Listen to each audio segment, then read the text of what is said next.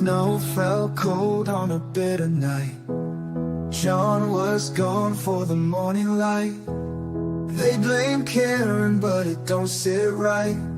Too many secrets hid from sight. Oh, the badge runs deep, the law runs thin. They stack the deck, but truth won't bend. The judge looks away, the truth gets drowned. Ain't no justice in Canton Town.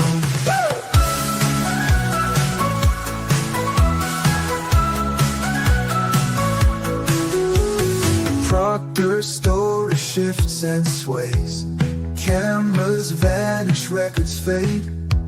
The Alberts toast while the doubts grow strong. The folks still fight, won't be long.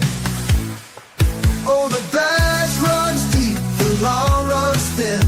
They stack the deck, but truth won't bend. The judge looks away, the truth gets drowned. Ain't no justice in Canton Town.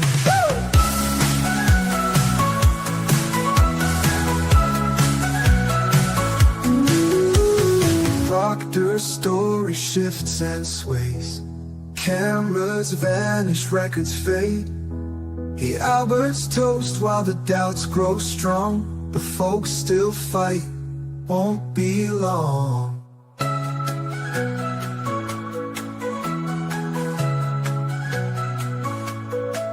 Oh, the badge runs deep, the law runs thin.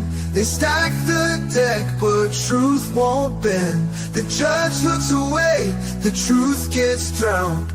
Ain't no justice in Canton Town.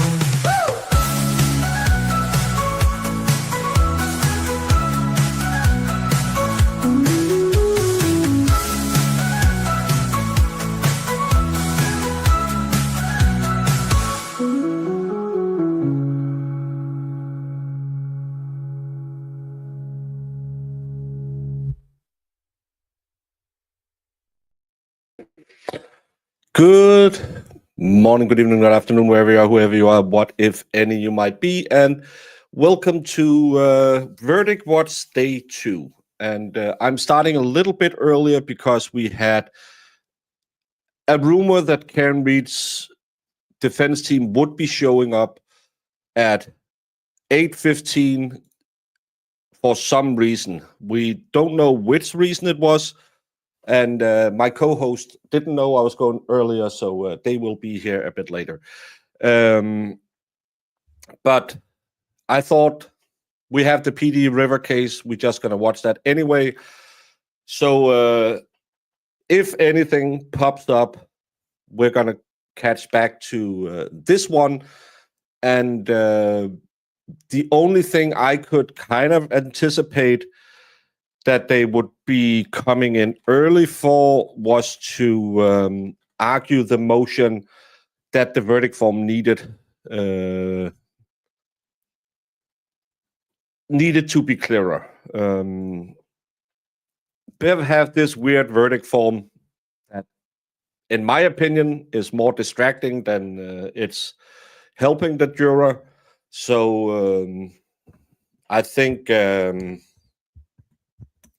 that's the only thing that if they're coming in for an argument, it'll be to try and say, well, we found this verdict form somewhere else, and it proves that in Massachusetts you can do the verdict form in a different way. Bev will then say, Mr. Yannetti, you know, this is how we do it in Massachusetts. Yeah. Oh, they came at around 8:10. I've been looking around. I haven't seen them arrive, so... But thank you, Serenative. No matter what, I still think that the most likely thing is that they will find her guilty in the clean OUI. She'll be back out because, again, it's been 2.5 years on parole.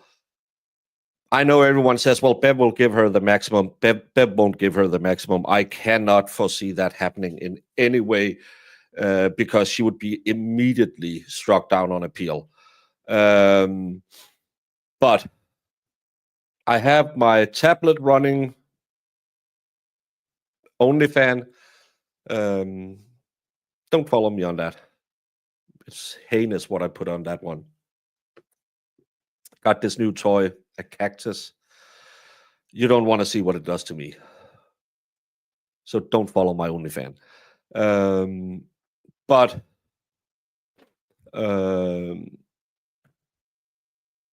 I don't know. Verdicts are always at some point where you don't expect it.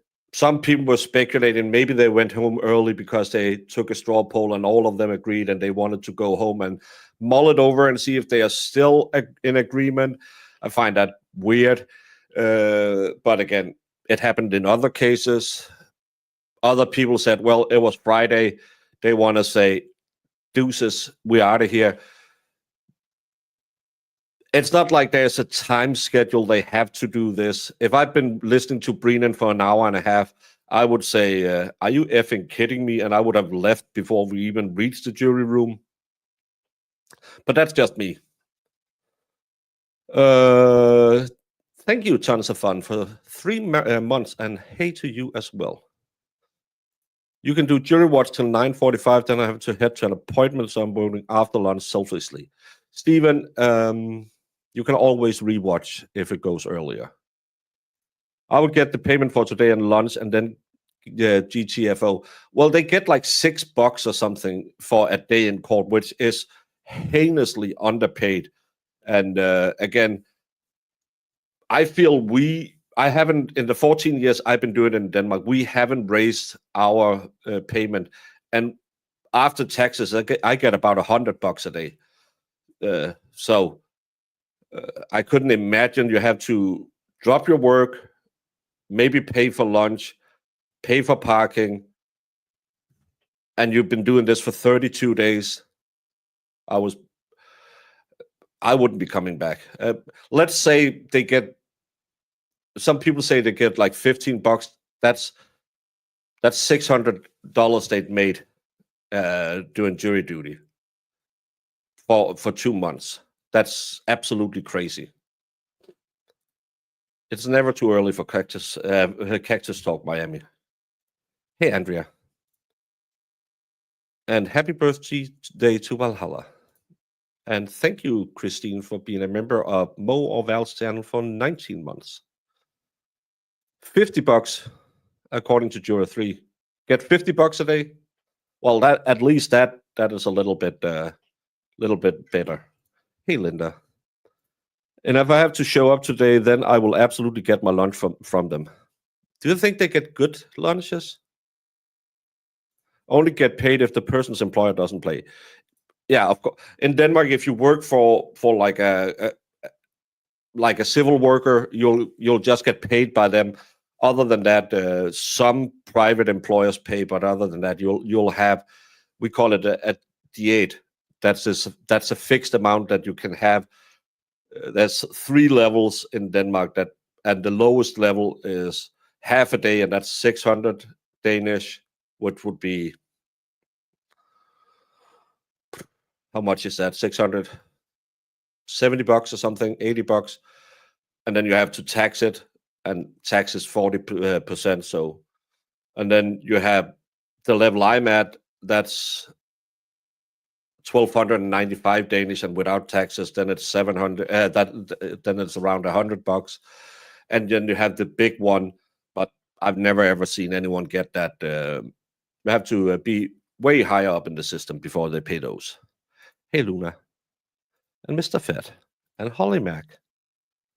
I work for myself, so I don't get paid for jury duty. I'm a farmer, so how would I figure out my hourly? Yeah, but that's why we have this standard that you get those 1,100 a day, because but that hasn't been changed in the 14 years I've been there. It haven't been raised at all. So with the inflation, we should probably be getting 50% more. But I have it up running.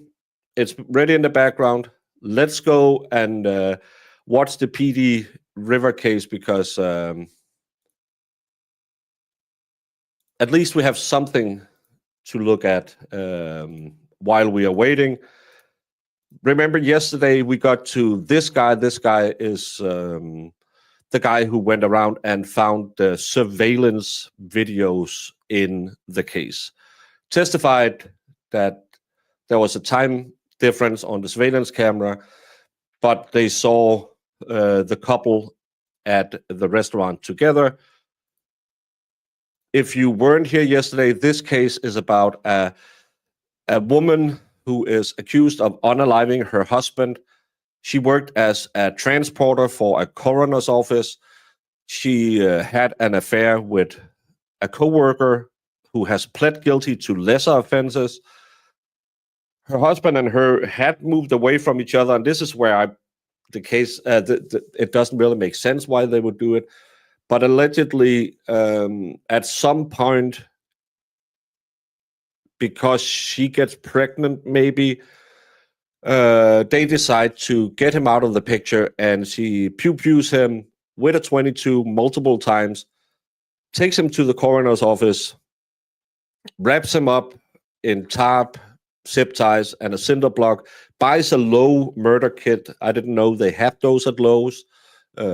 It's nice to know if I ever go to the Americas again and need to do it. And then drive him to the river where they dump him, and he's found later by someone setting fishing lines for, I believe it was catfish, but I could be wrong. Maybe it's crawfish. I think it's catfish. But the opening statements before that, the prosecutor tried to get in that they had found a lot of pew-pews. Not the one they used, but they found pew-pews, which then apparently they wanted to show, and the judge said, The judge is really good. I like the judge so far. I don't like the prosecution team. They seem like they want to sneak a lot of stuff in there, kind of under the radar. The defense team, one of them is dressed like Sonny from Miami Vice. It's a father-son team. They've been doing okay. They don't have a great case, but they're doing okay. Valhalla is up. Yeah, he's doing chores. Hey, Medina Finn and Stringer Bell. And thank you, Phoenix, for supporting one of my co-stars for 5 months. No, and that's what the judge said. You can't infer anything by finding other than the red rum tool. But they tried, and that's why I don't like this prosecution team. But let's do it to it, and I'm gonna put on, because it's normally a little low. And Mo is here. I didn't have to come in this fast. I'm just wasting time while. Oh, well, I didn't know if they were going in early. That's why I started early. If anything comes up, I'll just jump to it. I'm covering the Pee Dee River because Sue said she doesn't understand why they found the body. She's been using that spot for a long time. I don't know what she meant by it, but I don't get how two people as the prosecutor so greatly said, the business of death, were so bad at this. Oh, Dr. Tracy lives near that house as well. Where is this trial? South Carolina. It's in. I should know. Sue knows all the. Oh, we have camera movement in court. It just looks like he's about to tip the camera over. I have my tablet running with the court feed. Of course, you're smarter than these people. Sorry, we'll just go back because now camera is moving. Does that mean anything? We don't know.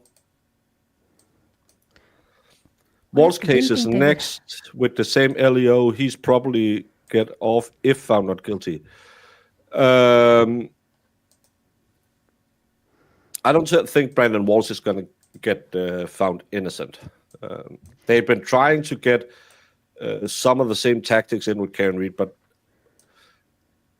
I don't know if he's going to be found not innocent. Sue, what town is it in? Hey, look, Zach is back. That means summer school for the short bus is out. Horry County. Horry County.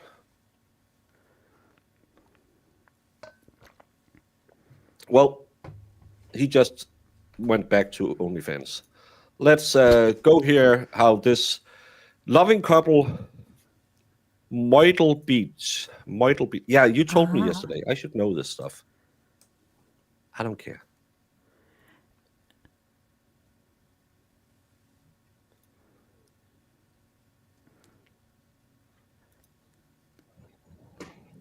What in the Miami Vice is going on over that table? Play 22. The calls for 1 second. Just for clarification.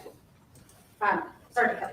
Yes, ma'am. Oh yeah, you weren't here yesterday. He wears dress shoes with no socks, and I said you can't do that. You wear loafers with no socks. That's how Sonny did it. But he's a little. He's like a mixture between Don Johnson in Miami Vice and Matthew McConaughey's. You know those people who go around and open malls as a knockoff of the celebrity.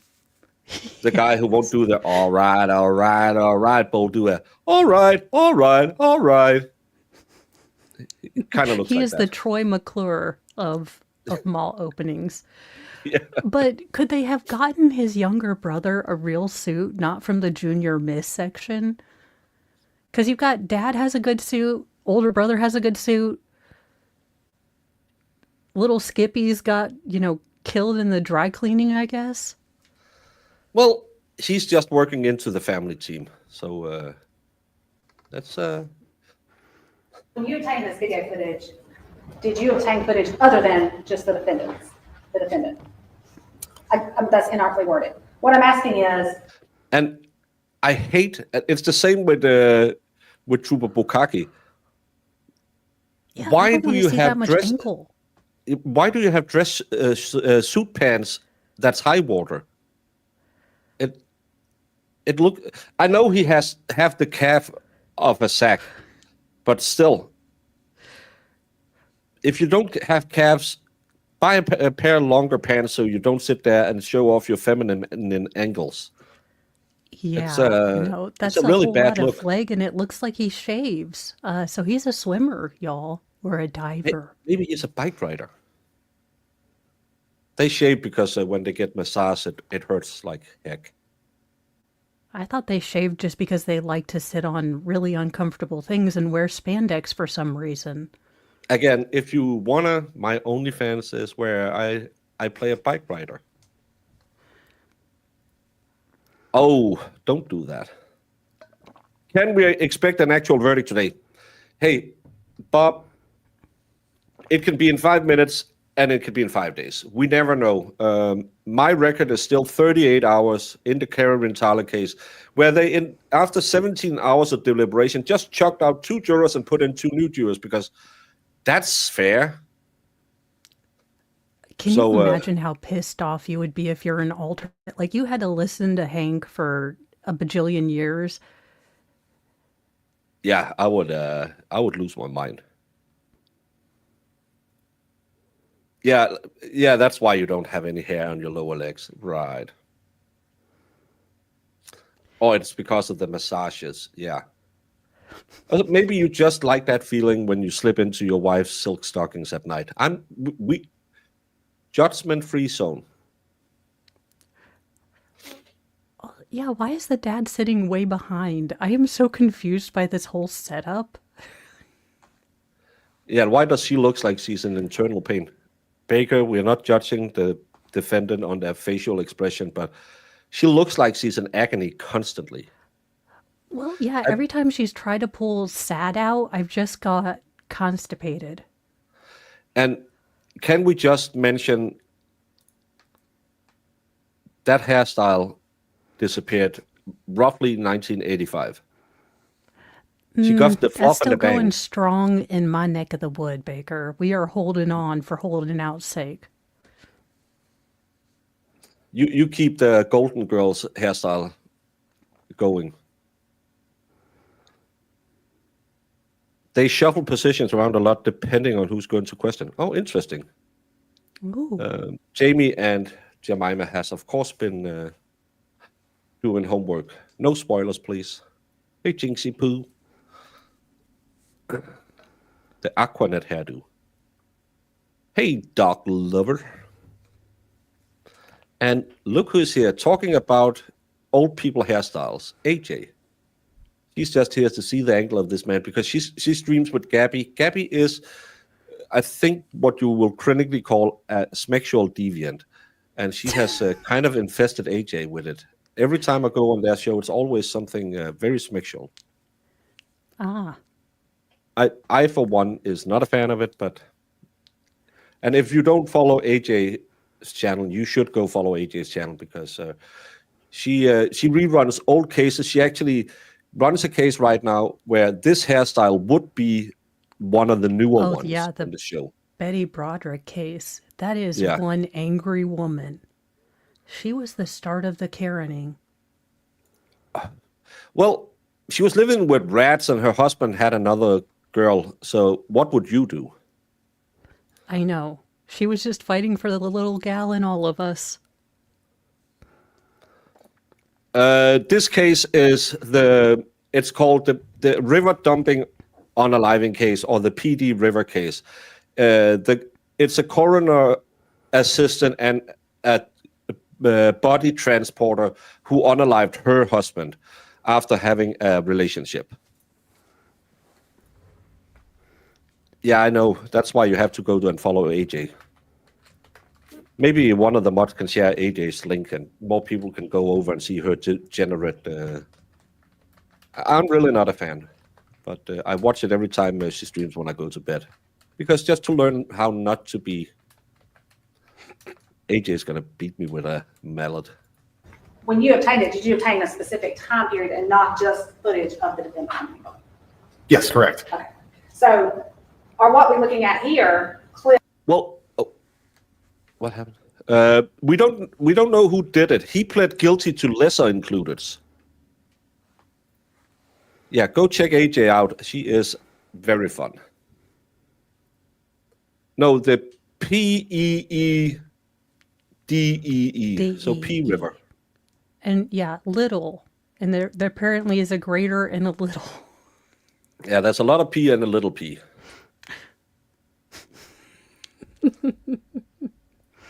Well, I'm a fan of AJ. I watch her every night I go to bed. The portions of the footage that relate to the defendant Meagan Jackson. Correct. I don't think we have heard anything about the civil case because that's been suspended while this case is on, so we don't know. It's named after an Indian tribe called the Pee Dee tribe. I think Celestial or someone Googled it yesterday. Let's play this. Yeah, but they were broken up. That's why I don't get this. Why then unalive him? Okay. So, first of all, just pause it. What's the date and time on this video? October 2nd, 2020. And can you read the timestamp? The time says 23:17, and if I remember right, I believe that's 10 minutes fast. So it should actually really be, in layman's terms, it would be 11:07 p.m. Okay. And as we watch the video, can you tell us what you see in the video? As we watch it? Yep, Okay. as it happens, try to narrate. Right. We can pause it when we need to. There's a silver Ford Explorer, which I know is what... Oh, in her civil case, she's represented by her auto insurance policy lawyers. Thank you, Stephen. Chris Dontell drives as a county vehicle, and the van... We're not discussing anything other than we're just watching this trial while we're waiting for a verdict. And that pulled in is also what I know Meagan Jackson drives for transport. Okay. Here we see Dontell getting out of the vehicle, and we'll see in a second his clothing is the same. Well, I should sell this case better. The lady, Meagan Jackson, who is on trial, was working as a body transporter for a coroner's / mortician something. And the guy, and I blank on his name right now, was working with her as a coroner assistant. Meagan was not married, but in a relationship with the father of her 4 children. They broke up. He moved away. but the coroner assistant was married and had 2 small kids. You will learn about the courting mechanism of this lady when he takes the stand. They get together and start dating while she's single because he's moved out. We heard her daughter testify about that, but he's still in a relationship, and this is what kind of grinds my bones, because why would you then unalive her husband boyfriend who has moved out and not his wife? Yeah, this doesn't make any sense. What, didn't she like befriend the wife? Didn't they become besties too? In like the weirdest. This is the Superior Court, holding in Dedham within and for the county of Norfolk. Right here, give your attendance, and you shall be heard. God save the Commonwealth of Massachusetts. This court is in session. Please be seated. I don't think that God can do that. I don't know about God being able to do that. Let's read. Good morning, jurors. Good morning, alternate. Well, I have to ask you those same questions. Were you all able to follow my instructions and refrain from discussing this case with anyone since we left here on Friday? Yes. Everyone said yes or nodded affirmatively. Were you also able to follow the instructions and refrain from doing any independent research or investigation into this case? Yes. Everyone said yes or nodded affirmatively. Did anyone happen to see, hear, or read anything about this case since we left here on Friday? Everyone said no or shook their head. So, Mr. Foreman, with that, we're going to send you back out to deliberate. Okay. All rise for the court, please. Here to follow me.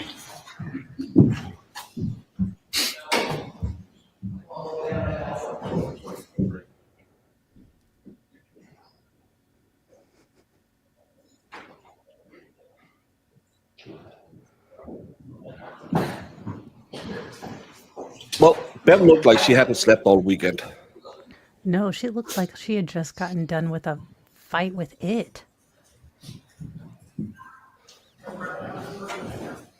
Why are they allowed to wear blue? Jurors exit the courtroom. Please be seated. All right, so Mr. McDermott handed me something that I'm going to go read. All right, and we'll see you. Court officers will give you instructions on where to be and no more than 10 minutes away, okay? Your Honor, with regard to the version that was sent to the court. I don't, the version of whatever I have not yet read? Correct. Okay. No, I want to flag for the court. We'd like to replace that. We noticed some errors. There were different versions that were circulating amongst our team, and we believe the incorrect version got filed. So we would, if you have 10 minutes, we can file the correct version. Okay. Has the Commonwealth seen whatever it is that Mr. Yanetti's talking about? I just received it in the courtroom. They may have sent it earlier. I just looked at it a couple minutes ago, so I need some time. Okay. We'll make sure he has the updated version as well. Okay. All right. Thank you. Mr. McDermott is Jim, the court clerk who also has a DUI. Because all the cool people in Massachusetts has a DUI. And yes, and Mueller, Pennywise. She looks like she got into a fight with Pennywise. Yeah. Well, let's get back to this one. But apparently, they hooked up at work and then they unalived her husband because he started talking about her being pregos. She kind of inserted herself into the other people. You'll hear from the wife of her co-defendant. Well, he's not co-defendant because he pled guilty to a lesser offense. I think disposing the body or something. I am not 100% sure. But let's do it to it and waste away some hours while we wait for a verdict. Saying that he was wearing abuelos.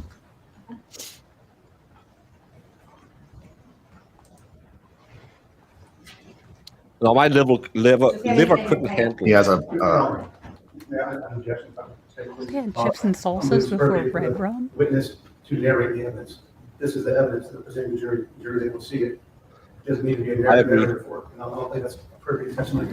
That's the same they should have said with Your Honor, the witness is narrating the video because he's a police detective and as part of his investigation, he reviewed this video and located the defendants. accessory after the fact is what Chris Dontell pled to. This is a way Thank to you, say frequently Amanda. presents evidence. It's nothing out of the ordinary. I don't see anything wrong with the defendant stating what he sees on video. He can either do it while it's playing, or I can have him do it when it's not playing. Well, I don't think just because it's been done in the past makes it something you just can do today, Your Honor. All right, I'm going to allow the testimony, but ladies and gentlemen, it's up to you to decide factually what the video shows. If you find that the witness's account does not coincide with what you view, then you should disregard his testimony. I'll allow him to testify as to.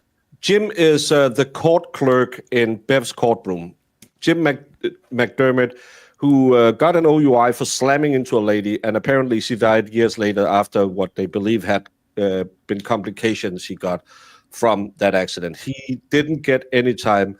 Then you have the McAlbert, who actually unalived someone, hit for 30 hours, I believe, so he could come in and piss clean, breathe clean, whatever, who got 6 months in prison for that. What he says the video shows, but ultimately it's going to be your decision to decide what the video shows. All right? Thank you, Your Honor. You can continue. So he's carrying a bag. Okay. It's the same case as we watched Friday. They just got. We watched. I went through a couple of hours yesterday.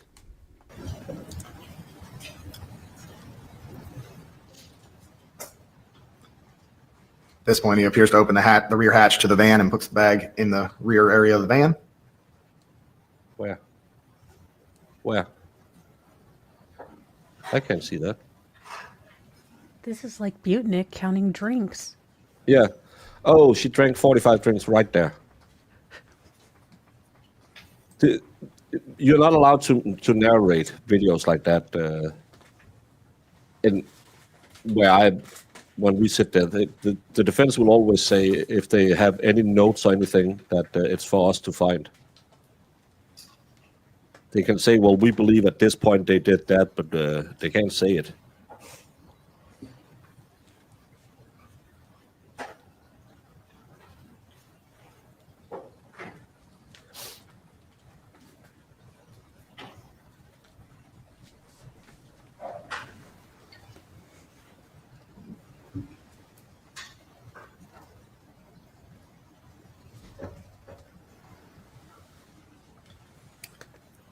It's now roughly real-time 11:10. Chris Dontell opens and closes the rear hatch of the Explorer.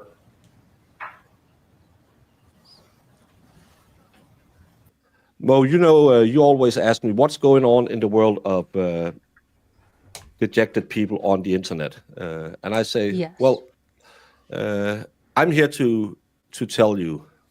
Oh, Jesus Christ. Oh, Hey, Valhalla, Lord. good morning. First of all, this is his screen. This is what ADHD and ADD looks like. Yeah. If you could no, open the head of someone. I mean, that's what. How do you get anything done and understand anything? No wonder he thought Dr. Welcher's, PowerPoint was great. But Why are there so many dogs? why is there so many things on the screen? In other news, last Thursday, Powell had an ominous premonition about a world heading to war. This occurred as I explained Bruce Ackerman's theory of constitutional dualism and why the Wizard of Oz is actually a socio-political commentary on the elections of 1896. I may also compare Karen Reed to the Wicked Witch of the West, thus continuing my Joyce and homage with due regards to the Vico and Hegel, by way of analogizing Karen to various literary and historical figures such as Irene Adler, Sisyphus, and Pip from the Great Expectations. Creativity, after all, is intelligence having fun, and he turned German, I don't know why. Even as the world burns, right? No, this isn't creativity as a sign of intelligence. This is what you look like if you don't have enough Adderall and Ritalin. Not to mention, you are okay.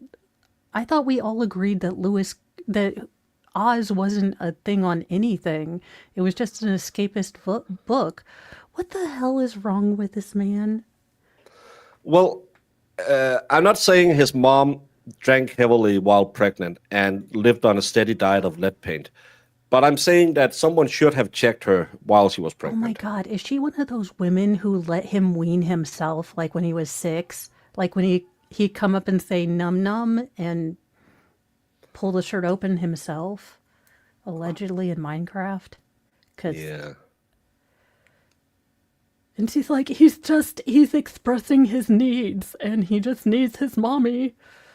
I may have Well, watched it's it actually yesterday. good for me and him because we are bonding, and he needs the security. This guy needs a swift kick in the gonads. Hey, Lolita Smiles. It was a long trial. I think the defense was way better this time around because the third-party culprit wasn't as big of a part of it as the first time. I think Hank did worse than Lally. Yeah. That's my take on it. He's right about Oz. See documentary called Secret of Oz by Bill Still. Well, I didn't know what happened at the election of 1896, so I don't care.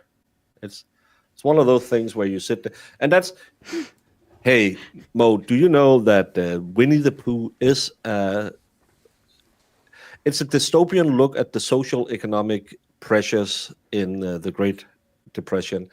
You can clearly see it because Winnie the Pooh is pantsless, showing that the destitute people during the Great Recession lost the shirt off their back. So it's a commentary, and you have all the bees who have the honey that Pooh wants so desperately is the crypto capitalists, the meat barons, the train barons, your Rockefellers. And then Pooh finally gets it, and what happens to him? He gets stuck in the hole because he eats too much. And this is what happens when poor people get money because they are not used to spending wealth, so they will use it inconsiderate and get stuck in a bad circumstance. End up with no honey and all the pains for being yanked in the legs. That's I think that's a Kenyan way to write a children's novel about how to live within means. Nowhere in your incoherent rambling did you ever come close to anything that could be considered a coherent thought. May God have mercy on your soul. Yeah. We're all dumber from having listened to you, and may God have mercy on your soul.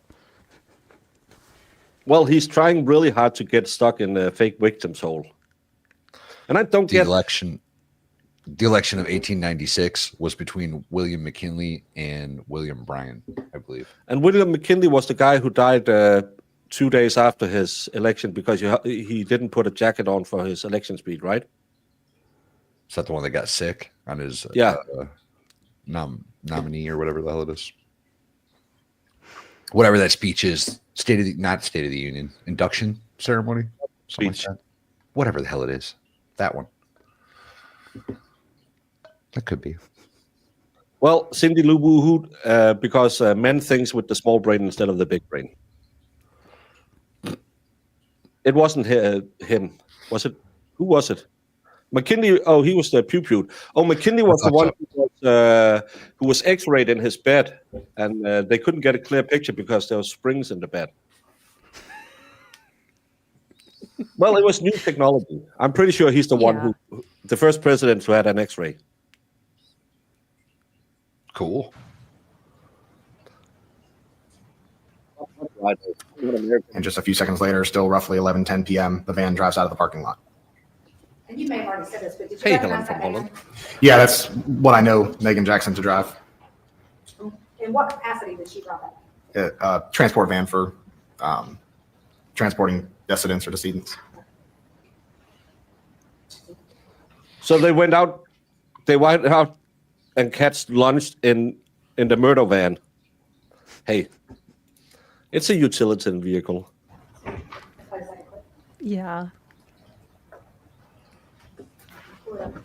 Okay, what's the date and time on this video? This one is October 3rd, 2020, and the timestamp shows. We are watching the river dumping red rum case. Coroner's assistant and a coroner's body transporter unalived her husband, boyfriend. 12:25 a.m., just after midnight, but the actual time is 12:15 a.m. What do you see parked there in the parking lot? The Explorer is still there, and now a van is pulling up. It's the same make, model, appearing to be the same transport van that Meagan Jackson is known to drive.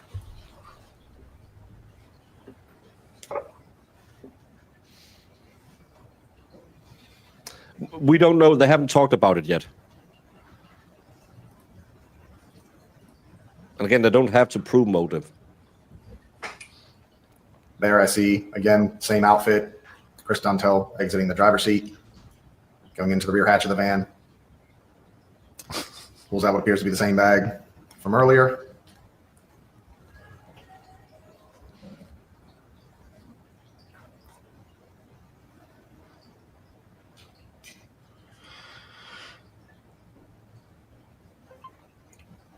It was hard to see there, but in between the two vehicles, you could see a person walk from the passenger side of the van in between the vehicles, and the clothing was dark. So I assume Meagan Jackson. You assume? Yeah, assumption makes an Consistent ass with the out of clothing you. she was seen in the photos. Dontell loads the bag back into the. It's only her who is the defendant. He pled guilty to lesser included as accessory after the fact. So she's the only one hanging for the red rum, and I believe she's 40 or were 40 at the time. Ford Explorer and gets into the driver's seat.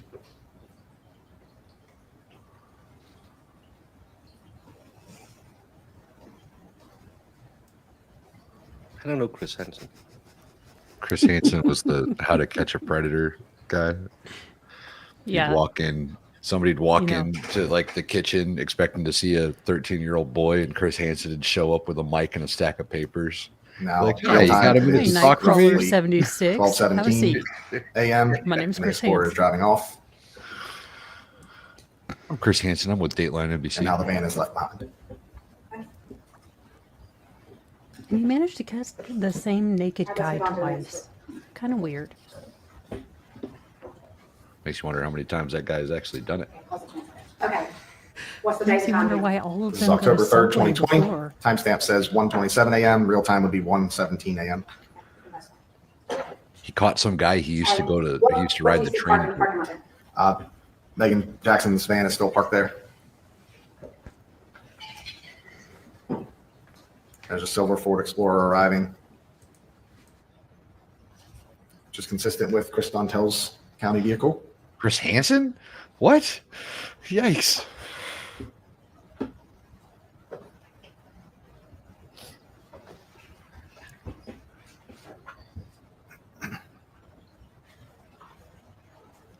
It's still early, Rage. Give me a little slack.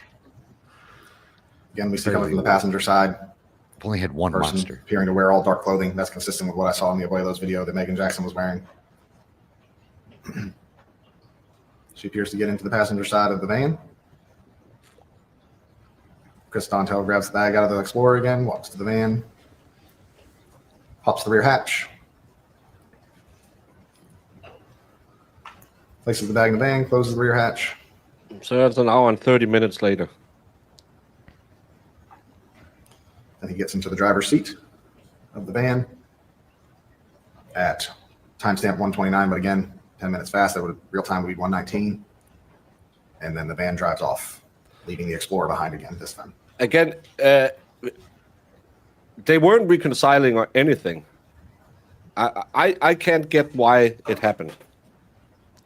All right, final video. Final video. All right, so what's the date and time here? This is October 3rd, 2020. Timestamp says 8:25 a.m. It's actually 8:15 a.m. Okay. You can see the Explorer, Silver Explorer, is still parked in the same spot from the last video. Doesn't appear to have moved. And arriving is a minivan. Again, consistent with Meagan Jackson's van.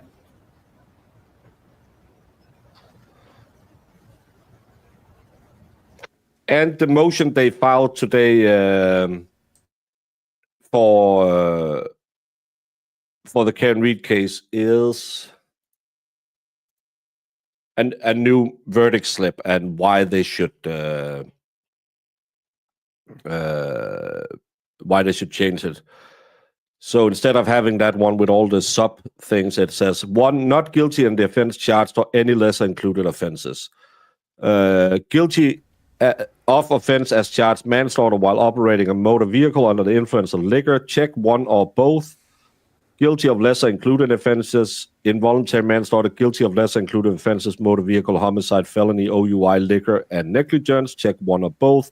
And guilty of lesser included operating under the influence, operating a motor vehicle under the influence, or operating a motor vehicle with a blood alcohol level of 0.08 or greater. I don't think this is much more clear. It isn't much more clear, but it's clearer. Yeah.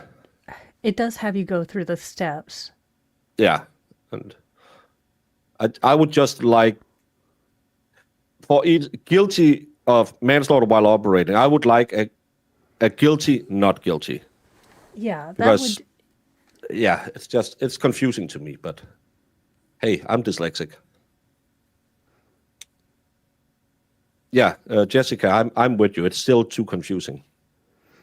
But I would have one that said not guilty because, of course, she's always believed to be innocent. And then guilty, not guilty of offense as charged manslaughter. Guilty, not guilty of lesser included offense involuntary manslaughter. Guilty, not guilty of lesser included. So they have to do a negative at all of them. But that's just me. I'm dyslexic. This is too confusing for me.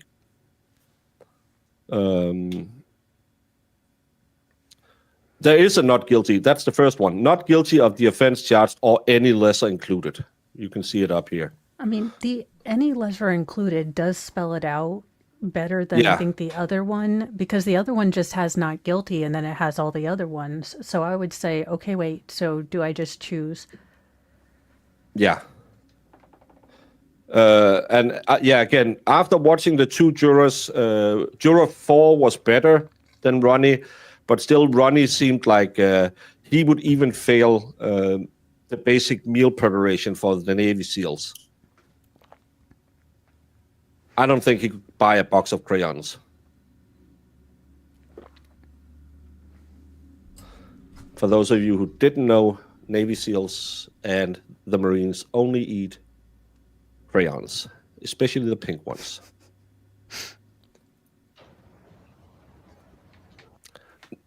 Well, I would if I could, but no, then it'll probably be rendered not what we call. It wouldn't be found okay.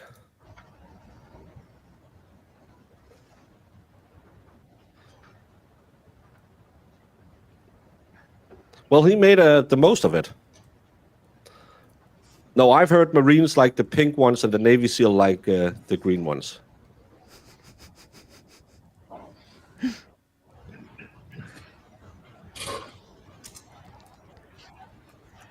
It's a little difficult to see, but in between the palm fronds there, you can see, again, clothing matching what Chris Dontell was wearing in the Buelos footage. He goes to the rear hatch of the van, grabs a bag that appears to be the same bag that he's moved back and forth. And this is 7 hours later. Yeah, I don't know why the Marines in America eat crayons. Timestamp now says 8:28 a.m., which is actually 8:18. You can see the Ford Explorer, the Chris Dontell. No, because then again, they would have changed the verdict slip and they would be given another one and be told that that's not correctly filled. And with Bev, I love the verdict clock, by the way. I know you Americans don't do military time, but I'm just going to kick this up to live. What is 1 hour, 67 minutes, and 54 seconds? Shouldn't that be 2 hours, 7 minutes, 2 hours, 8 minutes? America We're now trying gone metric rogue. math now. Yeah, we have 100 minutes. Those Oh my communist God, it's Europeans Canton. with their 60-minute hours. No, we do 100. Hexadecimal time.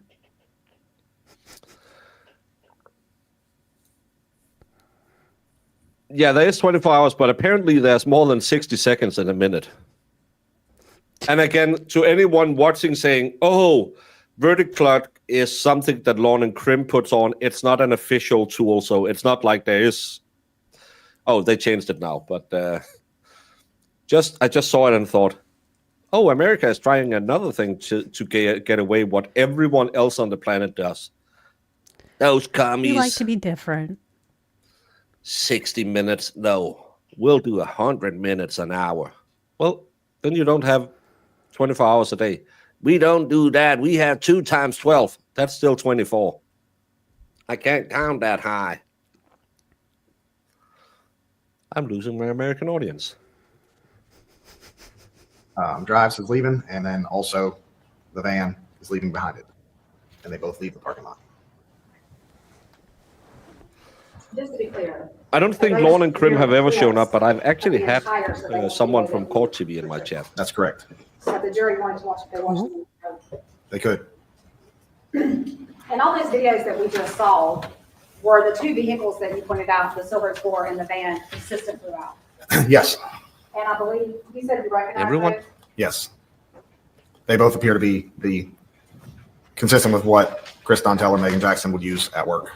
I'm actually not sure. Let's move on to, Thank you. did you respond Jenny. to the Myrtle Beach funeral home? Yes. And where's that located? I don't recall the address, but it's just south of Faro Parkway and Highway 17 bypass, in the Myrtle Beach section of Horry County. And were you able to determine whether Myrtle Beach funeral home had an alarm system? Yes. Were you able to determine if it was functioning at the time of this murder? It was functional, but the owner had kept it disabled because he was getting too many false alarms. So he didn't want to pay the false alarm fines. So There was an active system, but it was not being utilized. what about surveillance footage? Were you able to get any surveillance footage from the Myrtle Beach funeral home? No. It did have surveillance system at one time, but the information that we obtained was that it had been rendered non-functional during another review for a different instance. So were you able to obtain any surveillance footage from the Myrtle Beach funeral home? No, it was not functional at that time. Okay. What, if anything, did you learn about who has access to the Myrtle Beach funeral home? We asked the funeral director and learned that Defense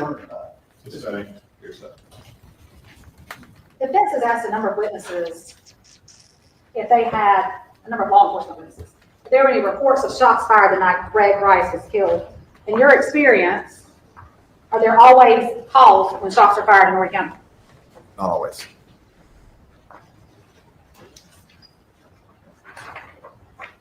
No further questions for this witness, Your Honor. All right, cross-examination. All right. I actually can't see if she's... I don't think she's up for the DP. Just all that ankle. Was that the extent of your involvement, sir?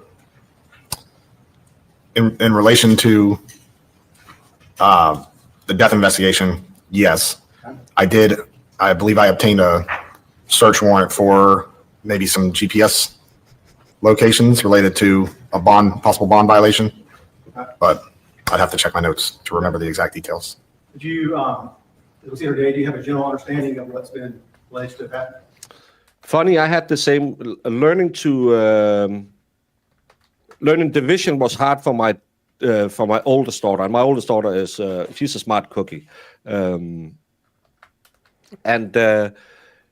because the teacher, the way they did it, and I said, well, we have like I was learned to do it like this. And you just say, how many times do 2 go into 8? That's 4 times. 4 times 2 is 8. That's 0. So 8 divided by 2 is 4. That's how I learned how to do division. And I showed that to my daughter, and she, learned it in 15 minutes doing it this way. Went back to school, and the teacher started saying, well, you can't do it that way because I teach it in another way, and I can't even, that's something with a cross or something. Didn't get it. Yeah. And I said, well, but it was back at the time when I went to teachers college. And I said, well, the laws in math say you can choose whatever, as long as you can provide the explanation how you got the result, you can choose whatever way you want to do it. And her teacher started arguing with my daughter, and I said, well, that's not, we're going to have a meeting. And even though it took me a little while to get up there, I drove up and had a meeting and said, the law, and because I was studying to be a math teacher, I had we had, it was called common goals. Have you heard about common goals? That we all have Common to. Core here. Yeah, but you have to teach this in 1 year. And there was, Yes. and I just put it and highlighted and said, if my daughter can do that, let her do that. And that's how my daughter learned how to do it. But that wasn't okay.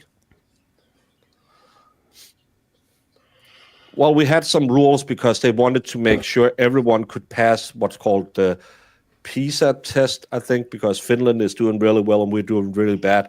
So they made common rules for all. And since then, we've only been going down in test scores.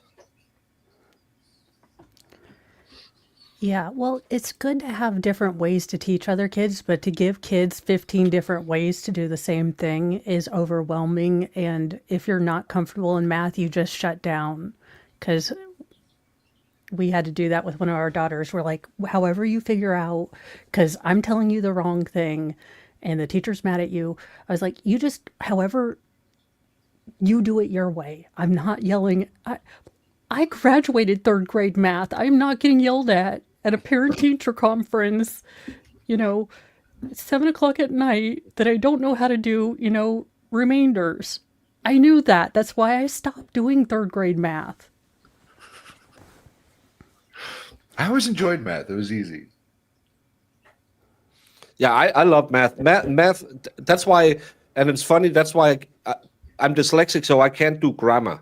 I don't understand grammar. It makes no sense. I don't know what's a noun and what's a proverb and what's a verb. It makes no sense in my brain. And it's the same rules you have to use to solve an equation. I can look at an equation and I can do it in my head. But I can't solve the equation of what's a noun. I don't know what a noun is. It's a person, place, or thing. Yeah, and you can tell me that, and I'll say, oh, that makes sense. Then I look at a text, and I sit and think, something about you put an O and an X, and then a triangle, and some of it makes some sense, and you can have one O and one X on one side of a comma, but you can't have two. And I'll just sit there and start blinking, and smoke comes out of my ears. And I can't, again, I can solve most equations in my head if it's not too wildly. So it's basically the same thing, but math makes sense to me. I can just look at it and make sense. Grammar makes no sense. None at all. I think that means you're a right hemisphere person. Well, I live on the right hemisphere because I live on Europe. Well, your brain. The right hemisphere of your brain. Right is for Can you logic. solve a third integer equation in under 3 minutes with a calculator? I haven't solved a lot of equations. I think only like with two unknowns is as high as we went in school. Are those evil things with two of the parentheses things and you had to go over, under, around, and through, or? No, it's with two unknowns. And you have to find both of Oh, them. hell no. I'm going to go ahead and not- say I can't do that. It's fun. I like math. I got, well, back then we had a 13 scale instead of ABCs, and I got like A- in both written and oral math. I'm good at math. Mo, for the record, those over under things, it's FOIL. First, outside, inside, last. Listen, I got you, I girl. remember I got that you. sort of. I got But you. I remember SOHCAHTOA more than I do, and I never even understood trigonometry or why we were so obsessed with triangles. I It was don't. like whoever And I invented trig just didn't get laid. Yeah, no, but he and dropped a lot of missiles. Because that's what it's for. I Drop before missiles. E except after C. That makes no sense to me. It's the same. I can't. Do you use the blue and the red letters as well for the ones that makes a sound and the ones that doesn't make a sound? It's called consonants and something. Vowels and consonants. I don't know what's what. A-E-I-O-U is the vowels. Everything Yeah. else is a consonant. I had a piece of Why? paper in my pen holder thing from probably third grade, so I could open it up, and every time we had to talk about it, I had the blue lines, the blue letters written and the red letters, so I knew, okay, these are the ones they're talking about. I can't tell you what it is to this day. I just did. It's A-E-I-O-U. Those are the vowels. Yeah, and in Danish, then Sometimes one. AUO is also there. Yeah, so you guys we have have three more. more. Same. But it's just funny because I'm not that stupid, and I read really well. I always read like 2 grades above me, but I can't tell you. I can't deconstruct the sentence. Yeah. Brains are weird, Yes. Brains are weird. and sometimes Let's why? get back to Skippy in the junior miss suit. Yes, sirs. Yes. Mo said that's enough math in Yes. English You're saying that there was an talk. allegation that Although he Jackson does look like a and math Chris teacher. Dontell having It's an kind of affair. giving me flashbacks. Correct. They're having an affair, right? And Bless you. Bless you are. And as part of that, some of what we've seen here in terms of Lowe's, you notice every time they left Lowe's and they were going towards Meagan Jackson's house, what vehicle were they in? I don't know which direction they went when they left the parking lot. You didn't have that was not part of your investigation? You don't know where they left and went to? No, I don't. Would it make sense to you that if they were going to take their vehicle, drive to Meagan Jackson's house, where Erica Dontell, the person who is in the dark, lives nearby, that they would take Meagan Jackson's vehicle so as not to reveal the Objection, affair? Your Honor. Call for speculation. That can make sense, yes. Okay. And so all of the shuffling around of vehicles makes sense for people who are engaged in an affair that they're trying to hide. Do you agree with that? Yeah. You'd also agree with me, wouldn't you, that Meagan Jackson appears to be wearing the same clothes at Lowe's as she was at Lowe's? Yes.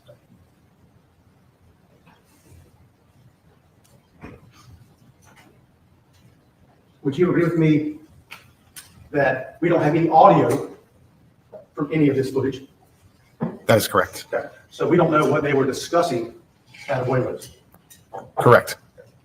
So any effort to determine what they were discussing based on the evidence you have presented would just be speculation, right? Correct. You likewise agree with me that people who are, again, having an affair still have to eat. Is that right? Absolutely. And so just being at a restaurant together Absolutely. in and of itself is not any kind of proof of any kind of negative or improper activity. This is correct.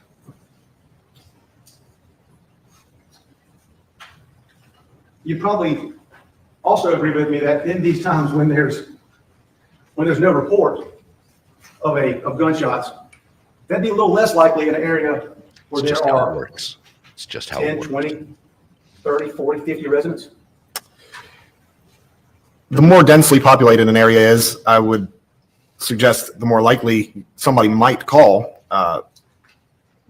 Horry County's a rural county though, and you are allowed to hunt in the rural counties, the rural areas of Horry County.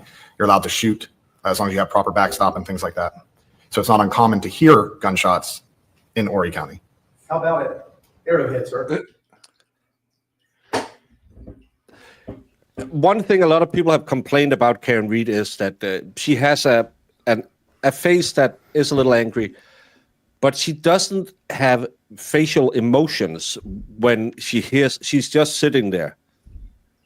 And this is, I know a lot of people are telling them, are feeling like, well, someone should show a little more emotion. No, No. you This just woman sit there. You don't. demonstrates. This woman demonstrates perfectly why you shouldn't show emotion as a Yeah. No. defendant. Horry County is drug-infested county. Well, I know where I'm going on vacation next. What's wrong with her face? This lady, she emotes a lot.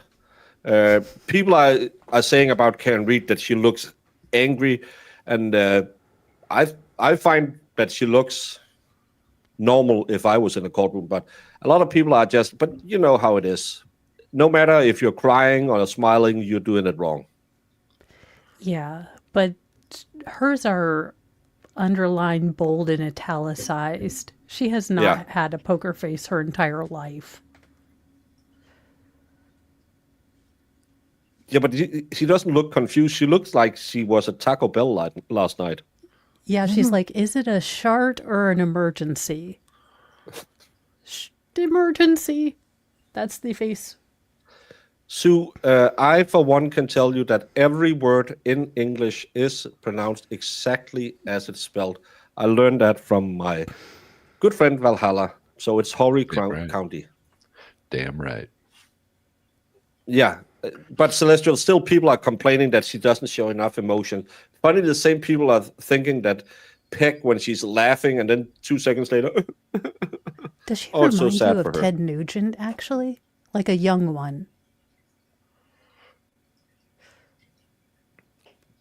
No, I don't know What? where. I was just I don't thinking think she it kind of looks does. like Ted Nugent.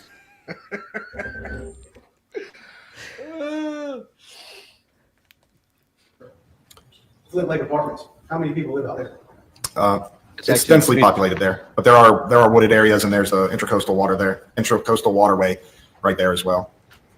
So we can agree that Flint Lake Apartments is densely populated with people who presumably Okay. can hear. Yeah, correct. And Atheist Ant, thank you. The funniest thing about the Karen Reed trial was the two Bryans roughhousing in the bar looked like two walruses trying to win at the beach. Well, you do know where they get the sneaky effer, theory from walruses and those two.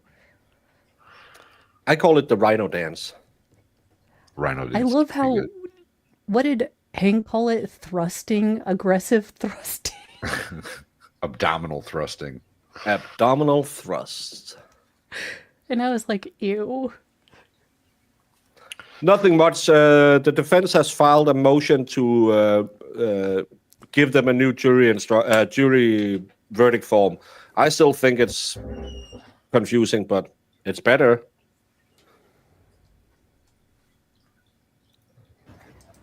And not only is Flint Lake Apartments in and of itself densely populated, the area driving in and out of there is densely populated with homes.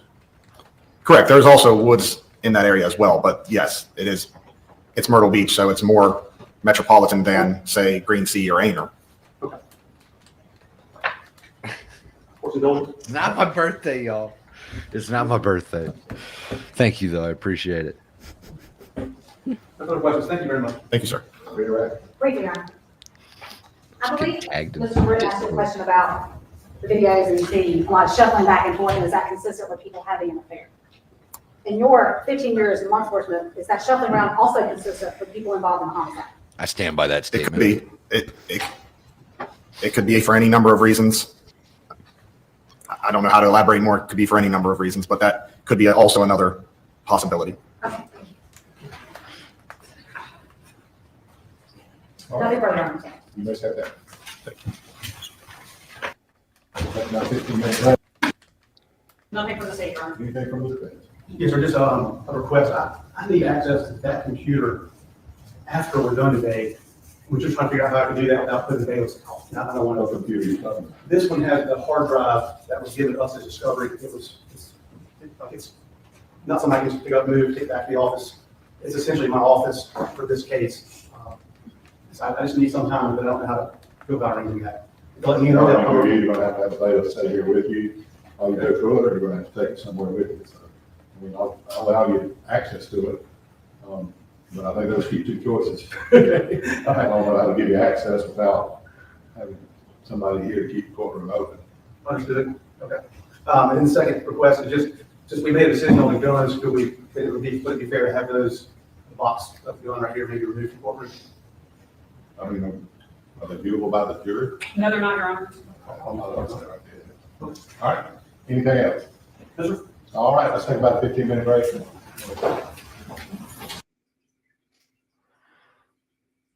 Who's got a box of guns in the courtroom? All right, State, make sure you have your own notepads, no one else's notepads. State, you call your name.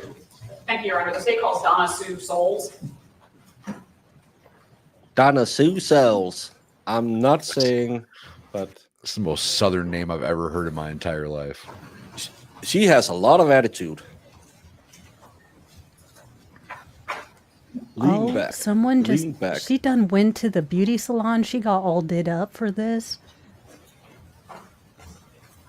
Is cowboy With or someone who denim vaguely jackets coming back? understands how to use peroxide. Do you solemnly swear or affirm that evidence brought against the court in this case will be the truth, the whole truth, and nothing but the truth, so help you God? Yeah, I like this judge. This judge is cool. We haven't had a ruling on it so far. Could you just state your name and then spell your last name for the court? Donna Sue Souls, Soles. Thank you, Your Honor. Yes, ma'am. Thank you. Thank you for coming in, Donna Souls. You don't have to give us your address, but do you live in Horry County in this general area? Yes, ma'am. And do you have family in the area? My whole family, Are you familiar with an area called Pitt Landing? all my life.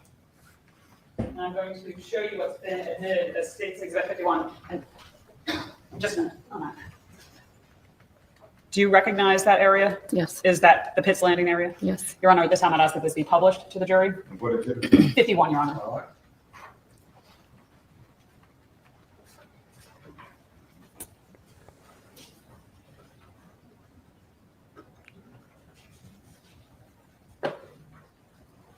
What are those earrings?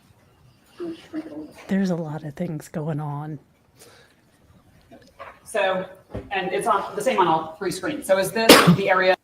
Not to be cultural insensitive, and I don't know how well you know South Carolina, Mo. Valhalla probably knows it better. He's right next to it. Are they stuck like 20 years behind the rest of the Americas? Yes. But So- honestly, that looks like frosting techniques that they were using in the early aughts. It's not a balayage by any means. That is a straight through a frosting cap sort of look. But I'm just Frosted thinking, caps. Kelly Kapowski would feel right at home in that courtroom. 1983. Hey, you throw on some heart, that woman is going to throw down. Those hoops are coming right out, and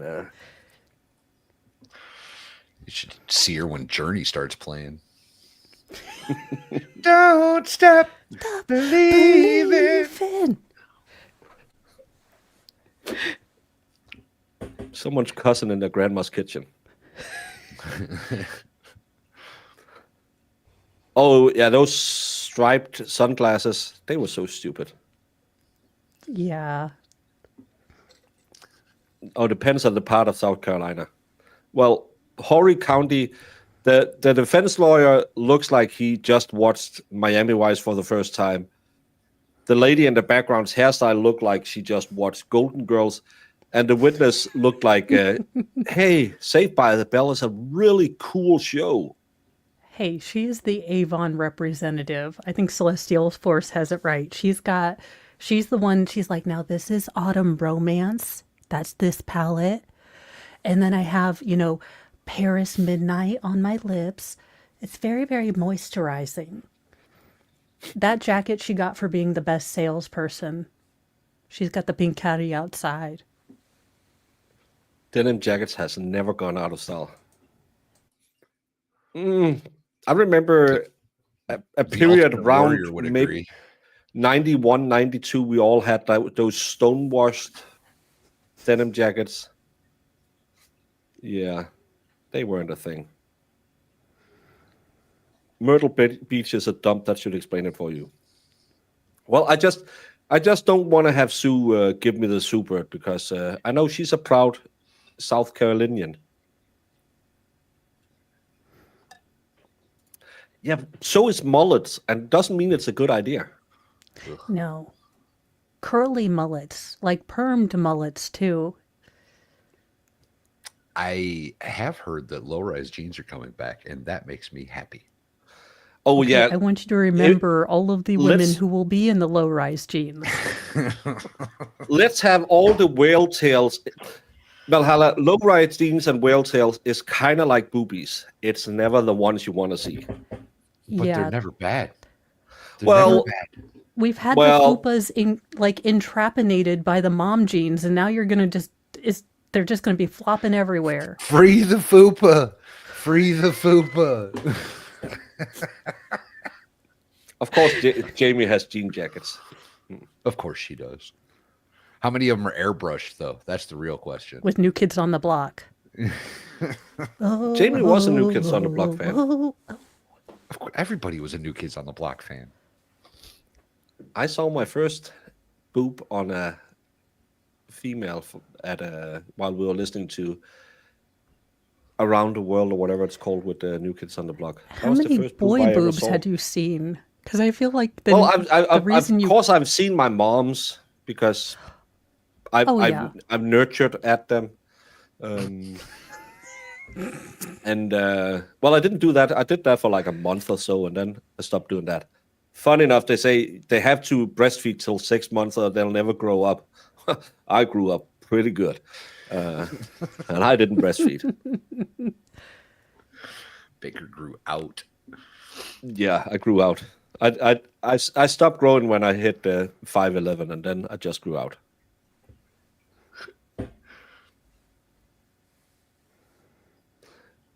How big are those strings, Ken? They're pictures.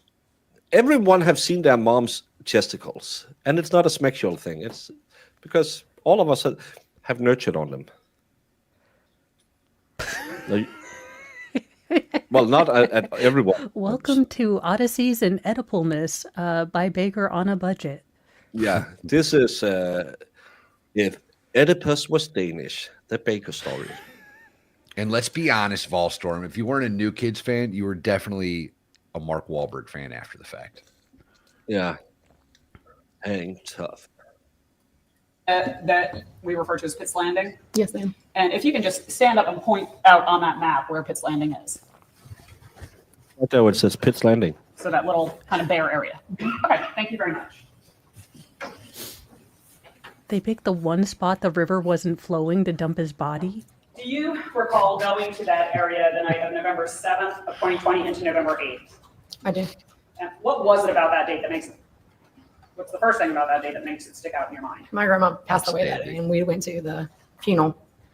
And well, we always go catfishing down there, like since we were kids. But we left the funeral that day and up on 378 and come back. And my little brother was with me, and he asked if we want to ride down there and check it out. So we did. And then us not living far from there, we went to the house and got our boats, and we went back down there. Just kind of clear heads for today. And when you went there, were you going to set out catfish lines? Yeah. Okay. Now, this is something that you taught me when the first time we met. So can you tell the jury, what do you do when you set catfish lines? You set bush hooks. Like you kind of tie the lines to the tree and put whatever you can fish with on there. And then you go throughout the night and check them. So are you actually in a boat on the river when you're doing this? Yes. Okay. So did something happen that night as you were setting catfish lines or checking catfish lines that brings you to court today? Yeah, I came to the third one, and the smell. Like when we went to go to set the line, I smelled the smell. When you say you smelled the smell, It was an awful smell. Like you couldn't. It's called you couldn't Pit bear it. Landing. It's like Actually, I threw threw up, vomited. okay. And what did you do once you? Chum in the waters, huh? Is that a girl? Well, we knew it had to come from somewhere, and you look around and really didn't see anything. Then it was getting dark then because it was early. Brandon, are you having a pocket moment? Because is he deleting everybody again? Well, he deleted Nils Krohn, and what he said wasn't that bad. He just said, "I can't believe everyone nurtured at Baker's mom." So seems unlikely that was worth a block. Let's go. Yeah. Mod of the year, my ass. Brandon is pocket blocking. He's here to show that again. He's going for mod of the year by pocket blocking everyone. It's a bold strategy, Cotton. Let's see how it plays out for him. Yeah, just trying to eliminate the competition. ESPN the Ocho. To vote for. Lots of incest after the lines are set. What? Who? What? What? Happy birthday, Valhalla. Thank you, MG. I appreciate you, buddy. It's not my birthday. FYI, not my birthday. And he's making food and blocking people. That's what Brandon is doing this morning. Because if you want to block people, you better work on your thumb action. Because on Mondays, we block people for no reason while we're making our food. On Mondays, we do forearms because if you want a thick mommy blocked, you need a big thumb to stick in the bunghole. Your thumbs better be effing swole. I love it. We all get kind of like, how Brandon are we going to be? So we kind of start it really strong, and then we're like, are we going to commit to full Brandon? Then we're going to commit to full Brandon. Oh, the lawyer asked what happens after the lines are set. The answer is lots of mince missed. Oh. Oh, yeah. Well. My daughter tells me the reason she is gay is because she didn't get enough breast when she was a baby. I couldn't breastfeed. Lol. That actually seems the opposite. I would think that if your daughter was gay, it was because she got a bunch of breast and liked it. That'd be my assumption. Fair point. See what I'm saying? Brandon is the only one who has more pocket dials than Jen McCabe. Whoa. Fair point. Shots fired. Well, I'm just here to tell the truth, man. Did we ever determine if that gentleman with kind of the... Look, I'm just going to call it a neck beard because it doesn't encompass any of his chin, but it just directly does seem to be growing on his neck. Is that one of their children, or is he dating the daughter? If I could go either way. I think he's dating the daughter because the other kids are younger than this. Okay. And sir, just consider maybe an IT goatee to attach to the whatever's going on here for reasons. Well, Mo, if I had to guess, I would say that that's an improbability for this young man. That he on Mondays, we do hand grip exercise because if you want to pocket block wine moms on Baker Street, your thumbs need to be effing swole. There you go. Earlier, and so it kind of shined a lot, and I saw it looked like a tarp, but it was like on the wood line, and which is where I shined it. And so we went back to the hill and didn't we didn't mess with that one. I went back to the hill and I told Ronald, I said, and Ronald's my little brother, and I said, there's something about that that's not right. Like, I know it's a smell I've never smelled in my life. And I've done a lot of fishing, a lot of hunting in my life, and it's any kind of animal I've ever smelled, it's nothing like it. It had no comparison. And so when we went back to check the lines, and got to the third one, I told him we needed to check and see, just what's that from? See what exactly that was. And we got closer, and as we got closer, the flies, and it was the smell. Yes. We were both throwing up. And so we went on to it, got kind of close up to it. And Kaylee, which was my little brother's girlfriend, she was in the boat with us. And it was her first time catfishing. And so before we went there, my friend Jamie was on his other boat, which was my best friend's husband now. So we got Jamie to come, and Kaylee got on the boat with her before we went back over there to check out and see what it was. So let me just stop you there for just 1 second. And Your Honor, I neglected one exhibit that I believe will be admitted without objection. It states Exhibit 48. Objection. Sorry, no objection.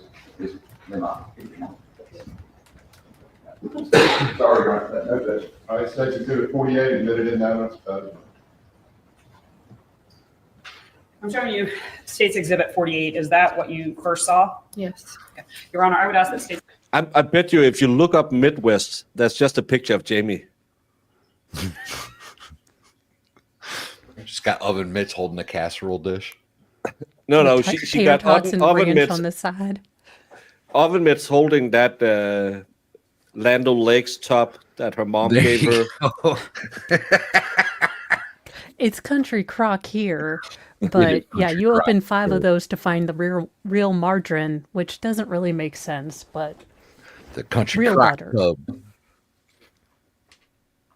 This is the one who found the dead body. It's Exhibit 48, the admitted, and I'm sorry, it's admitted, that'll be published to the jury. All right.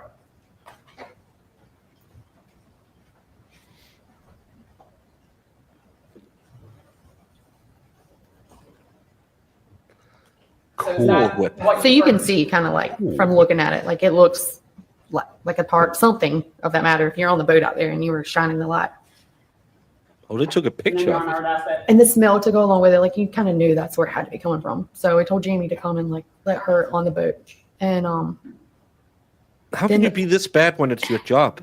I was scared too, to be honest with you. And like the water never scares me. But when I saw that and the smell, like I knew it was something that couldn't have been right. Well, I think So did she's you guys just a get closer? bystander. Yes, And and I would then ask that states Exhibit 49, which has already been admitted and published. All right. I think she looks phenomenal, personally. I'm And here is for that it. a closer view yes, of the tarp? And I think before you said that you noticed quite a bit of insect activity. Did you guys eventually go even closer to that? Now I'm going to be gross. Uh-oh.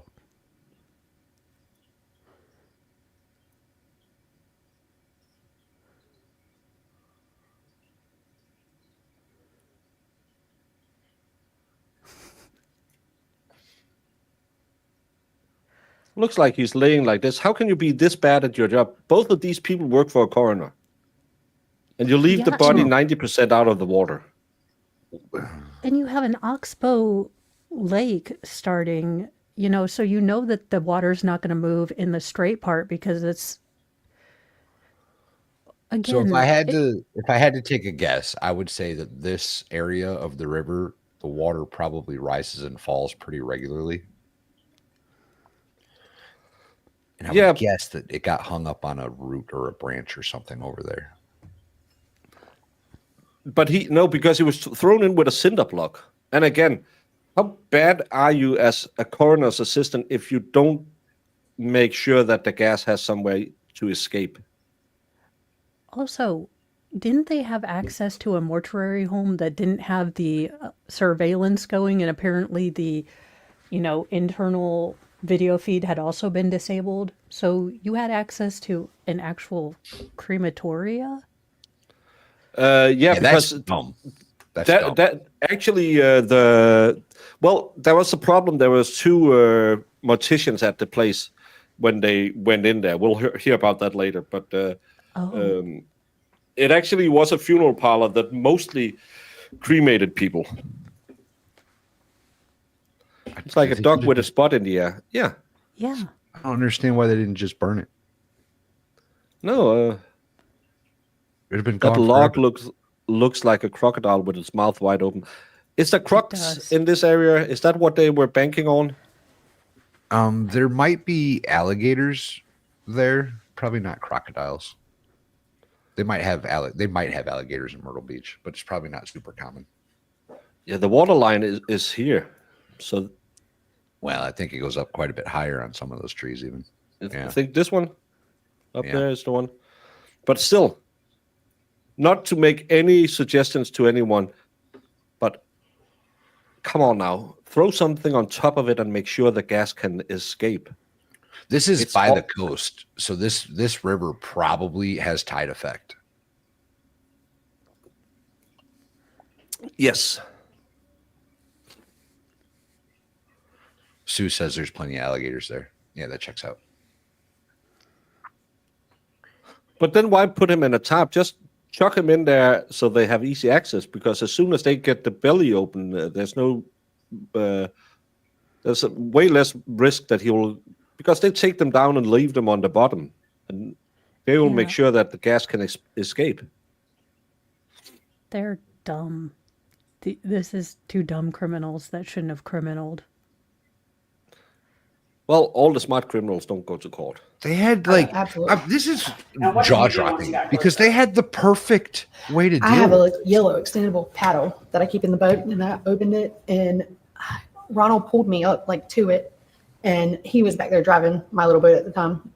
But I got up there, I took that paddle, and I kind of, because of course I wanted to touch it with my hand. I didn't know, but the smell was so bad in between you getting sick and doing it. But it was so bad, like I couldn't take it on. The closer we got, the more sick I got, and then he got sick too. So he was like, I don't know if I can do this, and I was like, well, we got to figure out what it is. So we did leave, and we went back to the hill, and we had a fire because you go throughout the night checking these hooks, and Ronald, I don't drink, but Ronald does drink, and he had a couple of shots of Fireball, and I was sitting on the tailgate of the truck, and he said, sis, what is it? And I said, Ronald, you're not gonna, like, you've been drinking, you don't think I'm crazy if I tell you this? And I was like, something's nagging. Yeah, she's just right on about your thing. Okay, just can't get into what anybody else says. Sorry. Well, that's okay. I was explaining that. I was telling him, and that's why we went back. And I was like, something's nagging me and telling me something ain't right about it. Like, we need to go check it out. So based on that, did you then get even closer? Yes. Then when we went back, I took the paddle and put to, like, if you're looking at it, the left side. Okay. And Your Honor, if I could publish previously. No, she didn't drink. 50. All right.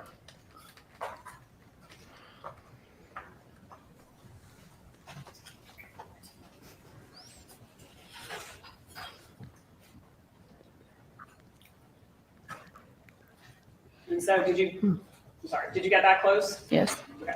And you were talking about Jeremy's from South Carolina too, I think. I took the left-hand side of it and kind of like went to pick it up, and like the water, it was slippery, like, because like it had, that was the whatever it problem. was, had been there. And why would they follow her out of the paddle room? slipped, and then I put it back, and I tried to pick it up, but it was kind of heavy. No, it's too close at all. Ronald come up, and my little brother again, and he held me. And when we did it, it was around like this part of the legs. Okay, I'm sorry. And I just have to describe it for the record. Okay, she's pointing here. Oh my God, they really are capri pants. So yeah, like the bottom part is what it looked like, and but there was a ratchet strap around it, around like the side. But when we pulled it up more, and then so I said, I didn't know what it really was, but it looked like it could have been something. I thought a body, but then I went to the other side, and like you couldn't see the round part in the water, but. Again, I couldn't pick it up by myself because it had been there, and I knew there was weight to it, and it was kind of scary. And so Ronald helped me once again, and we put the paddle and did it, and it was around the head, like you could actually see the round part through the tarp. On a scale from 1 to 10, where 1 is I'm kind of crazy on Fireball and I'm going to check the tarp, and 10 is I'm just going to call 911 and say I think we found a dead body. Where are you? I'm calling 911 immediately. Yeah. Once I smelled a terrible smell, I don't investigate further. She's made Jason how many trips up to this thing and poked it with a stick. It's made her throw up 3 and then times. She's like, "Hey, drunk brother, do you want to go poke it with a stick?" This is crazy talk. 6.9. 6. There you go. 9. Giggity. I'm just who in the world? I think we have a dead body out in the water. Let's go check it out. It's kind of like Steve Irwin. Oh, that's the most dangerous creature in the world. I'm going to grab it by its tail. No. Why did you? Yeah. Australian or we go Scottish. home and we catfish somewhere else. Yeah, I'm just going home. I'm nope. You wonder why them catfish were so big. I got news for you. Oh yeah, it's a sneaky alligator. Why are you weird like this? Don't check. No. Well, we did find a guy unalive once, and my shitty brother said, "Go feel if he's dead," and I was like 8 or something like that. And yeah, he was really, really cold and stiff, and I went and got my dad. We could just have gotten my dad, who is an EMT, and could have gone up there. And no, my brother said, "Hey, you do it." So yeah. You talked about seeing a ratchet strap. Did you ever see anything attached to the ratchet? Cinder blocks. A cinder block? Mm-hmm. In addition to kind of trying to lift up both ends. Did you do anything else to determine what was inside the tarp? Did you have a knife with you? Yes, when we saw the round part, Ronald said, we need to call. And I said, yeah, we do. But you don't, if you call them and say you found a body or you didn't really know what it was, I was like, there's going to be so many people out here. And again, it kept bothering me. I was like, you're going to ruin their fishing. He's like, let's just make sure.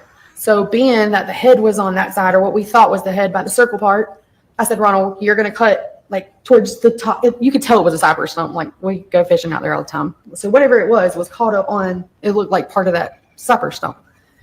And he made the first slide, and you could, like the paddle and the light from the one I had a light on my head.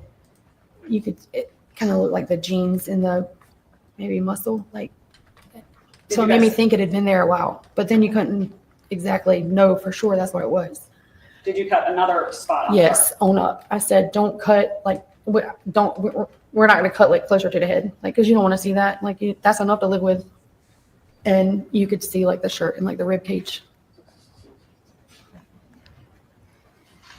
Okay, Valhalla, you find a tarp of an unusual shape with a ratchet strap and a cinder block. Are you making 11D12 cuts, or are you getting the hell out of there, making an anonymous call to your local sheriff and making sure you have a VPN?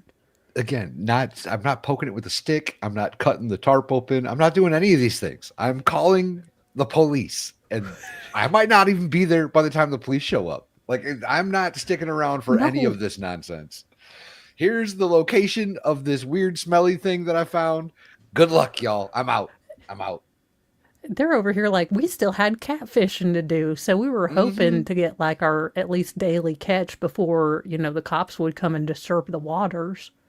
Look at her now. Now she's wearing her best denim jacket, sitting in a court murder trial with this lady looking at her like she's kicking puppies all day long. I don't know what the hell's going on.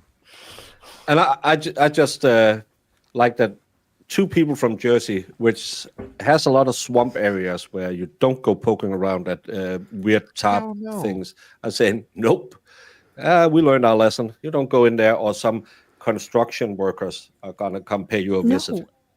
And I'm sure even if it happened to not be a body, I'm sure the cops would want to know what it was because it's still littering.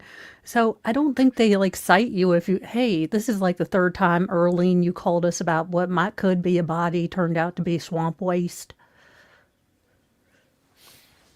It's the same when I see these. I don't know if any of you do sometimes go on one of those benches where you see people who clean out like canals and rivers and stuff like that, swimming. Or with the magnets. Oh yeah. Whenever they find a pew and they grab it with their hands, I'm like, nope, no. You don't touch that, because if it's in a drainage canal in LA, somebody put it there. There's a reason it's in there. Probably something to do with Tupac or someone. Yeah, don't the Glock Ferry. The Glock Ferry drops off local munitions at the storage drain. Ferry. Yeah. Still don't touch it. What's the big problem? It's a dead body. Why go poking?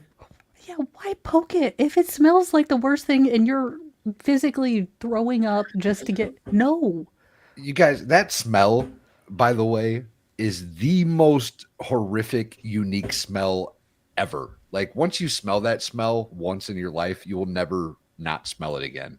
Like, that's...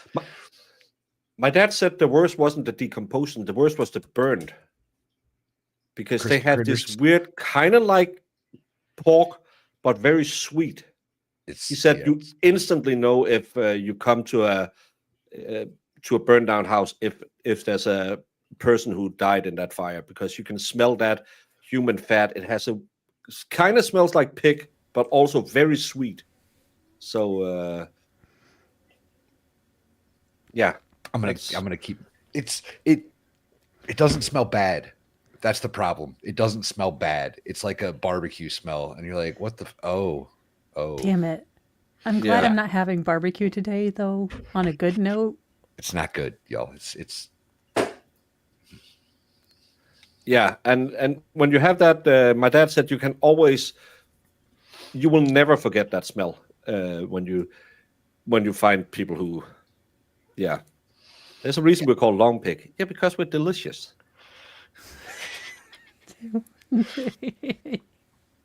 But yeah, decomposition just everyone have had that where there's a skunk under their floorboard or whatever.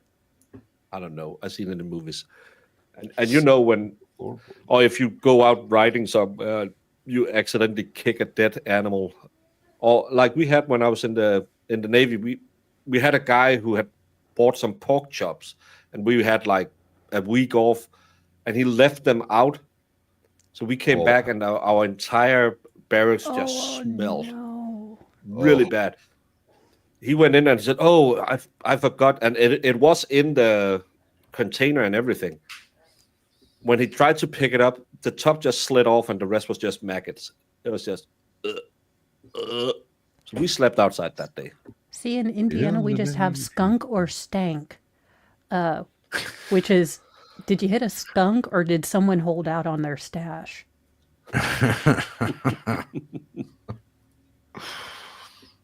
Oh, that's, yeah.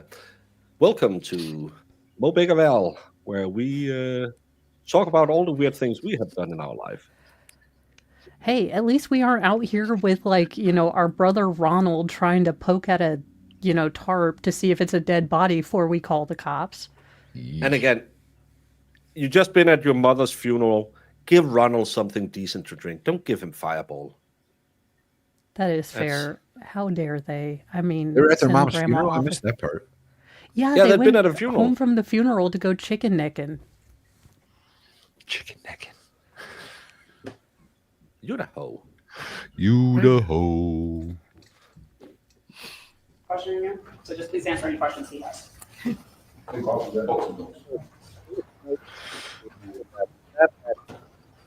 What's that weird fruit? Actually, sorry about your funeral earlier. Jackfruit? The one that stinks really bad? Dorian?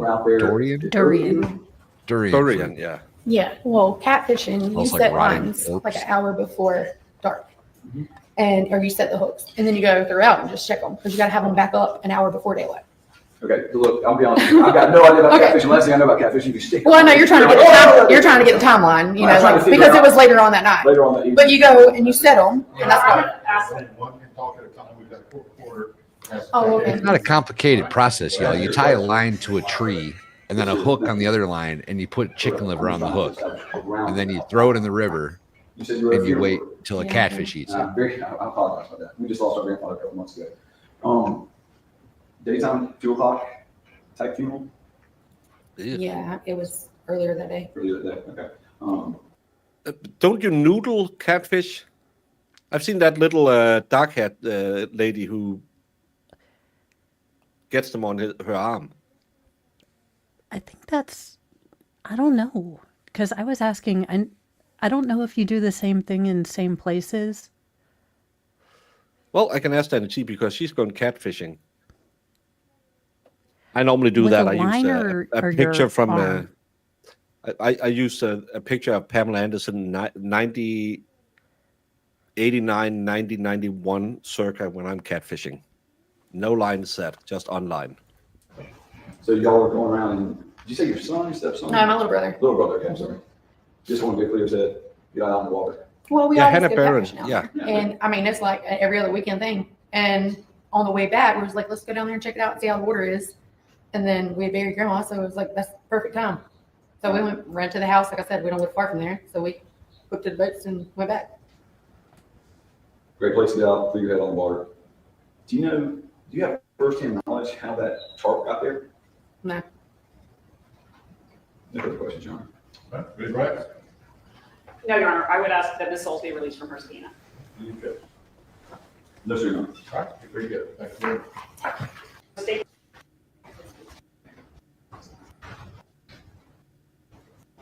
Make sure you write your name and put your left hand on the Bible. Could you just state your name and then spell your last name for the court? Heather Wilson, Wilson. I'm just trying to gather some of the exhibits, so I'm not walking back and forth quite as much. May I? Yeah. Thank you. Good afternoon, Captain Wilson. How are you? I'm good. How are you? Good, thank you. Where do you work? Horry County Police. How long have you worked there? For since 2005. Sorry, it's been so long I almost forgot. Do you have any prior law enforcement or military experience before joining Horry County Police Department? Yes, I worked for Myrtle Beach for about 9 months. And prior to that, I worked in Danville, Virginia as a police officer in Danville City Police Department. What is your current assignment?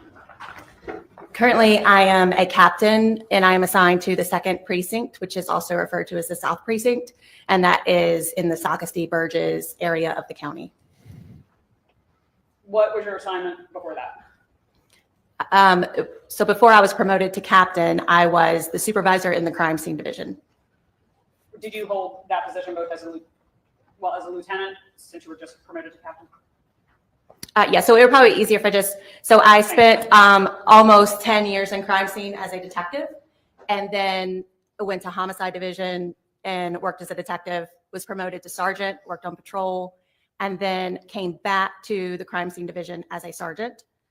And then ultimately I was promoted to a lieutenant in the a lieutenant in the crime scene section, where I stayed until I was promoted to captain. Thank you. That was much better worded than my question. So both as the sergeant and the lieutenant in crime scene, what types of responsibilities did you have? So ultimately the responsibilities were the same.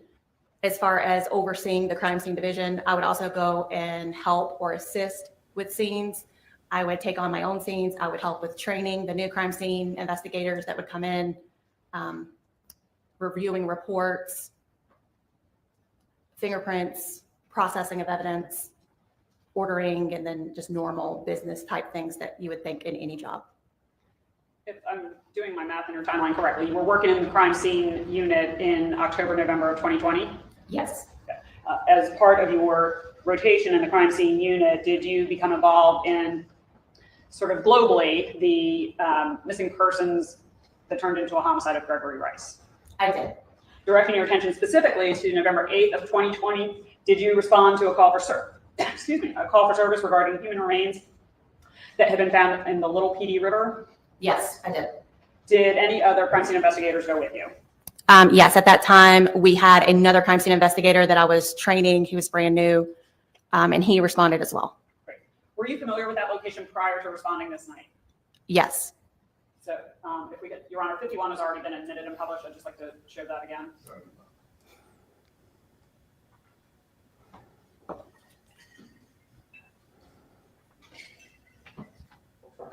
Is that the area to which you responded? Yes, it is.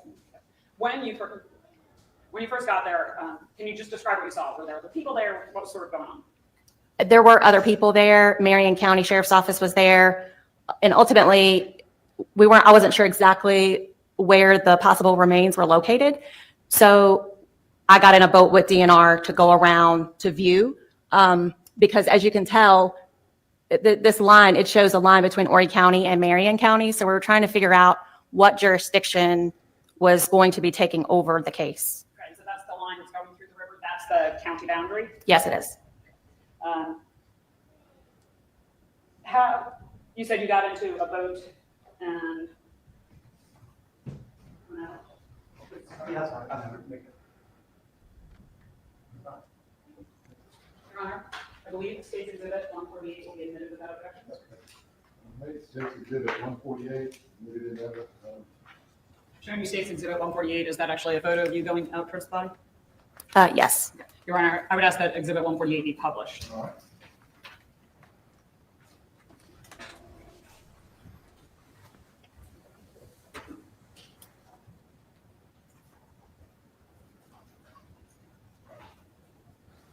I believe, who's that in the boat? Wearing the orange, that's me. And then the one with the mask is a DNR officer, and I don't remember what his name is. So there were several agencies who responded out to this call? Yes, there were. How was it decided who would, jumping ahead, was that object eventually retrieved from the cypress stump? Yes, it was. How was it decided who would go out there to make that retrieval? So the Marion County.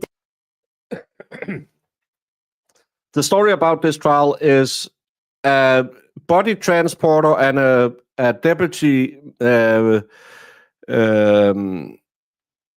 mortician, coroner, apparently starts hooking up, and her baby daddy, who she's not living with anymore,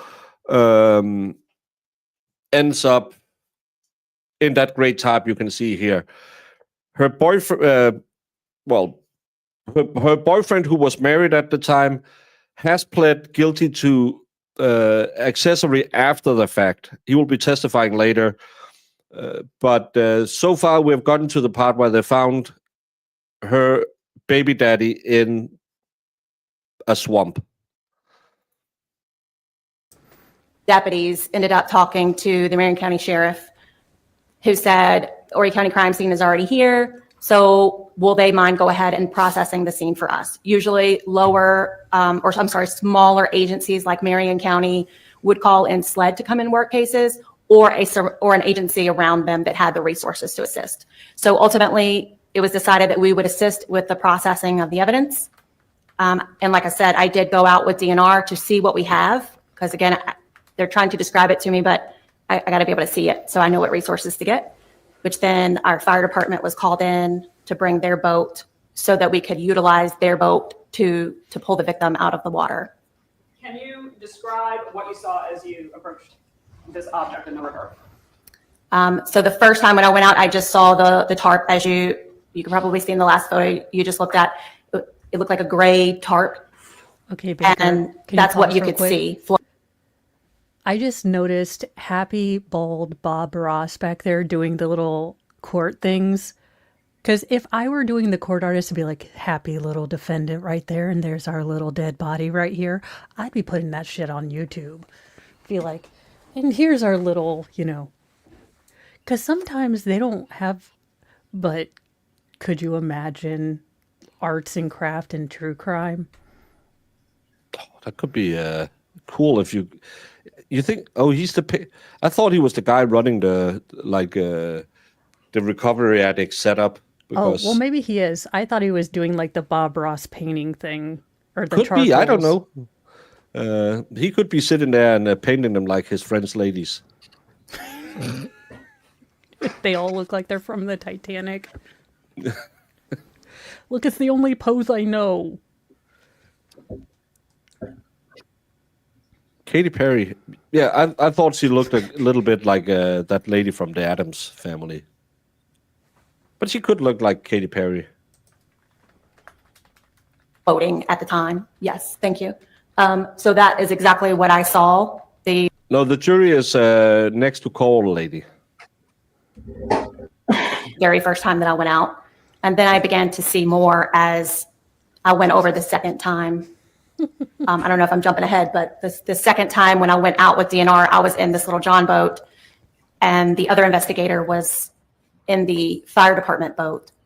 And then I could see that it was a person as they were pulling the tarp and the human remains out of the water. Now, these have already been admitted and published. So I'm showing you states exhibits 48, 49, and 50.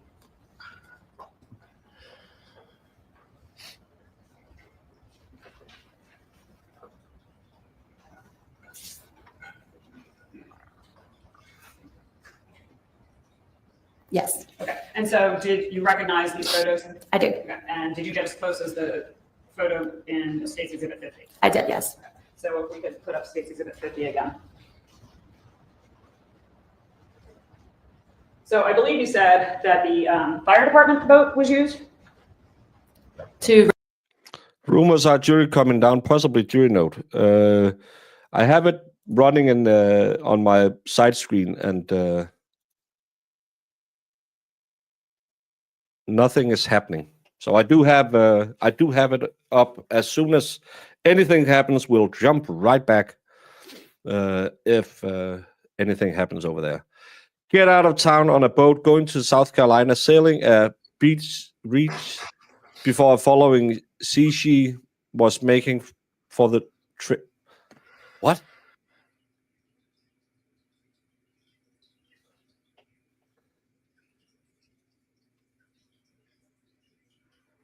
All right. I like how we're all looking sideways like a dog doing algebra, like, or What's me this- doing what's this algebra. thing? Got out Where's of the town chat? on a boat. Going to South Carolina. Is it a song? I don't think so. Southern Cross song. Hvad så der, man? What did you say that word was? D-man. Sorry. Donsker? Donsker? Dansker. That means Dane. Oh. All right. Dansker. It means Danish. Oh, see, I was going I to say believe you. dancer. Well, I'm a private dancer, a dancer for money. Thank you, Brandon, for the song I couldn't recognize. Run to Pep Petit, the wind on this heading lie. The Marquesa got 80 feet of the waterline, nicely making way, and noisy by an Avalon tried to call you on the midnight watch. I realized why twice you ran away. Is it a song? It sounds What? like a song, not one that I know. But I don't know the lyrics, so I could do the got out of town on a boat going to Southern Carolina, sailing a reeds before a following sea. She was making for the trades on the outside and the down. Run Brandon, to not all of us are Papati, up the to date wind on on Captain and Tennille's entire albumography. Run to the Papati, the wind is on this heading. Lie the Macas case has got 80 feet of the water line, nicely making way. And noisy by an Avalon tried to call you. On a midnight watch, I realized why twice you ran away. Thank you, Brandon, for learning me a new song. And this was probably not the right melody. I don't think it was. I don't think so. I And think it was thank pretty you. close. Mo as court reporter with her puppets. Could you imagine Mo's neighborhood? It's just true crime and a bunch of shabusiness puppets. Yikes. Yikes. Well, we don't call you Norsker, we call you Norman or mountain apes. We do call them mountain apes. Well, It's I not guess a race thing because Norwegians are as pale as we are, but we still call them mountain apes.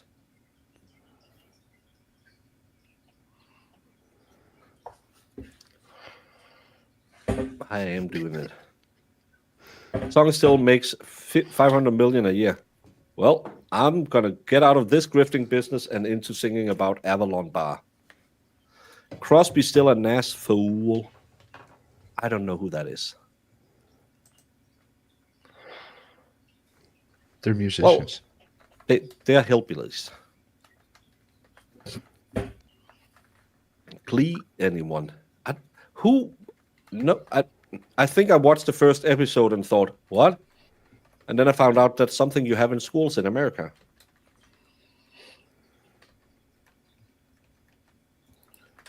Yeah, Svenska is Swedes and Danska is Danes, but Norman is Norwegians, which means the men of the north. King of the north. Winter is coming.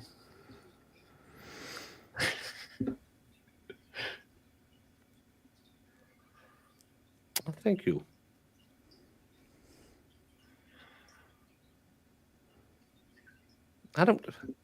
Well, it doesn't look like anything is happening. We're going to jump back to our... Retrieve? Yes, to retrieve, yes. That has to be the cheapest tarp they could have bought, too.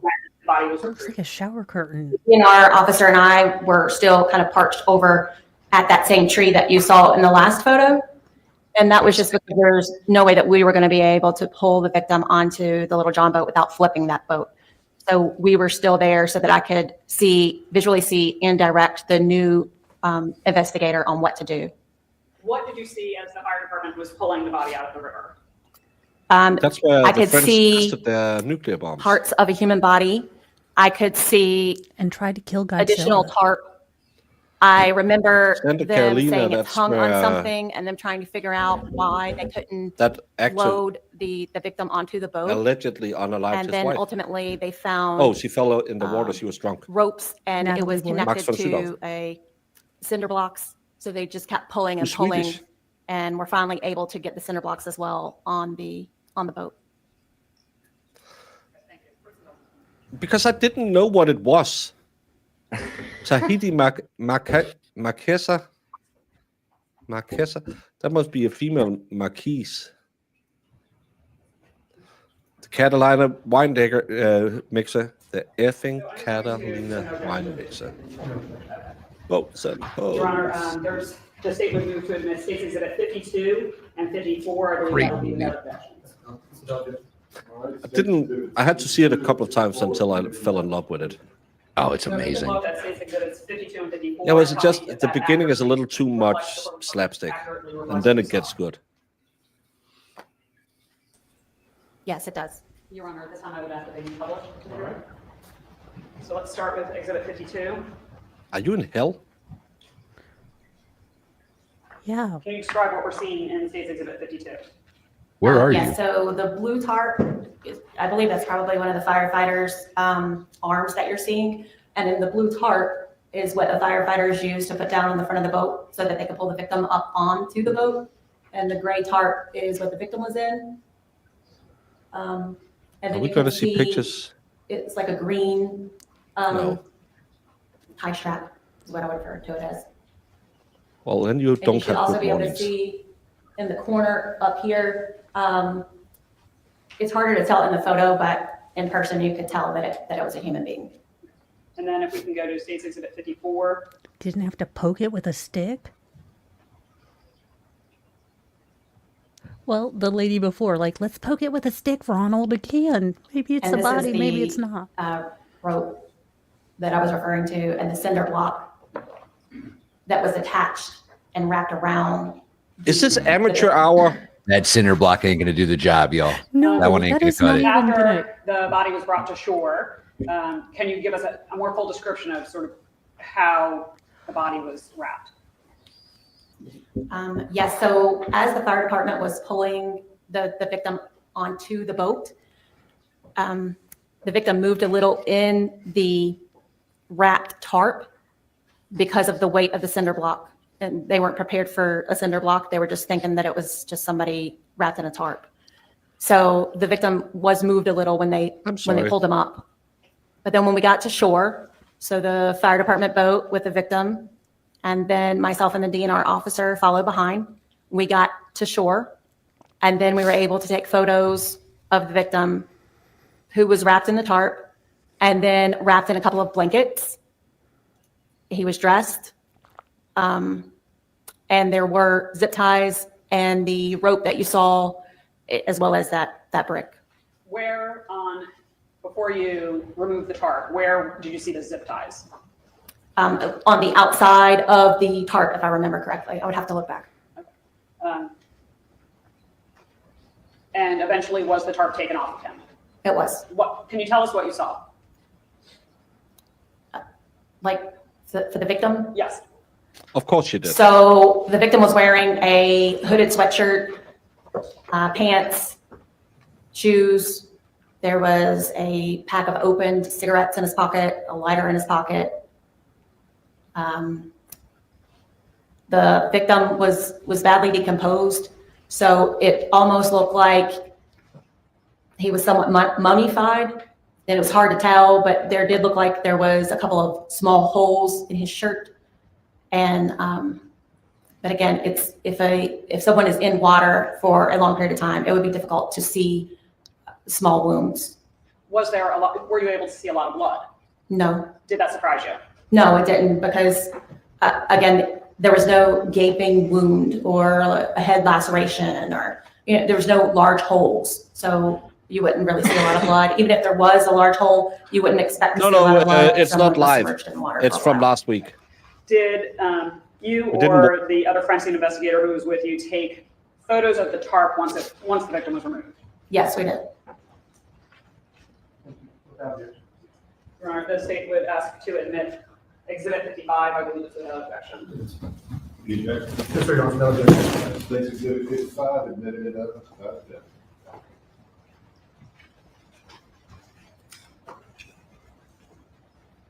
Is that a photo of the tarp after the victim was removed? It is. Your Honor, I would ask that this be published. All right. 55.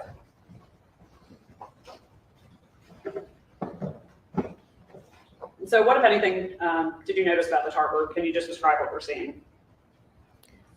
So the tarp was very sandy from being in the water and then also pulling them onto shore. And the zip ties are at both ends of the tarp. So you can't really see it in this photo, but at the top end, there's a zip tie, just like there is on the bottom. And you can see the extra part of the zip tie on the bottom, right next to the eyelets.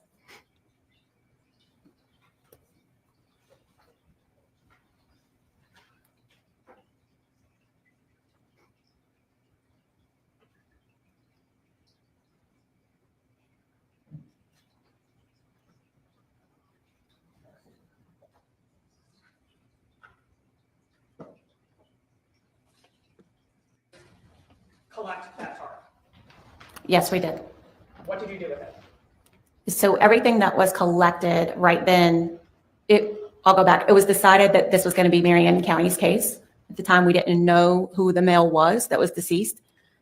So Meagan County was taking the case. We collected everything and signed it over to Meagan County Sheriff's Office.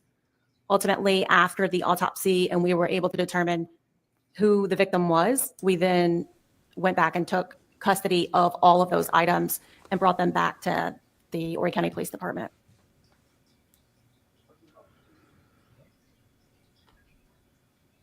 Yeah, that could have been fun. Yeah. Well, Maybe sadly, they were the banking on car fell off the road and burned.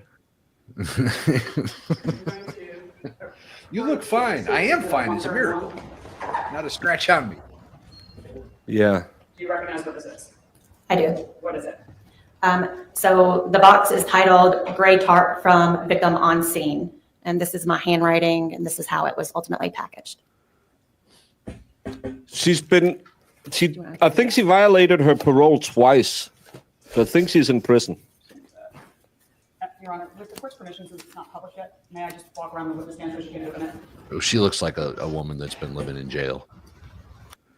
Yeah. Her hair's pretty stringy. Yes. Preston, do you want to, before I publish it, ask? But again, why violate your bond twice? She's going to prison for the rest of her life. Yeah, then enjoy the time out.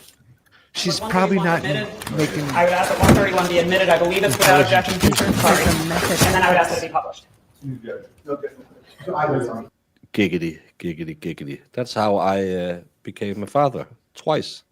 The prosecutor just stiff-armed that evidence back in the box. Did you see that? She did. I thought she was going to tackle her. The pause face on the detective was pretty awesome.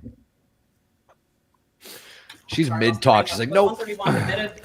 I would ask that 131 be admitted. I believe it's without objection. Oh. And then I would ask that it be published. 131. Thank you, Your Honor. And is the tarp wrapped in, I guess, protective plastic? It is. And why is that? Due to, it's a biohazard, obviously, because someone that was deceased was inside the tarp, which is inside the biohazard bag. Okay, so if you could just lift up the wrapped tarp and explain how you recognize that it is the tarp that was recovered that day. So it is labeled with the case number and the description that it is a gray tarp. Every piece of evidence has a tag, which is here, this white tag. It feels like a tarp. It's my handwriting. It's sealed on the back with the evidence seal with the date and my initials. inside the box with my handwriting, the date, and the initials.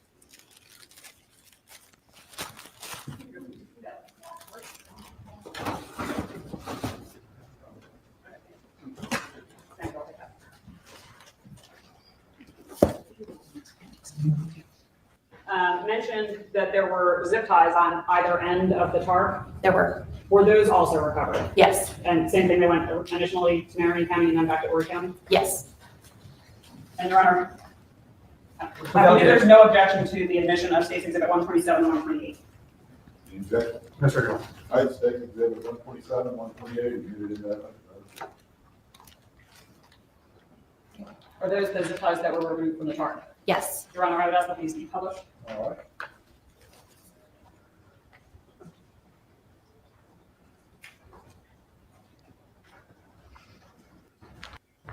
Were wrapped in other material?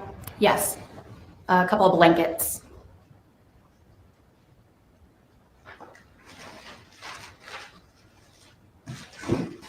Well, I had barcodes on my luggage, and it only took them 2 extra days to arrive. American I would for admission of excellence. State's Exhibits 129 and 130 without objection, I believe. Any objection? Yes, sir. State exhibits 129, 130, admitted in that. If you could look at those and tell me if those were the blanks or the sheets that were recovered from the victim's body. Yes. And again, how do you recognize that?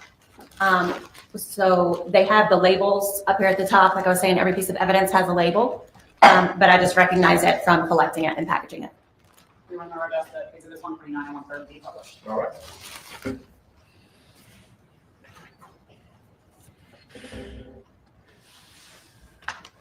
They have chain of custody and everything. This is wild.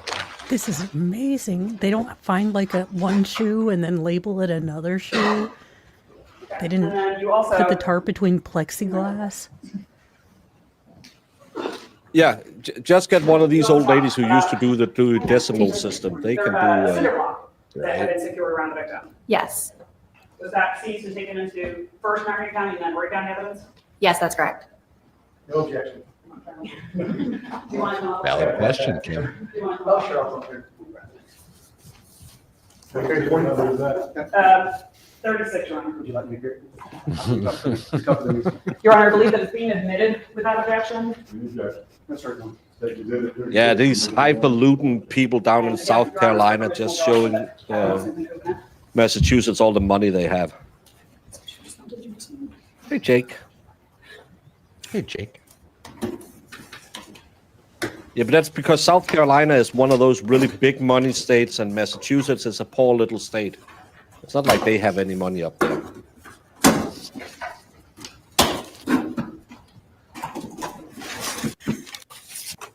That is the cinder block that was recovered from the victim.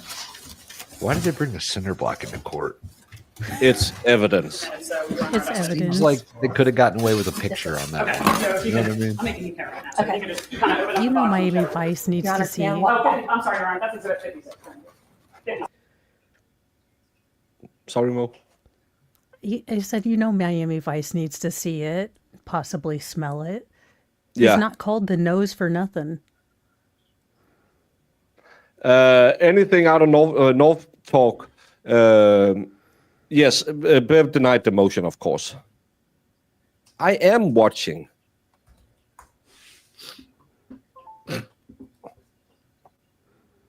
I can prove it. I have OnlyFans right here. Outstanding. Are they still on metric time, or have we gotten back to No, hours? they have just crossed 3.5 hours of deliberations. Cool. And I just don't get, why is 24,000 people watching OnlyFans? They could be here with us talking about dead people. Oh, and I should probably take down my vote because I had it before or after lunch with verdict today. I asked verdict today, after lunch 51%, not today 34%, before lunch 14%, 369 votes. Which is impressive because we only 260 people here. I can't do. We must have lost a lot and got a lot back. But welcome all. You'll have that. Yep. Yeah, you were cooking and blocking a lot of people.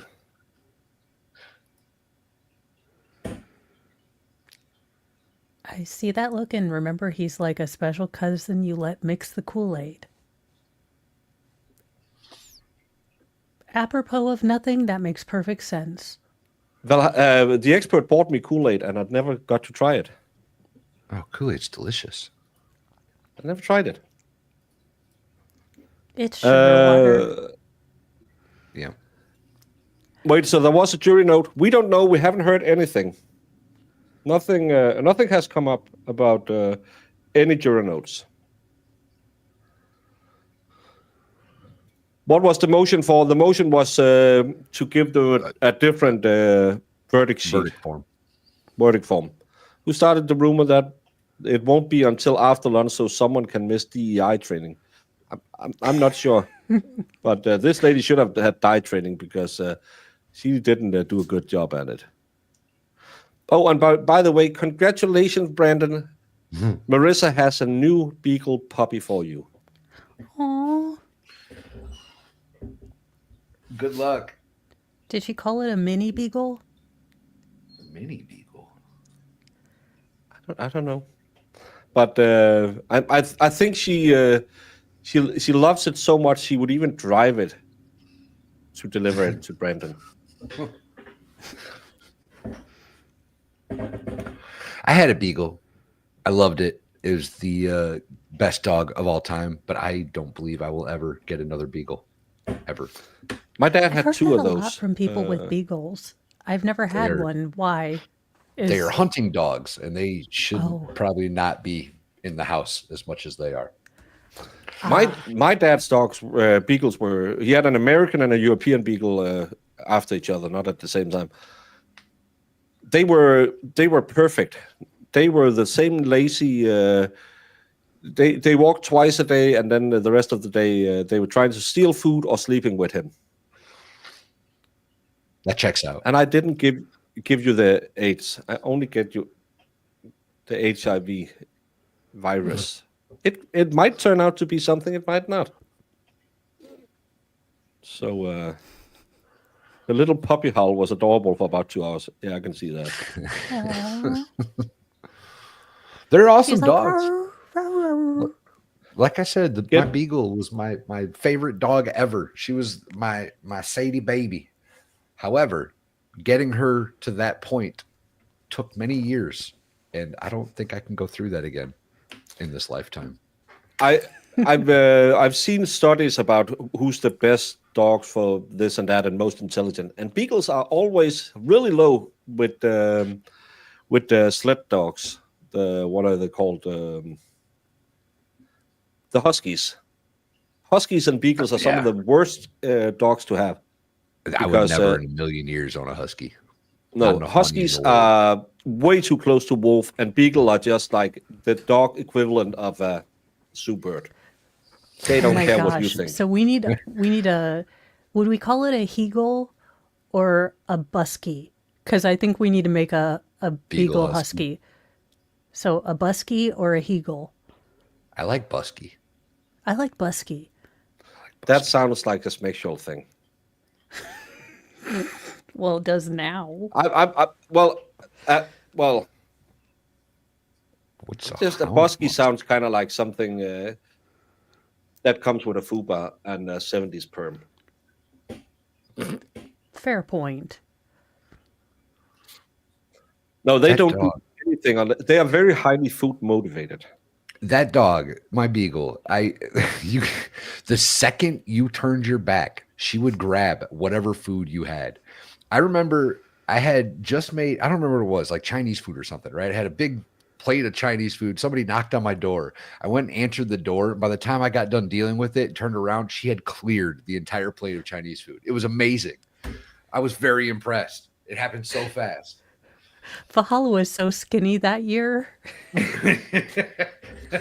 I was real hungry, I'll tell you that much. My dad's last beagle could, if you left something on the table and out of reach, because they're small, fat dogs, it could get to it, no matter how. I think he trained the cats to push it to him. and he could open every package without ripping it. He would just nicely open it and eat whatever it's in there. And you came down and thought, why is it on the floor? Oh, it's empty. And then it was just, he shredded it. Nope. He'd find every piece of. I love beagles. They're cute dogs. I love the big floppy ears, but they get infected. She was an a lot. awesome dog. Yeah, they do. Yeah. So she had learned how to, like, I couldn't find a crate that would keep her in it because she learned that she could tip the crate over sideways and then push the tray out from under it, and the holes on the bottom were bigger, so she could get out the holes on the bottom. She was a tyrant, that dog. She was a handful.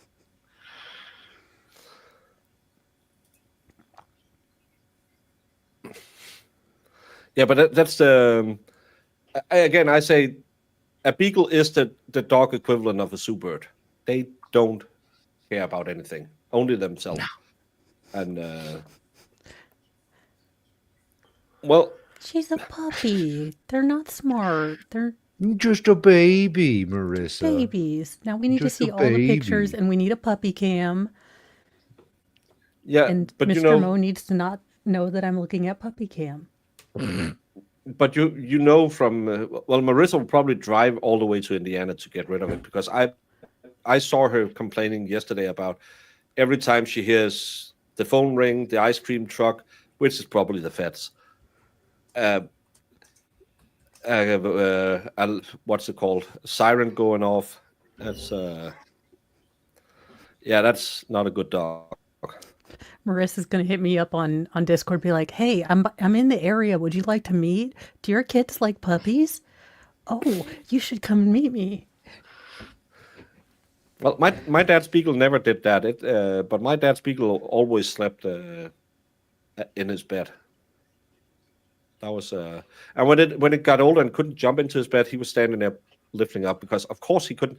So if it had to get up in the middle of the night and shake off and jump down, he'll just stand there. And my dad would get out of bed, lift the dog back into the bed so it could sleep again. Aww. It's not like when all the kids moved out of our house, my dad needed a new baby in the house. No. But he was just every time. I told him, why don't you get one of those little steps? No, we don't need for that. Always lift. And beagles are small, but they're heavy dogs. So, yeah. I don't know. I'm going to turn this on. I'm going to have a pee. That's exhibit 56, not 36. Admitted in evidence. Your Honor, may I walk down with it? Thank you.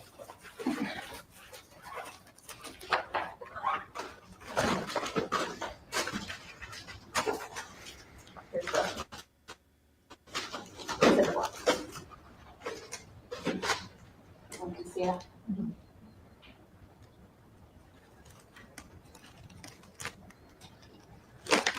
I'll take the whole box back.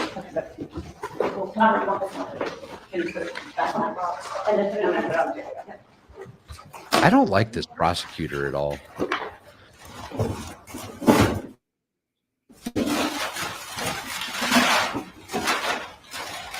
Can we all just agree she has Manson lamps?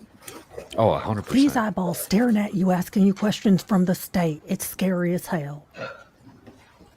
Thank you very much, Kevin. She's acting like it's her courtroom. Did your involvement in this case continue after the recovery of, well, let me back up. Were those remains eventually identified as the remains of Gregory Rice? They were. Did your involvement in the case continue to include a search or a processing of the Myrtle Beach Funeral Home? Yes, it did. At the time that you did that search, did Horry County have any definitive information on where a crime scene might be? No. Do you, and if you don't, that's fine, do you know what directed attention to the Myrtle Beach Funeral Home? I probably did then, but I don't remember now what actually directed us in that direction. And basically, as crime scene, you kind of go where they asked you to go and process the scene. Correct. So did you, on November 13th of 2020, participate in the execution of a search warrant at the Myrtle Beach Funeral Home? Yes, I did. What were you looking for there? So ultimately, we were looking for any type of physical evidence that would suggest an assault occurred there. So like cleaned up blood, body fluids, any evidence of a shooting investigation, just to see if something possibly occurred there. So we were looking for body fluids, blood evidence, firearm casings, projectiles, that type of stuff. Were you ever able to definitively determine that there was a crime scene there? No. You said that you were aware that the remains had been identified as Greg Rice. Did you ever learn how he had been killed? Yes, we were advised that he had been shot during autopsy. There were multiple projectiles found in the victim's body that were collected. Were those 22 caliber bullets? I believe so. In your, I guess it'll be about almost 26 years of law enforcement, have you received training at each one of your departments? Yes, I have. Has that training included training on firearms? Yes. Have you in fact carried a firearm as part of your profession for the last, what did I just say, 29 years? 26. 26. Yes, I have. So are you familiar with different types of weapons and different calibers of weapons? Yes, I am. What, if any, significance did it have to you that the victim had been shot with a 22 caliber firearm? Object, Your Honor. This is speculative. I don't understand what this is. Hey, I don't understand the question. I'm sorry. Could you repeat that? Certainly. Based on your years of experience, what, if any, significance did it have to you that the victim had been shot with multiple times with a 22 caliber firearm? So a 22 caliber would leave a very small wound or a small hole, regardless of what the bullet is penetrating. Therefore, it would be more difficult to see. I'm not objecting now that I know where the answer is headed. She's trying to qualify her as some kind of expert that appears in forensics. She didn't do the autopsy. Just trying to skip around that and have her testify about bullet holes and what a bullet hole would leave. It's not very investigational. Thank you, Your Honor. You can continue your answer. I believe you were saying that it would be smaller holes, smaller wounds. Yes. So with over 15 years experience in crime scene, I have worked a lot of deaths, unfortunately, due to homicide and sometimes suicide. So on top of the training and the hands-on experience, I can attest that a 22 caliber firearm would leave a very small hole in regardless of what it is impacting. So that made sense to me in us not really being able to see large holes on the victim when we recovered him from the river that day. So that made sense to me. Plus it would make sense to me for maybe someone not hearing a assault that occurred with the victim. Yes, Your Honor. She's a ballistic test, right? I'll try that last day. But if I can, I'll rephrase a question. All right. Counsel has asked a number of other law enforcement witnesses if there were any reports of shots fired on the night that Greg Rice was killed. Based on your experience with different handguns or firearms, would the caliber that was used have any effect on that? Okay. In your experience, you said that you've processed a number of scenes, whether they're homicides or suicides. This is a in fairly your rural 20+ year area. career. How many cases involving I can imagine people don't call have you responded to or participated if they hear a freedom No, seed. He Hundreds. talked about that earlier. For each one of the those cops who cases? said people don't Has call. there always been Legal to a hunt, call from anyone regarding shots being fired? No. Nothing further. I'm gathering Mr. Pressenberg will be asking questions. Cross-examination.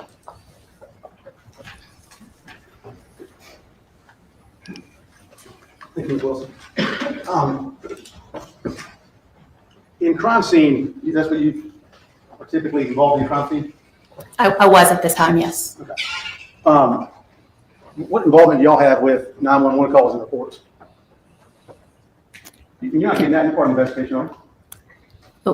What do you mean? Well, you're not getting information about whether or not there was a call from a neighbor about hearing somebody shoot a gun 5 times, right? So usually when we are investigating a crime, we do what's called a roundtable. And so the crime scene investigator gets with the detective and then the supervisors, and everybody discusses the case as to how the call came in, what happened before, what the detective has, what the crime scene investigator has found, so on and so forth. Okay. And so let's answer me this. Where is the crime scene? Where is the crime scene? I don't know, sir. I can't tell you what the crime scene is. Objection, Your Honor. Where's What? The address, quite frankly. Where's the crime scene? I can only tell you where the victim was found. Okay. So you can't tell us as we sit here today, in a murder trial, Skippy, that wasn't your Matlock moment. where the crime scene was. Are you asking me the question again? I'm I sorry. am. Okay. No, I cannot tell you exactly where the crime scene was. That is correct. Can you tell me, did you investigate any other potential crime scenes in this case? In regard to this victim, That's correct? so we did search his residence That's right. and No, his, I'm sorry, that's not me, first of all. oh no, I was just saying, you, go ahead. And that was on October 16th, right? Yes, that is before he was found. Okay. And that was 2 weeks, right? About 2 weeks after the date of death? Susan So was looking at October the the jury. 16th is when I first learned that he was reported as a missing person. And they asked us to come and search his house. When I say they, the detectives asked crime scene to come and assist. And you did that, right? We did. Okay. And to do that, did you park your parking lot anywhere around the apartment? Yes, Did you get out of your car? yes, Did you walk to the apartment? yes, Did you take the sidewalk? yes. She just has And one of we those did that. faces. You seem pretty thorough. When you did that, did you Honestly, find I think it's because shell he casings? did the crime No. scene thing. Did Where you was crime see scene? any Where was crime? blood So you don't know where the stains? crime scene was? I think No. she was Why does feeling he good about it. doing this like 2 glee weeks club later, did kind of anybody like approach you and say, ho, ho, ho, squat? we're glad you're here because we heard some gunfire on October 2nd? I don't have that information. I don't know. Nobody approached you then? No neighbors approached you? No.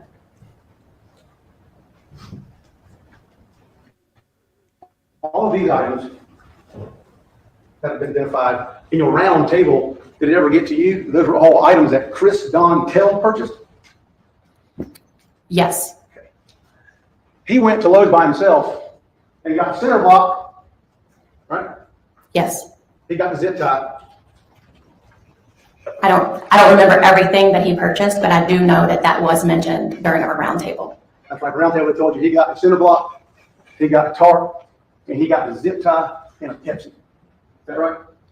Like I said, I don't know exactly what he purchased, but I do remember there being video of him at the store purchasing several items. Okay. And when you were investigating Myrtle Beach Funeral Home, did you lift any fingerprints that were relevant to this case? I don't recall lifting any fingerprints. No fingerprints. Okay. How about any relevant footprints? No,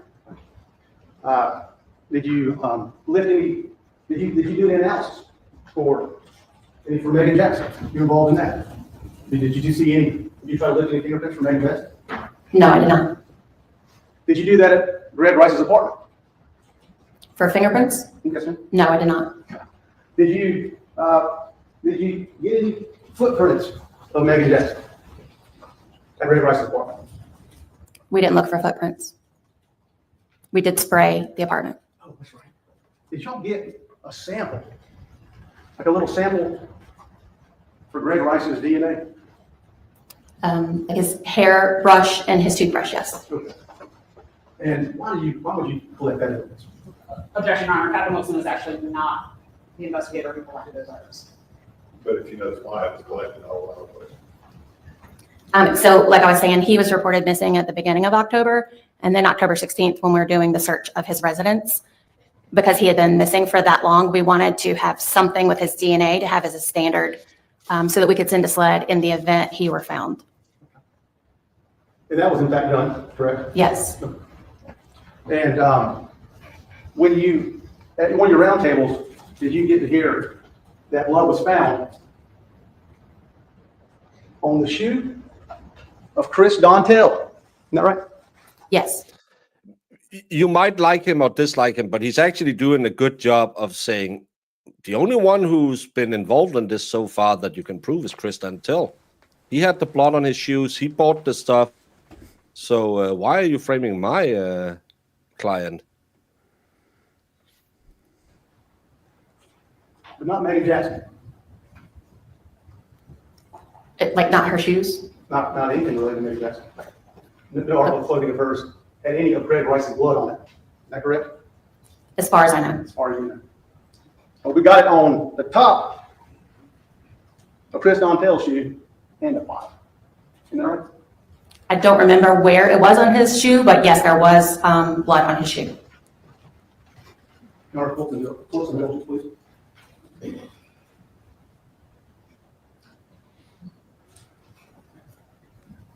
I don't have any further questions, Your Honor. All right, good wrap. Just very briefly, Your Honor. So if, just trying to do my math, Greg Rice is killed on, Greg Rice is killed on October 2nd. The body is recovered, his body is recovered November 7th, 8th, so a little more than a month passes, correct? Am I doing my math right? Yeah, I don't know the exact date that he was killed. I just know he was reported missing, I think around October 4th or 5th, and then we were at his place on the 16th, and then his body was found on November 8th.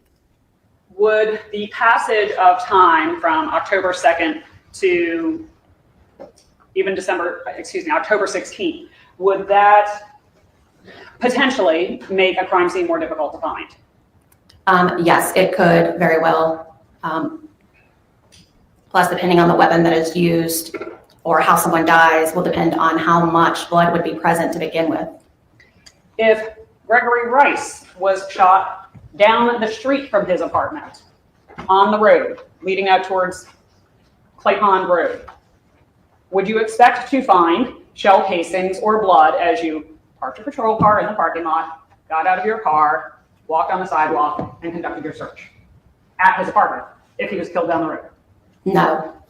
And we would have no reason to go down the road searching for that unless the detectives were able to canvass the area and get video surveillance to say that, hey, we saw the victim walking this direction, and then we would go search that area. If the location where Greg Rice was killed was not learned by investigators until more than 4 years after he was killed, would that affect your ability to collect any physical evidence from a crime scene? Yes, if it's on the roadway or on the side of the. But he was pew-pewed 5 times, and it didn't learn it was an unaliving till 4 years later. Is that what you just said? The road, just due from traffic going up and down the roadway, and then you have lawnmowers cutting the grass and so on and so forth. Nothing further, Your Honor. All right, you may step down. Your Honor, I would ask that Captain Wilson be released from her stand. Okay.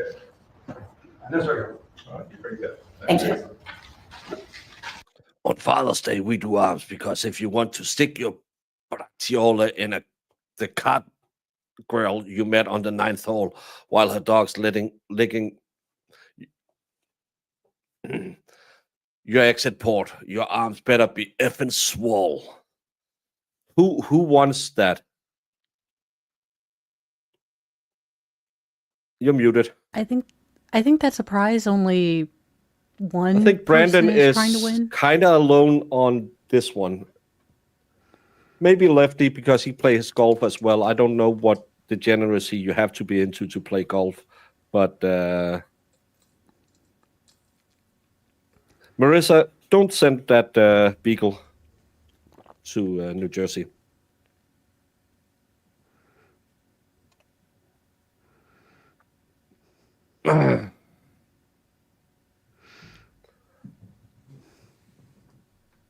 It's not the 2 hours I'm worried about. And Valhalla, Brandon wants it. Lefty, I think he does it too.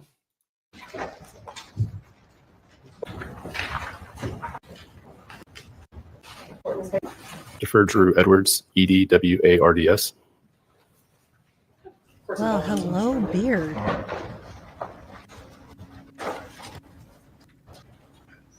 Exhibit 59, 60, 149. Exhibits 59, 60. May I, Your Honor? Yes. Thank you. Detective Evans, Yes, ma'am. where do you work? I work for the York County Police Department. I already told her that you might be reaching out to her because you like to scout talent on my show. So I told her if the expert calls you, he's a good guy. Yes, I lied to her, but I do that to a lot of women.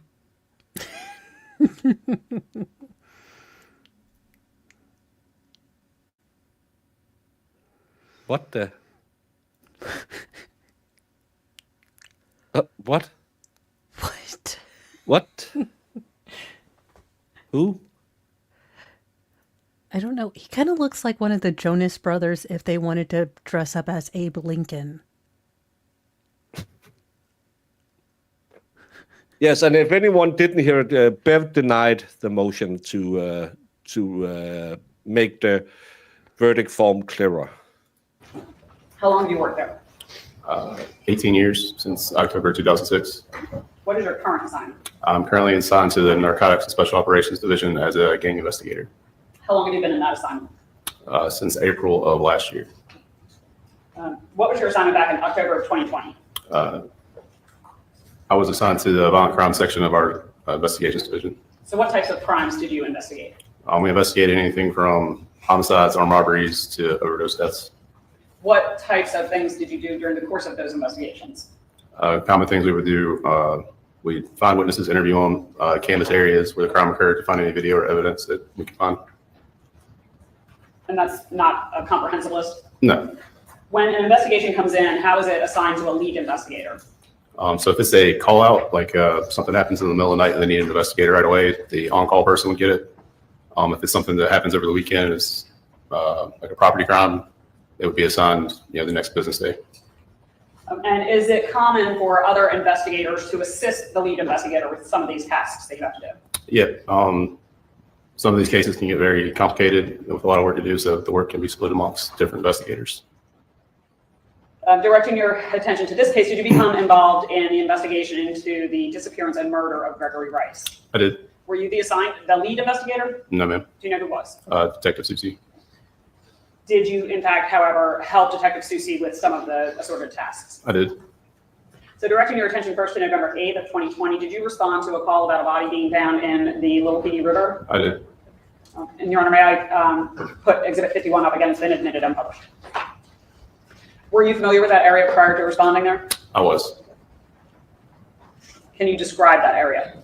Yep. So Pitt's Landing is on Highway 378. It's as you're exiting Conway. It's like one of the last things in the county before you get into Meagan County. It's a boat landing. It's a dirt lot surrounded by trees, and you have the river. Is that an accurate representation of that area? Yes, ma'am. What did you see when you got there? When I first got there were patrol vehicles, and I believe some fire personnel were on scene. Were there any civilians there as well? Yes, ma'am. And Captain Wilson testified about the kind of county boundary that runs through the river. Did that present any sort of unique jurisdictional issues? Yes, ma'am. For us to investigate it, it would have to be within our jurisdiction. So on the Horry County side? Yes, ma'am. When had Mr. Rice's remains been removed from the river when you got there? No, ma'am. Were you there when they were eventually removed? I was. Okay. What's going through your mind at this point? So we were having to, once I got there, I had to wait on Marion County crime scene, and the fire department was sending out their dive team, so it took a little. I beg to differ. This is good, clean family entertainment. It's not like AJ's channel. A little bit of time for all those resources to get there. The prior month, Gregory Rice had been reported missing.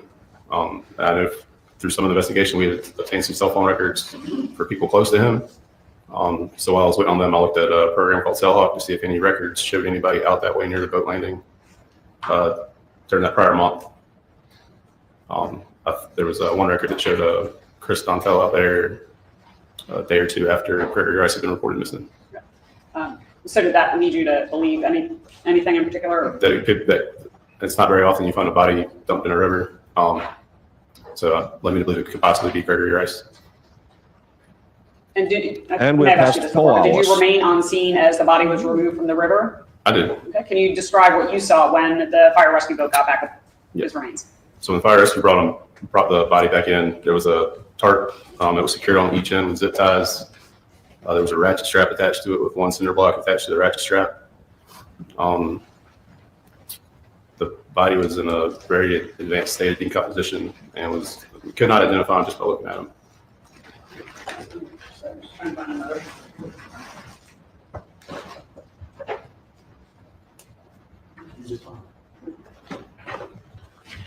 I'm going to approach with State's Exhibit 149, which I believe has been admitted without objection, Your Honor. We haven't heard anything, and it just got past 4 hours. Yes, ma'am. You want to make that one published? Was there, did you notice anything unusual about the cinder block? It's not a cinder block you typically see. It's, I'm pretty sure everybody can picture cinder block in their head. This one, if you turn it sideways, it had little tiny slots in it instead of a big open square. Kind of stood out. Showing, if I can republish State's Exhibit 54. Yes, ma'am.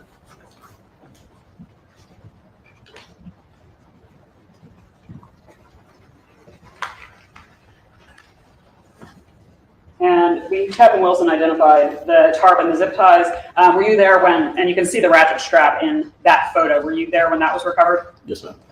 And Your Honor, I don't believe there's any objection to the admission of State's Exhibit 126.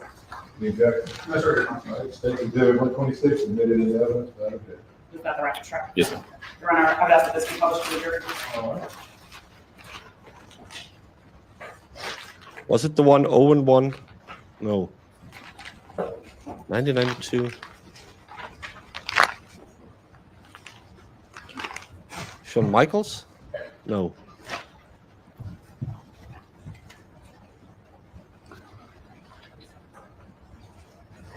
Were there, when Mr. Rice's remains were removed from the tarp, did anything catch your attention as being significant to him?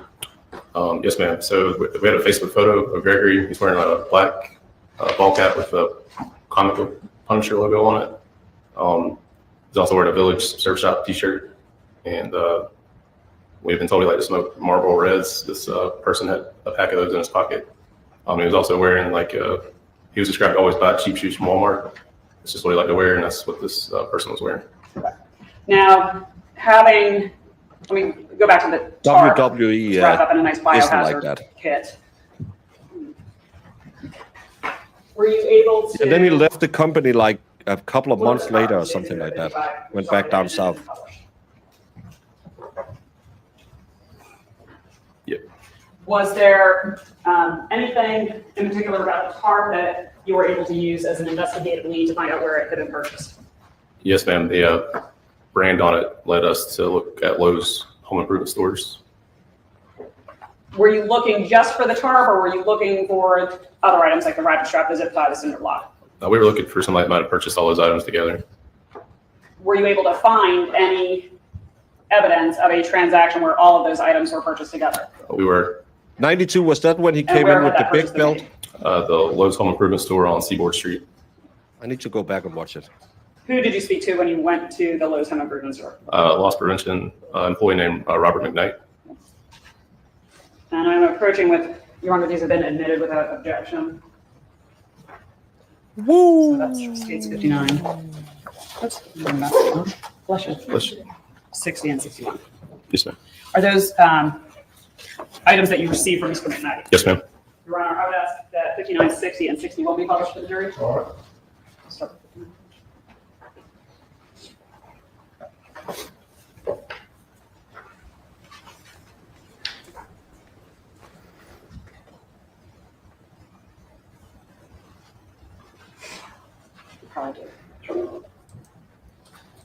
And what is depicted in State's Exhibit 59?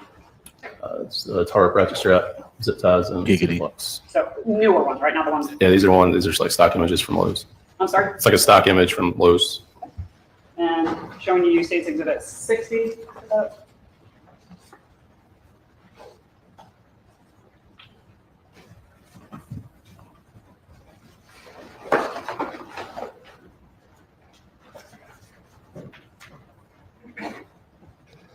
Move it, lady.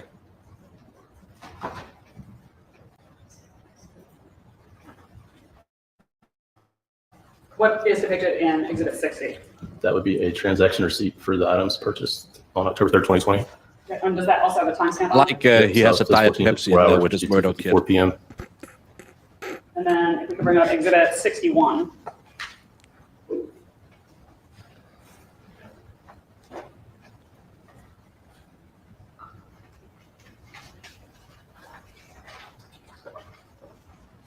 What is depicted in Exhibit 61?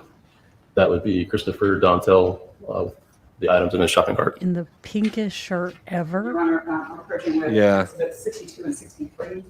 I believe there will not be an objection, but Detective Edwards, you recognize State's Exhibits 62 and 63. Yes, ma'am. What do you recognize them to be?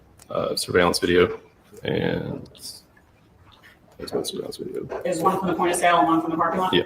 Are those both from the Lowe's improvement? Yes, ma'am. On Seaport Street. And how do you recognize them? I signed them. And did you review them as well? Yes, ma'am. So did the stills depicted in Exhibit 61 appear to come from the point of sale surveillance video? They do. And you said that you reviewed the parking lot surveillance video. Yes, ma'am. What, if anything, did you see that would be relevant to this case in the parking lot surveillance video? After Dontell purchased the items, he took them outside and placed them into his county-issued Ford Explorer. Probably should have asked this before, but were you familiar with Christopher Dontell prior to this investigation? I was. How? From working violent crimes, we deal with coroner's office, unfortunately, pretty frequently, and I'd worked cases with him before. Were you familiar with the defendant? I was. And how? She comes and pick the people up whenever they pass away. Of course it will.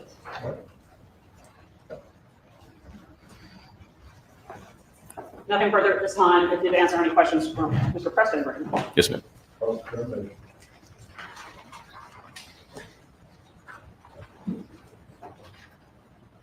Thank you for being here.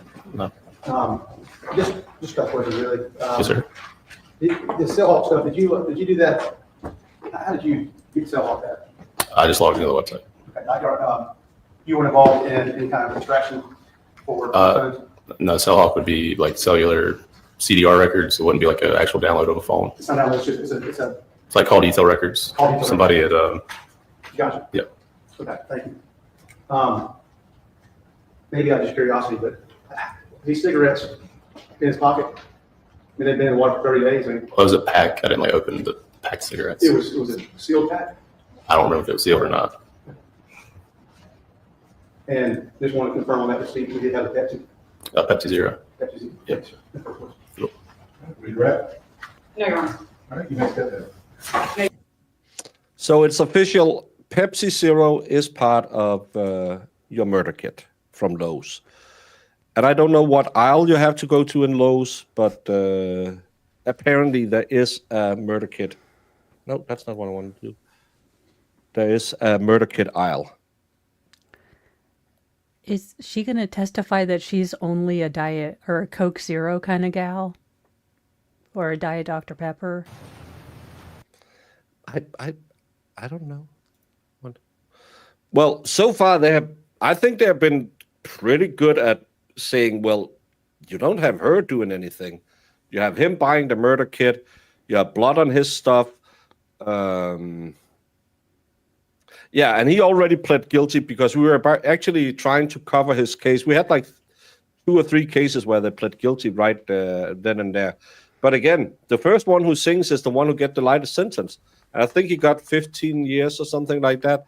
So I would claim that Mo did it anyway and say, well, I was just helping her. She did all the unaliving. Oh, don't get blocked over there. Yeah, I never drank a Pepsi Zero. That sounds horrible. Pepsi isn't real Coke.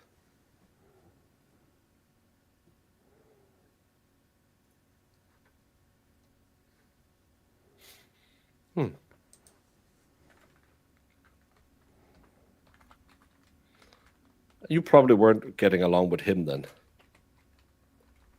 Why is she wearing all orange? She's not. She's wearing coral. I've been told that many a time. Oh, yeah, he hasn't been had sentenced. The coral salmon argument. I'm not going It's back. salmon, because everything in America is said the way it's spelled. Not having the blush and bashful conversation again. I don't. I'm just saying, and I learned this from one I know who went to college. He had majors in female studies and a minor in basket weaving. Mr. Valhalla awaits. And he told me everything in America is pronounced exactly as it's spelled. So salmon it is.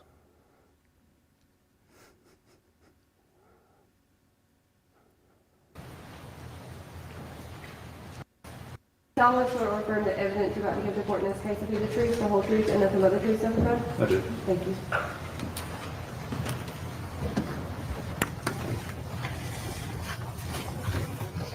What in the Mickey Mouse is this dress or shirt? I'm pretty sure South Carolina is 1995. It's not a pattern I would like, but I'm not a pastels kind of person. But why does she have spots on her arms and? That is a whole lot more ruffles than I ever would wear, so I don't know how to answer that question. I don't have anything against the fine folks of South Carolina, but it seems like they're 30 years behind the rest of the world.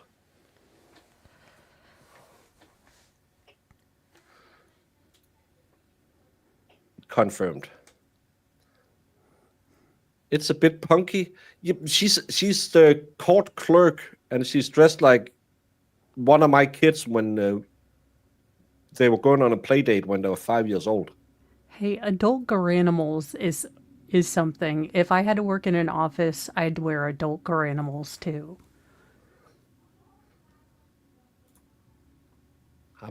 What? What? Has Brandon been looking ahead?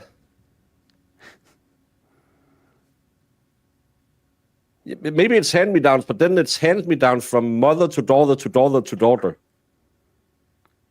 It could be they're 15 years ahead of the time. I don't know. I think this shirt is probably more expensive than it looks. And she chose it because it's a fashion statement.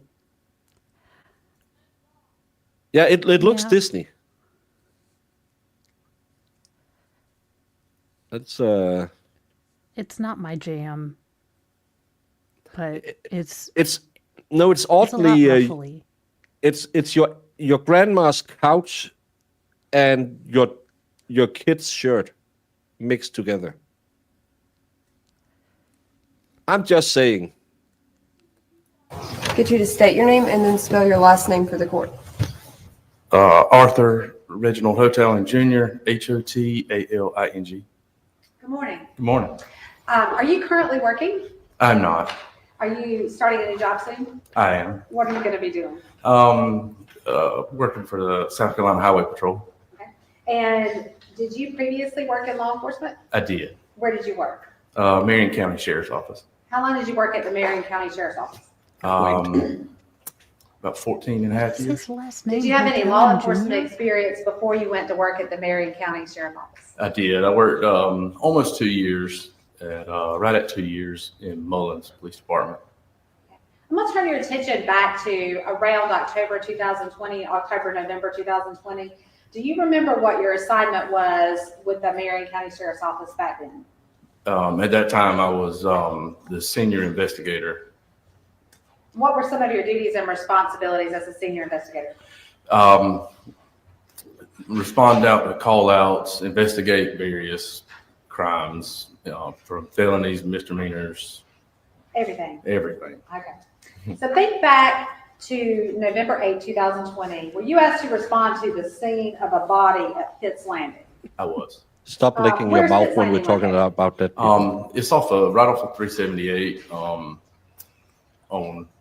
in Marion County. It's at the end of 908, around, or go down almost to Pee Dee Highway from 378 from the Marion County side. And what river is located there? The Big Pee Dee. Are you sure? Or the Little Pee Dee. Yeah, Okay. it meets down in the It bottom. meets, but it's the Little Pee Dee there. It's the Little Pee Dee there. And do you know if the Little Pee Dee River is the geographical boundary of Horry and Marion County? It is. Okay.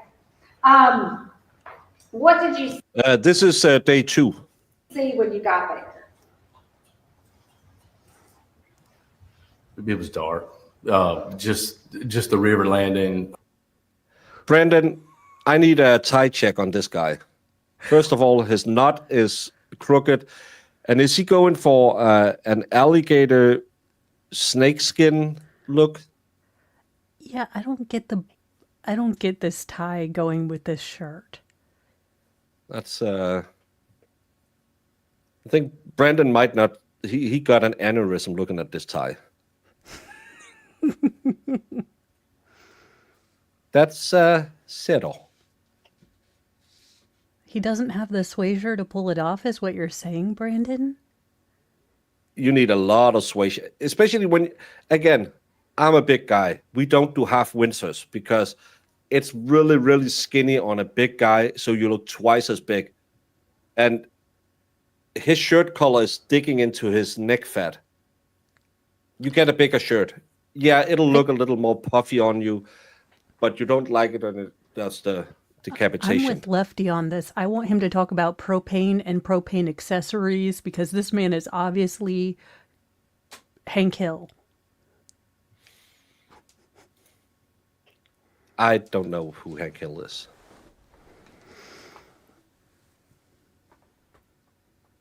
This is the Carolinas baker. Yeah. Were there people there? There was a few people, but not many. What kind of people were they? I think they were just camping or fishing. Okay. Did you do anything once you got there? No, that's the guy yesterday. I did. I think, if I remember correctly, I had I think the people that were there may have taken a picture or something of what they saw, but they weren't real sure. So then I had called my supervisor, kind of let them know what was going on. Did the fact that the Little Pee Dee River is the geographical boundary of Horry and Marion County create any difficulties for you when you got there? It did. Okay, what were those? To find out which side of the river this body was on, in a bend in the river, it just made the line to determine whose case it was going to be. Okay. So who did you call out to come to the scene? If I remember correctly, I had called my supervisor, Captain Barker, at the time, and she had told me that we could call Horry County and have Horry County come out to kind of assist with. Why does he sound like he was asked, did you do your study? And well, I really, it was a math quiz, and numbers, I have them. And I was talking to my mom and she said, well, pencils are expensive, and he sounds like that's probably a reason why he's not working for law enforcement anymore. Well, he sounds like he did something wrong. Well, it sounds like they were like, look, it's more on your side than it is on our side. I don't know if the head's on your side, you must, abide.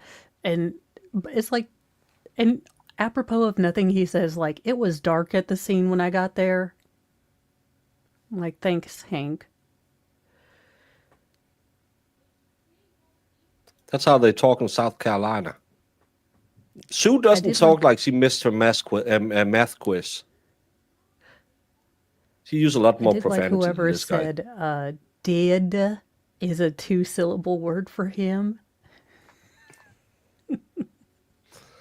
So he talks like Forrest Gump. Determine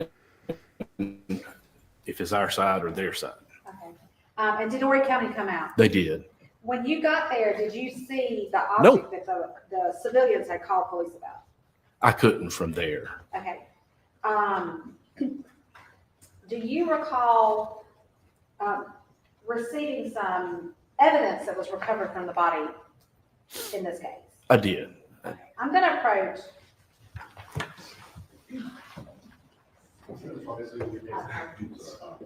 Trying to keep it one more.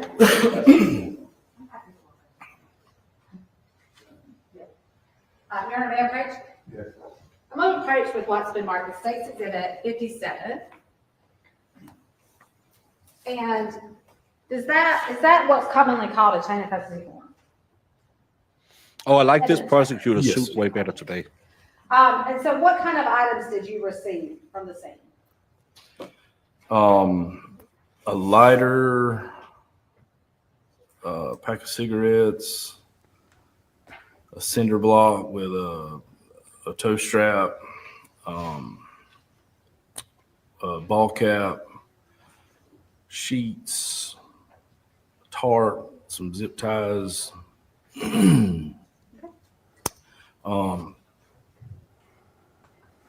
A tarp. Yeah, there was just that kind of stuff. A number of items. A number of Were those items recovered with the body that day? Yes, Were you asked to sign this form showing that those items were given to you? I was. Do you see your signature on this form? I do. Is it right here?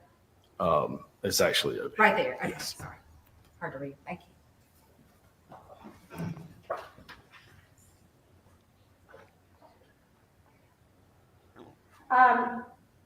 Once you received those items of evidence you just described, what did you do with them? We actually took those items back to our department, and put them in like a evidence locker room, temporarily.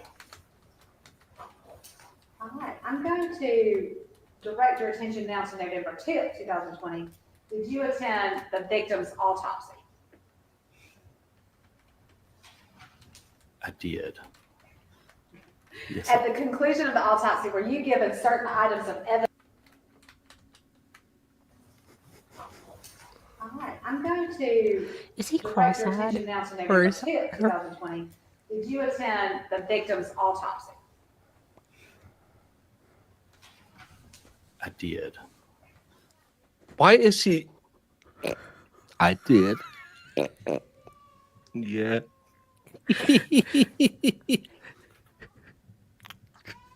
They were cutting into him.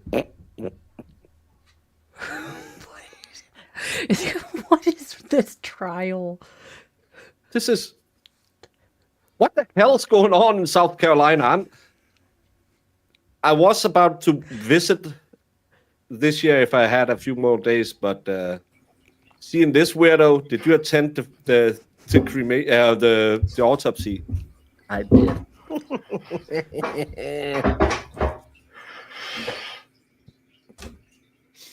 He's got a sling blade thing going on, don't he? He's weird. Near the hill, but yep, I like biscuits and mustard. Oh, the Murdoch trial was in South Carolina as well. Yeah. Yeah. Yeah. He acts weird. Again, did you attend the autopsy? Yeah, I did. Yeah. It's very strange. Sue is in South Carolina, and Charleston is in South Carolina, and that's a dance. At the conclusion of the autopsy, were you given certain items of evidence collected at the autopsy? I believe I did. Okay, I'm going to show you what's been marked as State's Exhibit 58. It's a little weird, right? Yeah, he's a little too cheerful talking. Remember? I believe I there was- did. Yeah, he's I'm like, going I'm to the show happy you what's been coroner. marked as State's Exhibit 58. Mama gave me ice And cream what items after of the evidence were you autopsy given at the conclusion of the autopsy? on a Wednesday. The clothing, black belt, black sneakers, jeans, sweatshirt, socks, shirt, a bullet, blood spot, photos. Blood sport. Bullet. So how many bullets did you count? 4, 5. And is that your signature Okay, on Baker, that can you form saying you pause? received those items? It is. I'm going to make a controversial statement, but I trust Yuri when he's reading something better than I trust this man. He's like, bullet. It's like when my son, when I'm trying to get, like an answer from him and he's trying to guess what I want to hear versus how he was at school. Like, I was good. So did I get a call from your teacher? Did you get a call from my teacher? That's awesome.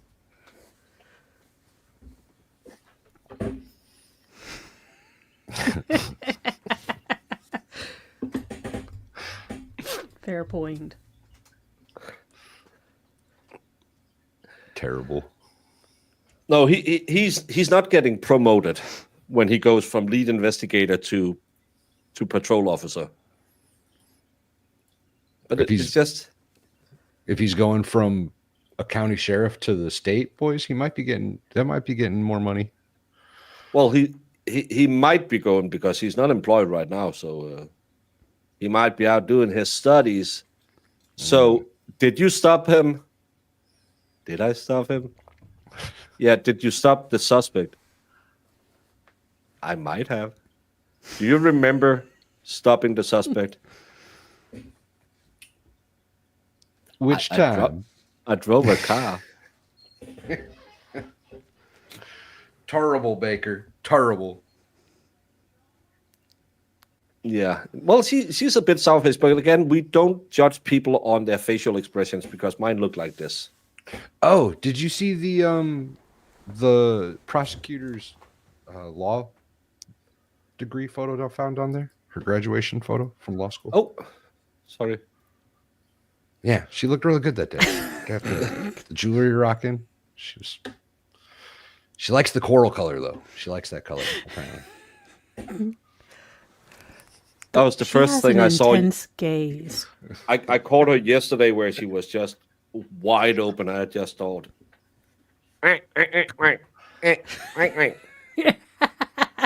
we come in peace. That was a good movie. You should watch that again. It's been a while since I saw it. Since I synced it. I have stopped suspects before. I'm going to show you what's been marked as State's Exhibit 139. And you can look at them if we need to open them, we will. Are those the bullets you collected from the autopsy that day? It is. 139, yes, I think so. Okay, what did you do once you took those bullets into your custody?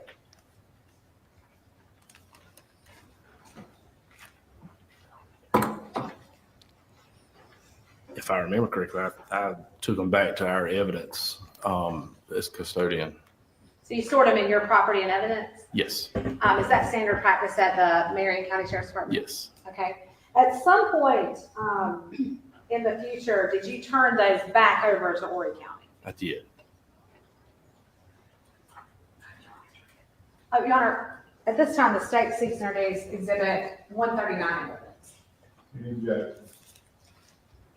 No objection, Your Honor. State's Exhibit 139, admitted in the evidence, without objection.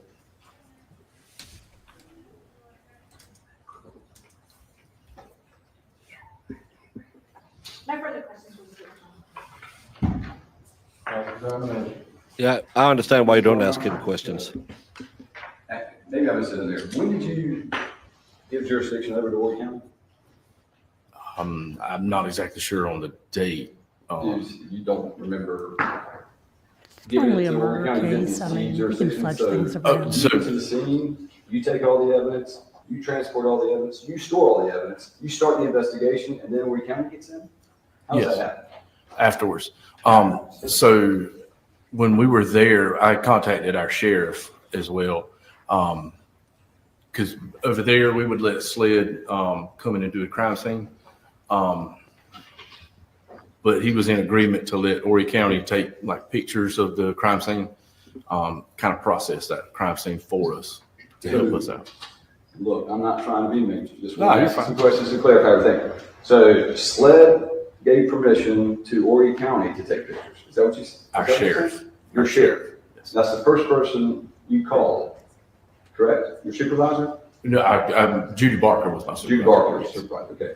And she So contacted the you sheriff. knew to call your supervisor Yes, because bodies found in Marion County, we got a problem. yes, Bodies found in Marion County, we got a problem. yes. And then you inventory, take all store it, do everything you're supposed to do, right? Yes. Don't you feel like it's your case? We did until Yes, sir, it was you did. determined. You sure did, didn't you? Yeah. Because it was in Marion County. The body was located in Marion County. Okay, Marion County. Yes, sir. Yes, sir. It wasn't located in Morgan County. No. And you started, I would say. I will never forget the song I lost my virginity to, because the whole time we were back there, they continued what quiet practice. Broken Baker. Well, I will cherish the day when I lose my cherry, because, as you know, I am still a virgin. But I would like an angelic choir in the background, because I bet it feels heavenly. Terrible. And again, instead of doing a choir Who boy is the character? Jokes, you should just do school teacher jokes, because oh my God, they are catching all the school teachers right now. Did you see that one who pled guilty and then she cried because she had to go to prison? Yeah, No. I did a. Who's the guy on Trailer Park Boys? Because I can't unsee his face. Bubbles. With the, That's good. Bubbles is with good. the Coke glasses. This on is the where I went swings. first. Oh my God, Little Giants, yes. Yes. This is where I went first. Oh, it's a good one. 90s little football team. Has Al Bundy on Riff-raff it. Kids. Yeah. Yeah. Yeah, school teachers, especially female school teacher, is really getting it on with this. Was he 14 or something? The one. There have been alarmingly a lot. I mean, to the point where I have to like parse through for Mornings with Mo, Lord Chippy. I can't get them too teacher heavy. That's what my wife told me both times. Said it happens, just read the Bible.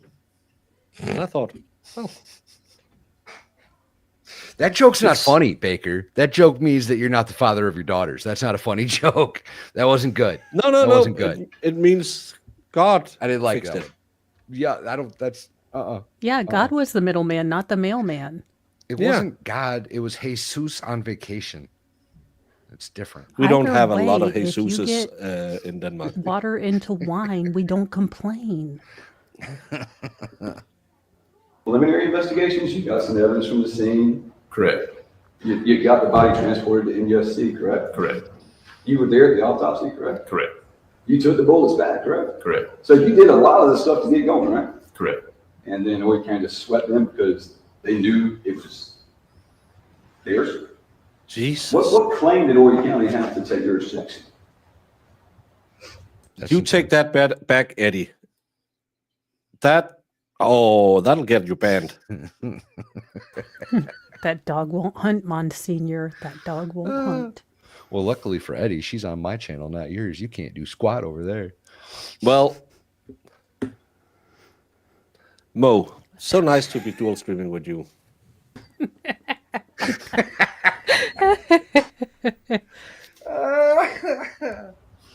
Outstanding. They didn't, did they? No, they didn't. They didn't have jurisdiction at all. No. Thank you. No further questions. What's wrong with this guy? I don't. Mr. O'Malley, does the Marion County Sheriff's Department have a crime scene division? No. So who does Marion County normally call when you have a crime scene to process? Slid. Okay. In this case, did Marion County ask Horry County to process the crime scene? They did. At some point, if you know, was the body found dumped in the river identified as the victim in this case, Gregory Rice? It was. And at that point, did it become clear that the crime was an Horry County case? Yes, that's correct. Objection, Your Honor. How can he know? He just stated he had no idea about the case. He found the body in Marion. There's no way he could possibly, if he knows that Gregory Rice belongs to Horry County. He's got no idea where Gregory Rice is from unless he's told that. May I respond? Yes. Your Honor, I believe that defense counsel specifically elicited testimony from this defendant asking him which county had jurisdiction and where the crime occurred. Overruled. Wow. Go ahead.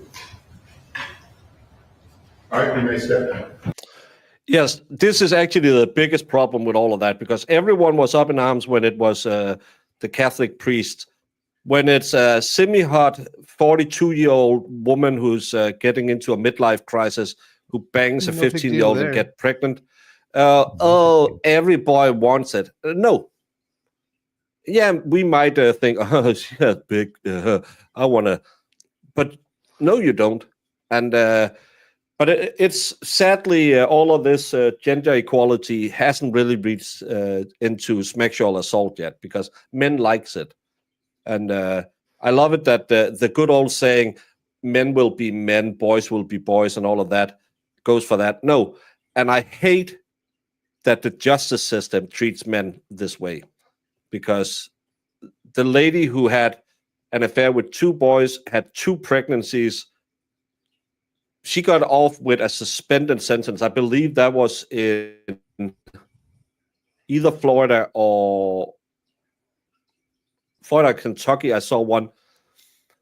And those 2 boys, well, who wouldn't like her? She was pretty okay looking, but who want to rummage around with a 30-year-old lady, 30-year-older lady?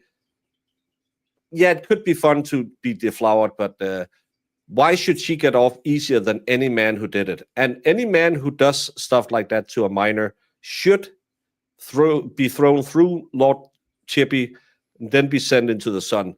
Why is women different? That's my biggest problem right now with all of the abuse we see. Definitely. Yeah. Feet first.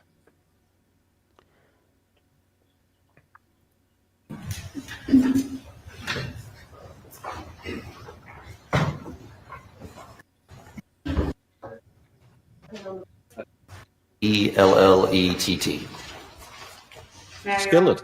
Yes, ma'am. Thank you. Where do you work? Horry County Police Department.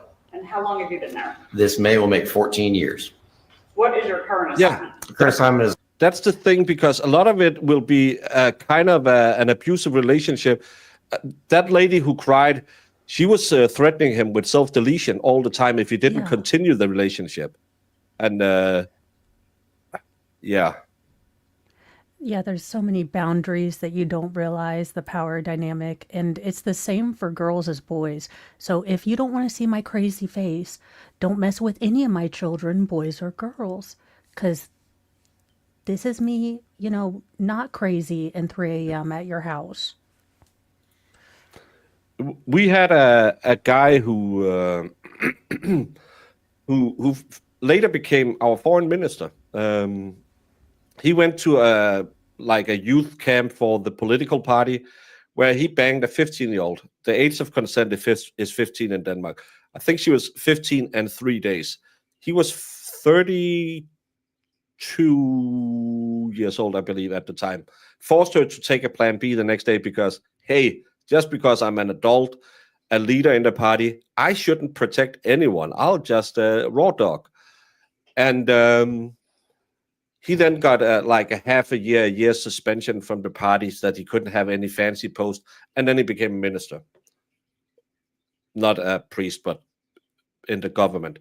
And to this day, he never faced any consequences.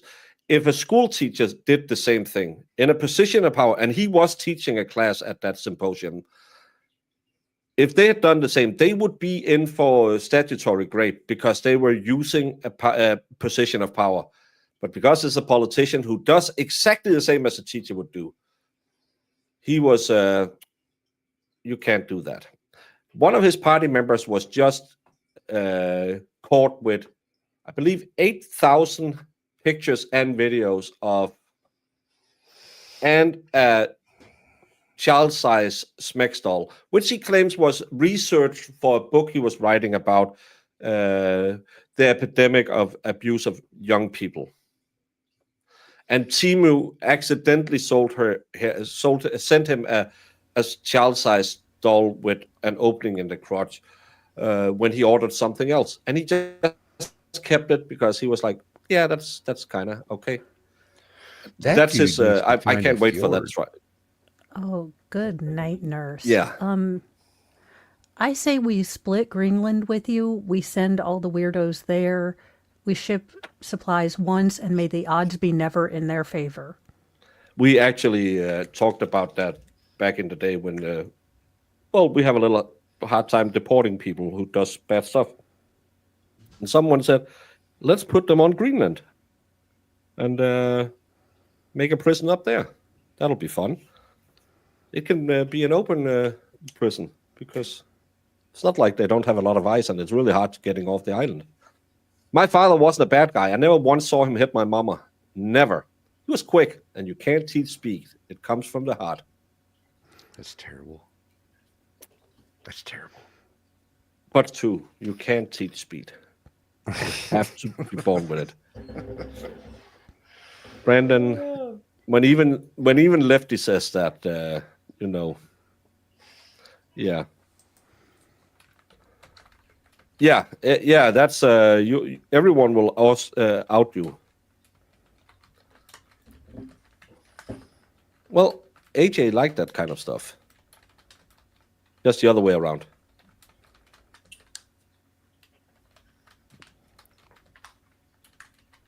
Anyone seen a picture of Brandon? I'm dying to see the man behind this sense of humor. Actually, Brandon is a 42-year-old female who. I'm not saying she used to be a private dancer because she still is, but that's where she picked up that sense of humor. My ex-girlfriend owned a parakeet. She owned a parakeet. My God, that effing thing never shut up, but the bird was cool. Watching Mo's face react to that was the best part of the whole thing. That's amazing. Terrible, let's go. Terrible. Yeah, bad, let's go. Bad, let's go. Bad. But yes, 42-year-old, current working girl is Brandon. Pictures can be found at... Don't do that. Don't do that. Things that I'm not shouldn't gonna be in give away jello.com. And a couple things that should secrets, be. man. .com. She has a purple suit on. I would say lavender. Actually, oh I no, would hell call that no, we are lavender not as well. having the... I'll say periwinkle. You would. Periwinkle's more blue. I love how you said you would. Like we are on,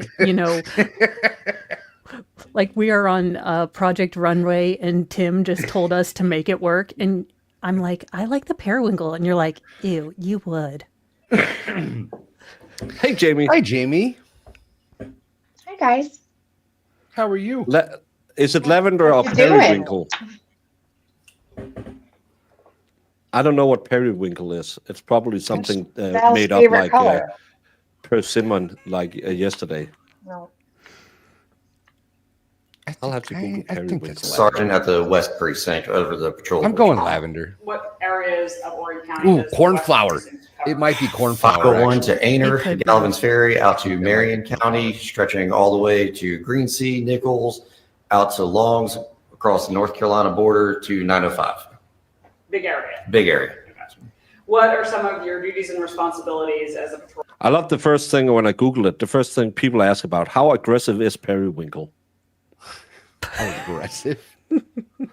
Insect diseases and other plant problems. Vine stems, canker, blight can damage or kill large patches, and periwinkle can spread aggressively into adjacent lawns, gardens, and natural areas. It's classified as an invasive species by the North Carolina Invasive Plant Council.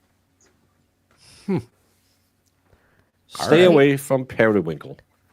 Does the guy on the stand look like that guy from New Guy? Also, my name is Earl Ray Ray. Never watched that show. Ray Ray? Patrol Sergeant. Basic patrol operations, answer 911 calls, also supervise corporal and about 4 or 5 private first class officers that we have. How long have you had that assignment? Since March of 2024. What was your assignment before that? Prior to that, I was in the investigations unit, from 2020 to 2024. I'm sorry. No, go ahead. Worked in the special victims unit and also in the homicide robbery unit. So directing your attention to October and November of 2020, you would have been working as an investigator at that point? Yes, ma'am. Were you in special victims? At that time, special victims unit, yes. So what types of crimes do special victims investigate? Anything ranging from missing persons, sexually related crimes. We would also assist in anything that homicide, robbery may need, also with some of their cases too. Did you become involved in the investigation into the disappearance and then murder of Gregory Rice? Yes. How did you become involved? In reference to this case, on October 19th, I was tasked with going to the River's Edge community, where the defendant and Christopher Dontell, co-defendant, they both reside at. The River's Edge community is located on Highway 90. At that time, we were looking for a surveillance video. Did you in fact find that the community had surveillance video at the entrances? Yes, there was 2 gates, and there's actually gate cameras right along the community and Highway 90. Found a phone number from the Waccamaw Property Management. I was able to actually contact them and left a voicemail in hopes to retrieve some video. Were you eventually given video from the River's Edge community cameras? Yes, a Brian Stewart, an employee with them, contacted me, and then the next day I actually met up with them and received, I believe it was 2 hard drives in reference to video surveillance. And I'm approaching with what's already been admitted, States Exhibit 118 and 119, Your Honor. Are those the drives that you received from Mr. Stewart? I believe so, yes. Okay. Did you review those videos? Yes, ma'am.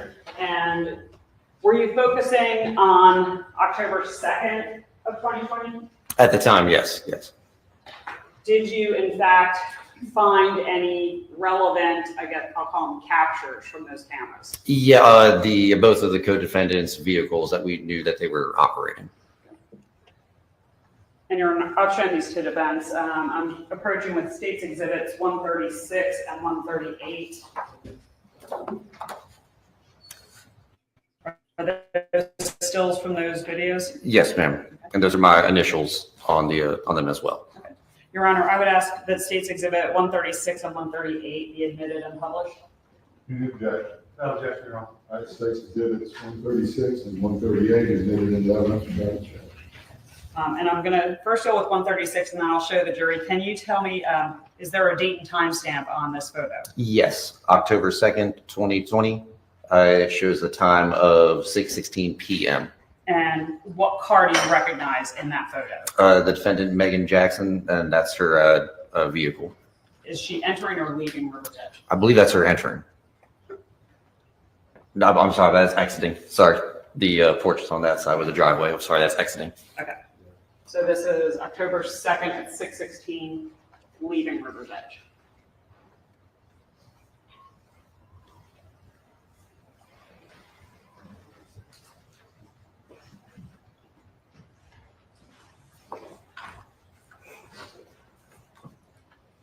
And then States Exhibit 138, does that also have a date and time stamp on it? Yep, same date, October 2nd of 2020, and that shows 18:20 military time, so that'd be 6:20 p.m. So just about 4 minutes later? Yes. Okay. And whose car do you recognize in that? That's Christopher Dontell's gray and color Ford Explorer. Is he also leaving the community? Yes, ma'am.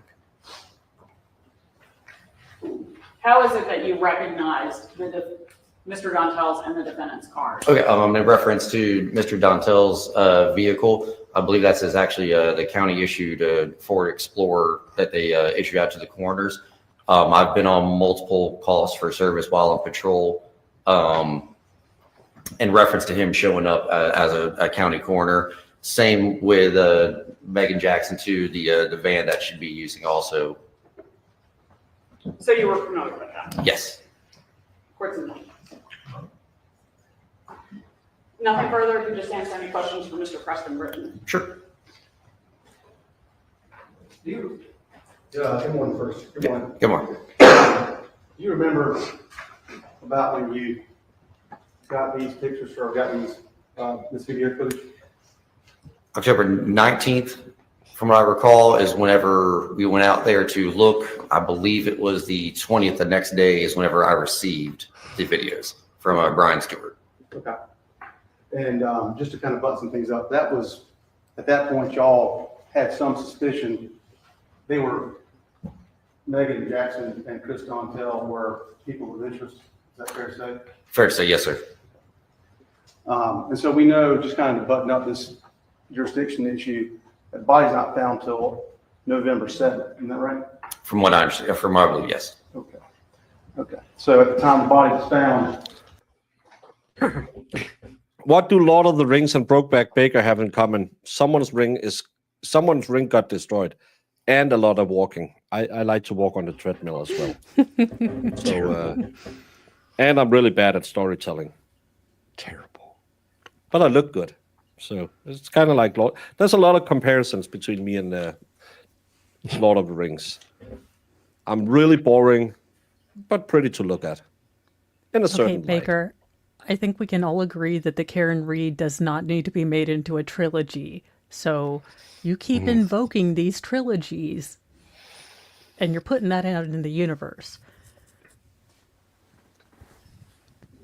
Valhalla is gonna say Peter Jackson should really make a movie about this, and it's gonna be Karen Read walking to the courthouse.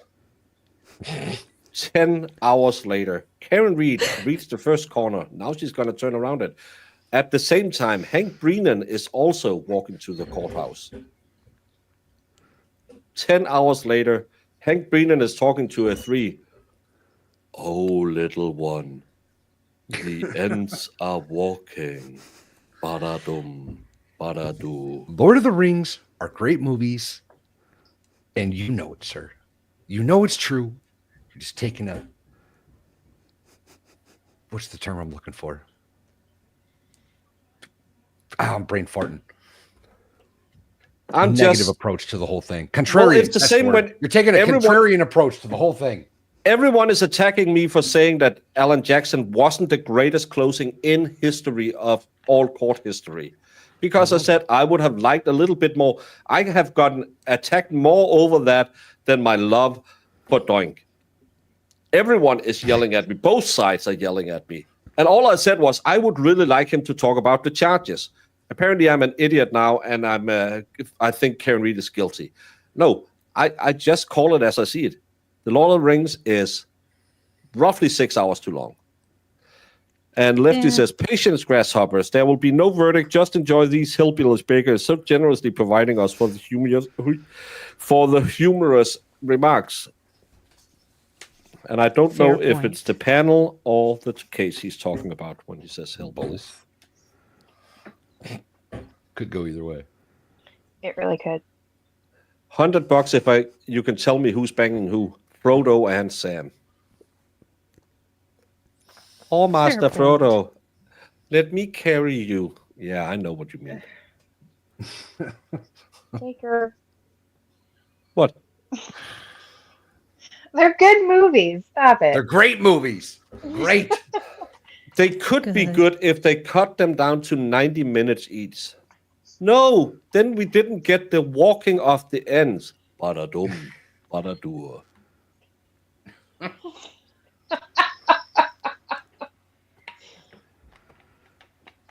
Terrible. Hey, Margot. John is dead, and you think it's funny grifting over a dead person. No, I think it's funny grifting over sexual comments by Brandon, grifting over me talking about how I am still a virgin. You know, all the fun stuff. You think it's fun going into chats and pretend that you are so upset because you're just a little troll who wants someone to notice you. Now you got noticed. Yay, Marco! Hey. Finally, someone saw you. To Ric Flair. Woo! Woo! I don't know wrestling. Again, I never mentioned John O'Keefe when I grift because I don't have a grift. But hey, trolley trolls, and it must hurt your little buttocks a lot that the jury didn't come back and clearly said Cam Reed's guilty because we've been listening to Plevin and he said the chip-off was sealing the deal. I don't know how fun it is to be on the retard bus, but the good thing, being stupid is like being dead. You don't notice. Hey, AJ, you bundled with Progressive and lost money, you bum. What did AJ do? I don't know. Progressive is a car insurance. So Yeah, it's kind of a trying home to- auto. Do they do and you RVs? can bundle it. Yeah. Is that I the love- one with Flo? Yes. I love when we have to explain it to Baker. I love when you have to explain it to me and I'm over here in the Americas. Like,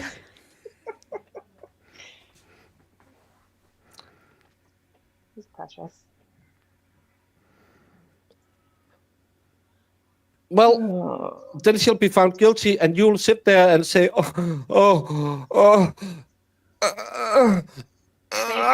finally something good in my Baker, life. come And on. tomorrow No. you'll wake up and you'll still be a piece of shit. And imagine tomorrow I'll wake up and I'll find something else to cover. And my life won't be ruined. But your entire life is hating Karen Reed because Aiden was fighting for her. I feel so sorry for all of you people. You are, without a doubt, the dumbest group on LawTubes. Because you don't even have an opinion why she's guilty. It's just because Aiden is fighting for her, or, well, she said nasty things. You must feel so stupid every day you get out of bed. I'm surprised that you could get out of bed, because if it's up against the wall, you would probably spend all day trying to knock the wall down and say, I can't I can't get out. Mom, I can't get out. The bed's broken. Mom. So, Margot, enjoy your shitty little life, and hasta la taco. Get out of here. The jurisdiction is being determined. Y'all already knew that there was an Horry County employee involved. I'm educated. I'm better than you. Well, go engineer personality and fuck off. See you later. Potentially. Well, in this murder. if you're educated, then you believe at should the know time they were better. being looked at in reference to missing person cases. We would be looking at any type of He has close a families micropenis. also. Well, you get hurt because you stay here. Mark, no one likes you. Not even your mom. I know she sends you that $50 every time at Christmas. But go over to Plevin or go over to Doink. I think you could go over and engineer a website for Doink, because he really needs some help. And I don't know what you get out of going around trying to, well, Karen Reed's guilty. Yeah, so what? So what? 82% on Law and Crime disagrees with you. I believe 86% on Court TV disagrees with you. 93% of my chat disagrees with you. I think, was it 91 on you? No, 96 on Valhalla's, and Mo was roughly the same number. So all you're doing is just coming in here, and hopefully someone will bitch slap you a little bit so you can go back to your idiot pool and say, I'm a big guy. I went to the enemy and I told them. Did you know I told them I'm an engineer? I do smart stuff. They dum-dums. Hey, on this panel, we couldn't scrape a college education together, but we all have personalities. Well, Jamie went to college, the Ohio State. Margot, you are to engineering what Doink is to wrestling. A joke. Yeah. You did have one of the more, I'm sure, troubling aspects. You also had a conversation. You took an interview with Erica Dontell, didn't you? The wife of Yes. Mr. Dontell? Yes, Chris Dontell's wife. Yes. And you learned during that investigation that she still believes Mr. Dontell was being true to her. Objection, Your Honor. Calls for hearsay. As part of this investigation, I'll allow it. Go ahead. Can you repeat the question? I apologize. You learned that as of October 23rd, Miss Dontell still believed that Chris Dontell was being true to her. From what I recall, I believe. I kicked him out. And again, how do you sleep at night knowing it's blood money? Brandon, I told you when you super chat me, you can't super chat the money that you got from the adventure you and Jamie had in the Congos. We don't talk about it. I'm fine with it. Jamie said, well, blood diamonds are not. Diamonds are a girl's best friend. They are. Why are people this stupid? It's a Monday. And here's the other thing. We haven't married. I don't know. Yes, Karen Reed has been a big case, but regardless of how the jury comes out, it's not going to change my daily life. I'm still going to feel bad that John O'Keefe passed away and that those kids, lost another father figure. But it's not going to change. Well, yeah. The money is not bloody. They are washed. The diamonds might have been, but who knows now? But I'm just... And our opinions are never going to change. Like, we saw the trial, we saw the evidence, and they have none. We know that. And even when they're found guilty or not guilty, again, I would still... Like Zachariah Anderson, I found that was a great injustice. I hope that he will win on appeal. That it doesn't change my mind that these people come in and say, well, he clearly did it. Sadie said so. Mm-hmm. No, I don't think they proved it. I have a lot of cases where I'm disagreeing. It doesn't change my life, but apparently. And I love all these people on... The cope is real right now on Twitter.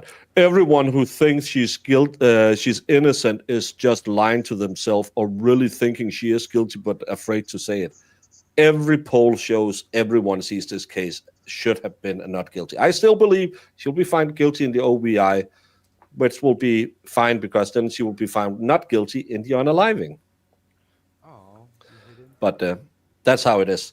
I'm going to turn on the stream and then I'm going to go heat up some food because it's 6:30 my time. Leave that interview. A search warrant was served on the residence, and while reading the search warrant to her, I believe that's when this interview occurred. On October 23rd, you and another detective sat down, had a conversation with Ms. Dontell as part of your investigation. Okay. I believe that's what you're referencing to. Okay. And what I'm asking you to recall is the fact that during that time you learned that on October 23rd, she still believed that Chris Dontell had not gotten Meagan Jackson pregnant. That I don't recall. I do. I mean, she was definitely shocked by the whole incident, especially whenever the search warrant was served too. The facts of the case were then detailed to her for whatever information was in the search warrant. During that interview, she disclosed to you the contents of a message that was deemed anonymous, where a person was telling her that she ought to check her neighbor's garage, right? I don't recall. Okay. You don't recall that Greg Rice was being accused of sending messages to Erica Dontell, alerting her to the fact that Meagan Jackson was impregnated by Chris Dontell? I believe through the investigation, as customary, is whenever we're working investigations together, the information is passed along to all of us. I do recall something of those issues going on. You recall something of those issues going on? Okay. You got information during that interview that she believed it was Greg Rice sending those anonymous messages. It's possible. It's not possible, it's true, sir. Objection, Your Honor. Yes, let's keep it to a question. Okay.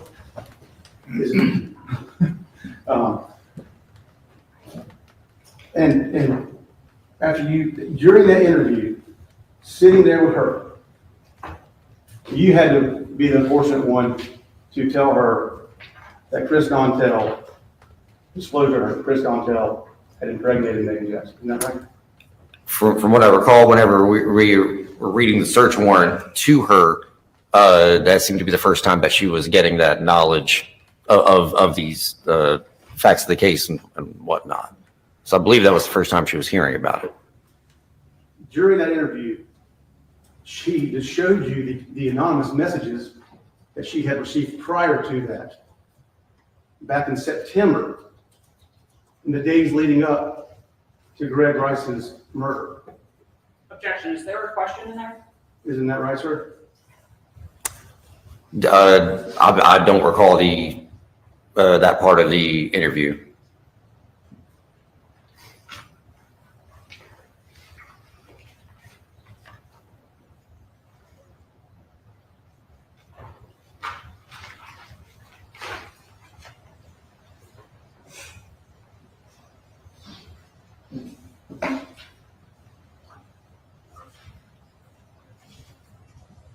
On October 23rd at 8:23 a.m., as part of your investigation, did you have a conversation with Erica Dontell, sir?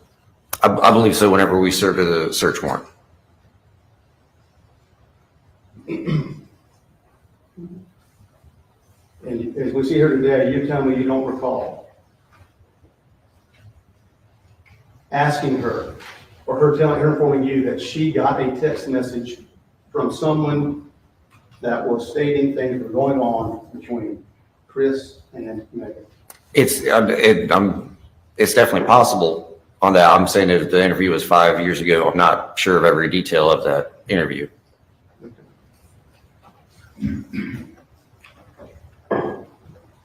isn't it true that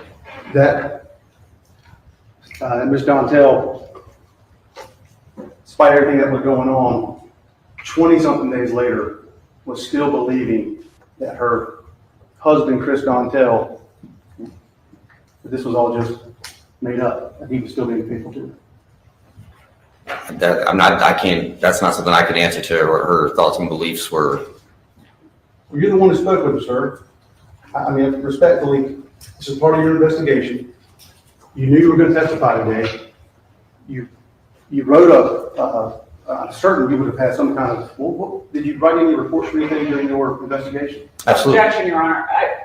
If counsel would perhaps, since he's talking about a report and has the report in front of him, if he would let Sergeant Skellett review it, it might refresh his recollection. I'm going to do a cross-examination, how we choose. Go ahead. Thank you.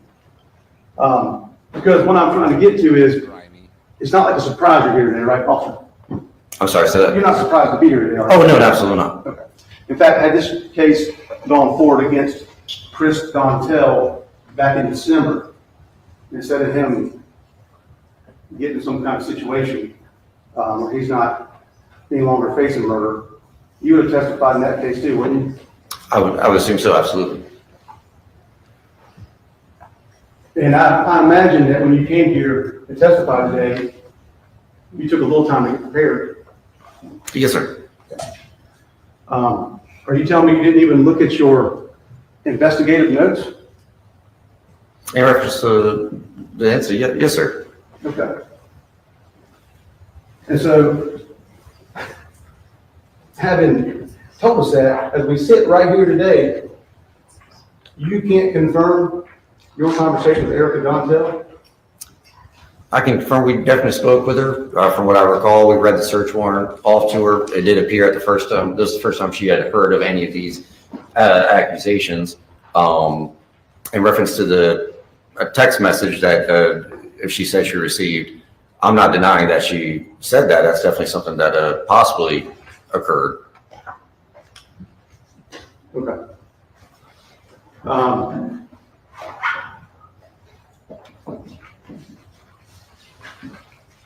You also had the opportunity to go canvas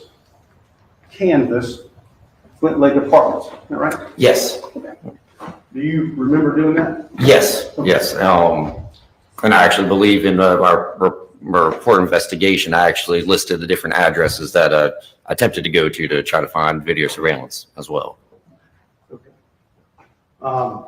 And you, during your canvassing, you took the occasion to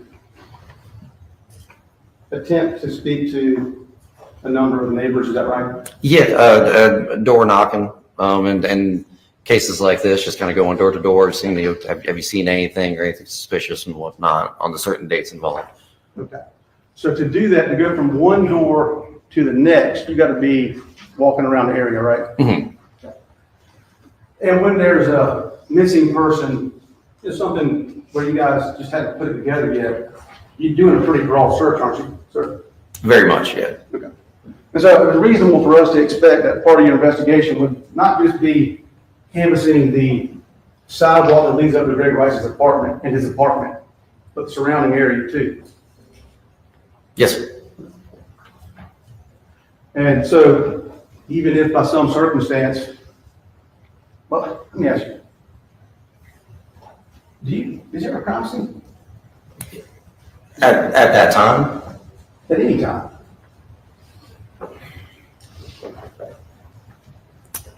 You will never see someone pause this long with that question. Objection, Your Honor. That is wild. I suspend your objection. Wow. Objection. Jesus, she screamed and scared the Jesus out of me. I know, I thought, I was like, At that time, whenever do you have the date whenever we went to go surveil that subdivision? Yes, sir. It was October still racing. 27th. Okay, well, at that time he was still a missing person. That was amazing. I didn't realize I was asleep awake, but I was. Not me Scared the Jesus go specifically. in and out of me. I was just tasked with going from door to door in that subdivision looking for a surveillance footage. That wasn't really my question, but Pause it. We can't. Baker's not here. Since October 12th, 27th, crime scene. That wasn't. I don't even know what he said. investigation. And she's scared. He asked if there was a crime scene, like where this man got killed, but I don't think they know exactly where that is. No. Or and then he looked at the jury and said, "You will never see somebody pause this long when asked that question." And they both exploded. Jeez. I can't believe he said it. What a ballsy move, defense He has attorney. been a little. He's like a Van Wilder. He's like a little douche. Also, can we pause? Okay, we can't pause, but ladies, you know that lemon stuff that you used to put in your hair in the 80s to turn it blonde? That man puts them on. Oh, yes. Carrot orange. I'm kind of going reverse because counsel's just asking you about this. You're canvassing the area. And this, you canvassed prior to Greg Rice's body being found. Yes. And when you were conducting that canvassing, had Horry County Police Department been told that Greg Rice had actually been shot down the road and not at his apartment? That I don't recall on that part. At that time, working there was definitely suspicious circumstances surrounding the missing person from the information that I believe we were receiving. But you didn't, at that point, you didn't even know that he had been killed. No. And counsel was referencing a report, so I guess I need to mark this. Yep, I'll show it to you. Your Honor, I object to him having his record. Oh, you brought it up. Yeah, that's fine. I guess it's only one, we can do 6, I think 6 isn't used. I don't think I like these defense attorneys, if I'm being honest. No, I thought they're doing some good things about saying, well, you didn't find any proof on her, you only found on him, but they're not. I don't think they have a full deck to play with. Probably. And not. for people Especially not wondering, 5 hours have passed. 5 hours has passed. Did you see the spice? No. Did you miss the spice? Yeah, you missed it. Jeez. Oh, you're gonna have to back up a little bit. I'm gonna have to turn the volume down. Yeah. Go back at it. I said a little bit, not to the beginning of the stream. What did you just do? I You just backed went back up a like little 7 bit. hours. No. This is day 2. Okay. So Maybe we're an Back hour up into for a day. week. What are you talking about? This is last week. Yeah, but you said I had to back up a little bit. I backed up a little bit, and then Valhalla started. Is it here? I beg you. Yeah, so try it here. Try it here.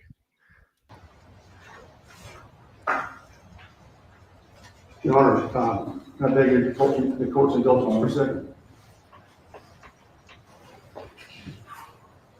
I think we got to go forward. No, you have to go back. Oh no, backwards. The door in that subdivision looking for surveillance. Backwards. You will never see someone pause this long. A little bit more. It's this question. At that time? At any time.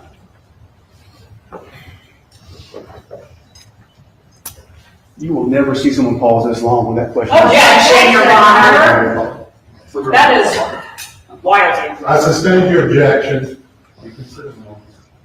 Awesome. Yeah, that's kind of dumb. Yeah, that was really dumb. I can't believe he had the balls to do it. We got there. Well, let's go. Calm down. Calm down. We got there.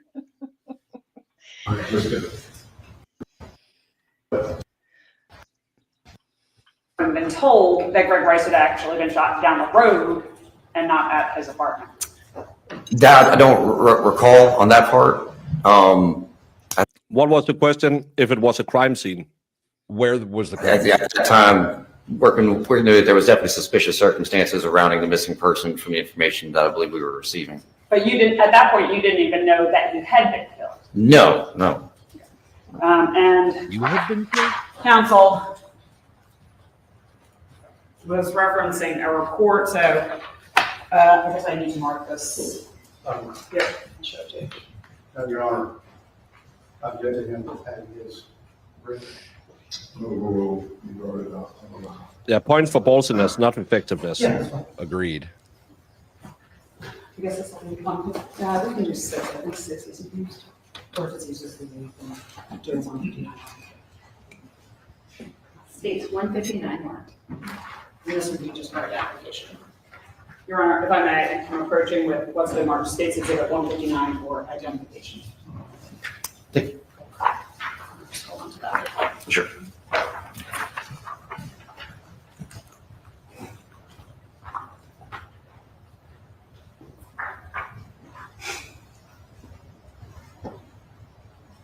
Does that appear to be your report? Yes. Okay. And you indicated on cross-examination that you were having some difficulty recalling some of the details. Sure.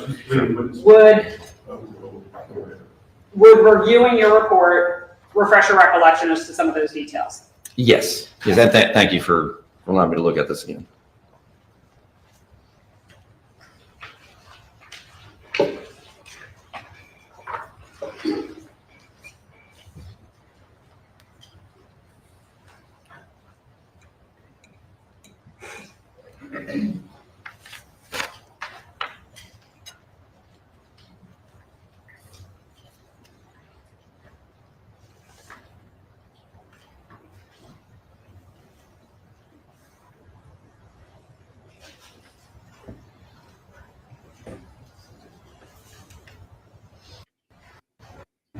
And then when you're done with that, if you could just turn it over. Absolutely. Bonaduce. Looks like him.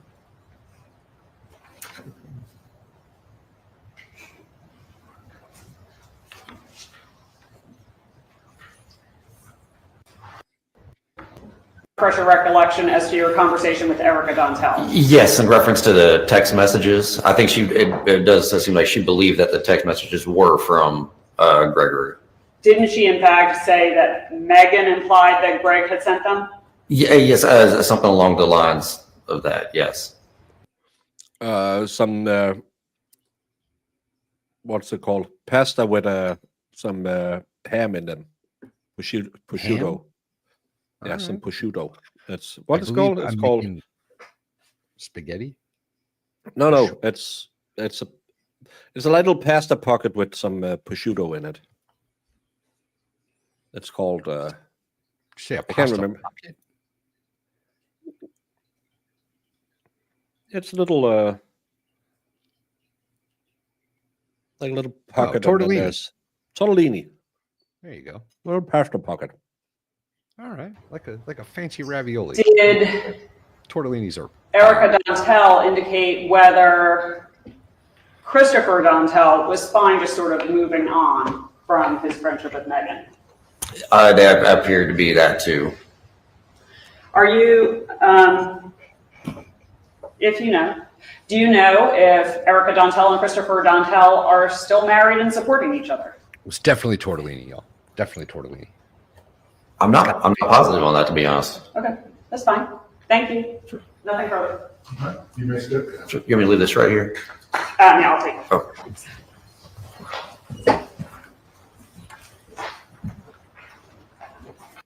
We need to gather some insights. Thank you.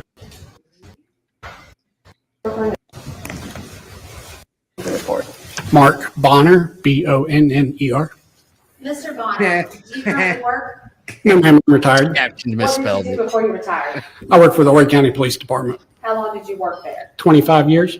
What was your last assignment there? I was a lieutenant over the narcotics divisions. I supervised narcotics, street crimes, and traffic enforcement. What were some of your duties and responsibilities in that position? But like I said, basically I supervised the investigations for the sergeants. I had 3 sergeants that reported to me in those divisions. So I oversaw those investigations and unit operations. How long did you have that assignment? Approximately 4 years. When did that assignment end for you? When I retired in October of last year. Okay. So did you have that assignment back in November 2020? No, ma'am. At that point in time, I was a lieutenant over the criminal investigation division. Basically the same thing. I oversaw 4 different units and investigations, homicides, special victims. Okay. And did you become involved in the investigation of a missing person that eventually turned into a homicide investigation where the victim was Gregory Rice? Yes, ma'am. How did you become involved in that investigation? So I received a call from the deputy coroner stating that she had somebody that had come to her stating that she was worried about her husband had been gone and she had lost contact with him, and it was unusual for that to happen. Do you remember what date that occurred? Believe it was October 5th.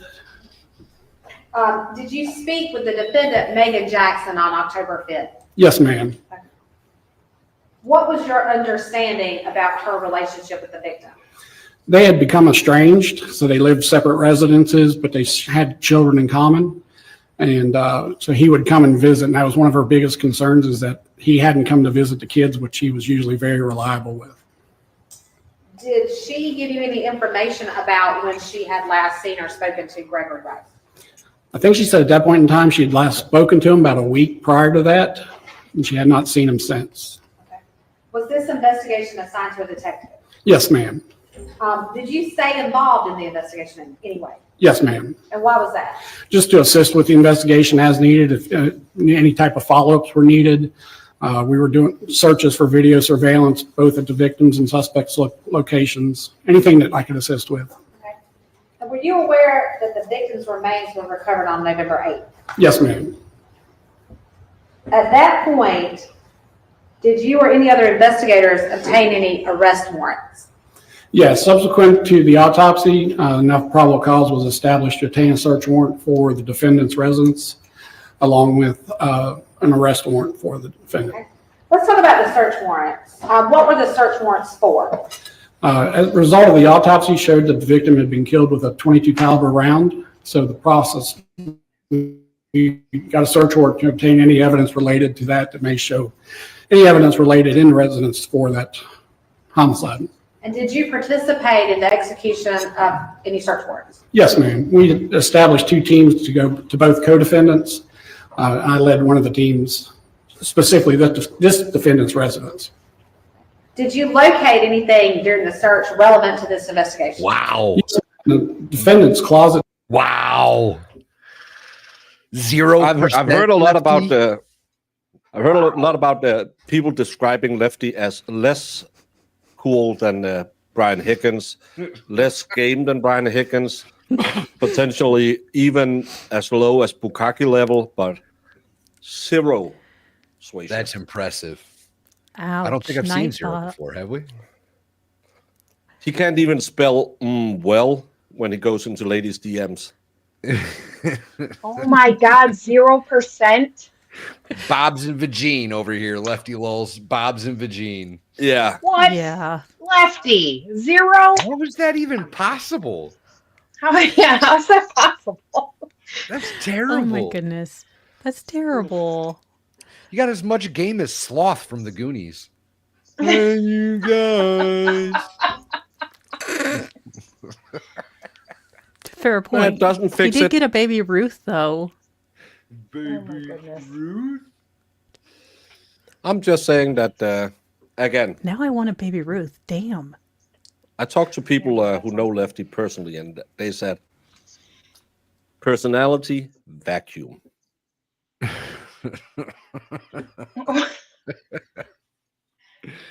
Yes, it was Beryl. That's When he fair, walks in- Caleb. Sloth did win chunk over, so you got that going for you, Lefty. Yeah, my mom didn't leave me any notes about his swayshire as well. Terrible. Hey, Gata Kate. Kate. My mom never mentioned Lefty Swazier. Oh my word. Well, apparently Lefty has less game than Higgins. 0%. That's as low as it gets, y'all. Yeah. You can't go negative. Rocky Road. That's what I wish Nightbot would do just for funsies. Throw a negative on there. Like, just to really make someone's day.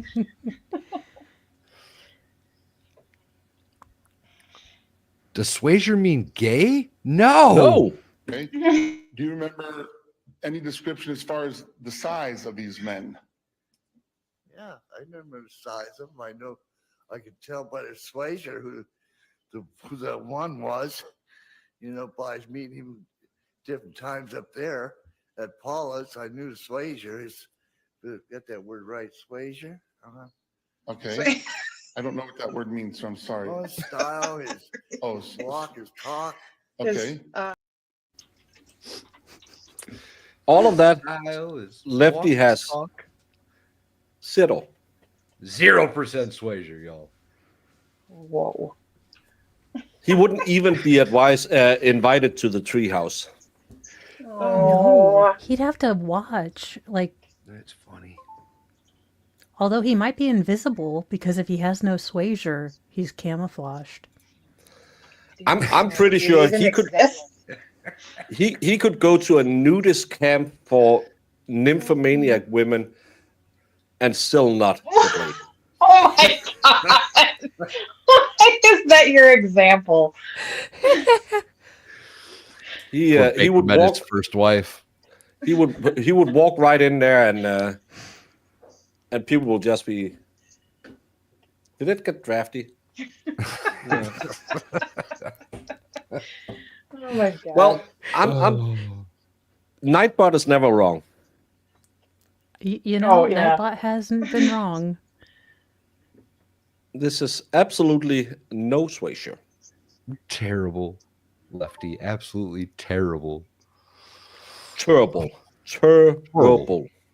Exactly. Get a high number and then never go back, salty dog. Yeah. Just retire after that. There was a gun box, a handgun box.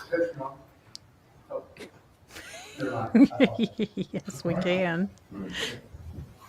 We found a handgun box that belonged to a .22 caliber handgun. Okay, and did you seize that box? Yes, ma'am. Can you tell me what was relevant about the caliber of the box? As I said, during the autopsy, the results were that the defendant had been killed with a .22 caliber round.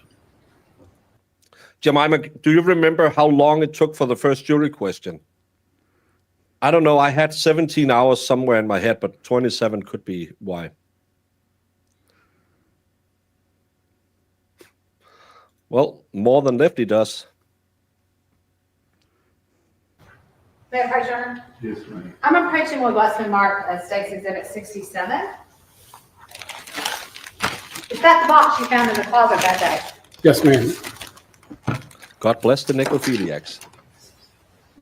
Baker, what is this Was hairdo? there a gun associated with It's tight on the outsides, and then was he doing a faux hawk?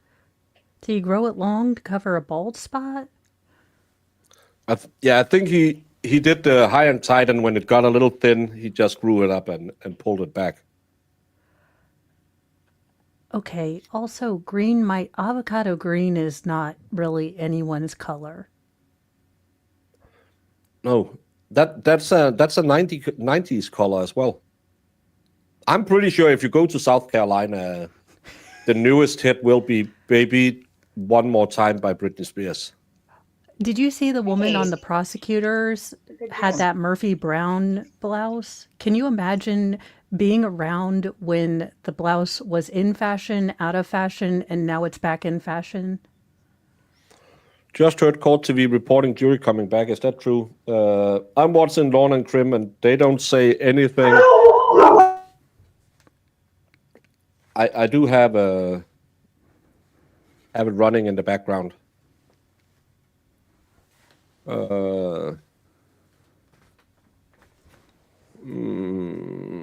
Don't see anything on the Twitch either. There will be a lot of people who say, I am at the courthouse. The jury is back now. Judge is back. That's the beauty about court watching. People will say a lot of stuff. Yes. There was a lot of neon. I still love neon. Jamie, ever since you saw Mark Wahlberg the first time, you got stuck. You were sitting at home watching MTV, eating your pizza casserole, and you heard. No. And you thought, oh, those Calvin Kleins is working. And since then, you have been stuck. Avocado toast eating liberals. I don't know. 80s were awesome for neon.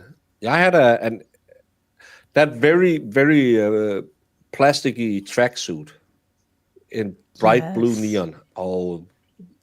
And you heard it? Yeah. Made that whooshing noise. They won't get stuck till at least 2 days in. And only if there's a wash machine in close proximity. Yeah.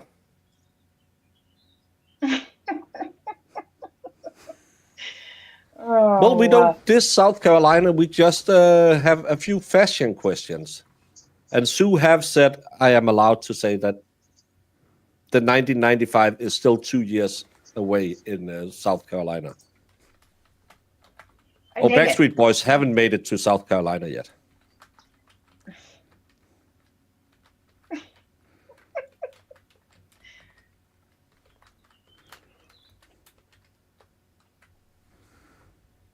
The Backstreet haven't made it to South Carolina yet.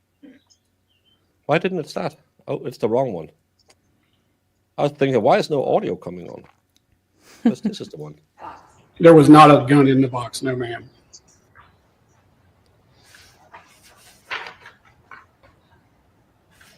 Your Honor, at this time, the state seeks to admit exhibit number 67 into evidence. Meagan Jackson. Yes, sir, Your Honor. State's Exhibit 67 admitted into evidence without objection. No further questions by the state. Cross-examination. Just a clarification. We know that based on what bullets were found in Greg Rice's body, this is not was not this gun, right? Objection, Your Honor, basis of knowledge. I mean, if he knows. Involved in the investigation, surely. If it was. What kind of bullets were found. I do not know specifically. I was not part of that investigation. Well, do you know, if I told you that it was identified as a Sig Sauer, you would know this was not that gun, right? Correct. No further questions, John. Redirect. No, Your Honor. All right, you may step down. Thank you, Your Honor. May he be released from this if he may. Jury body may break. 10-15 minute break. I'll make sure you have your own notepad. I love that he tells him, make sure you have your own notepad. Who else's would you steal? Hey, one person takes Well, the no, note. maybe. That's the nerd. In this case, will be the truth, the whole truth, and nothing but the truth, so help you God? I do. Thank you.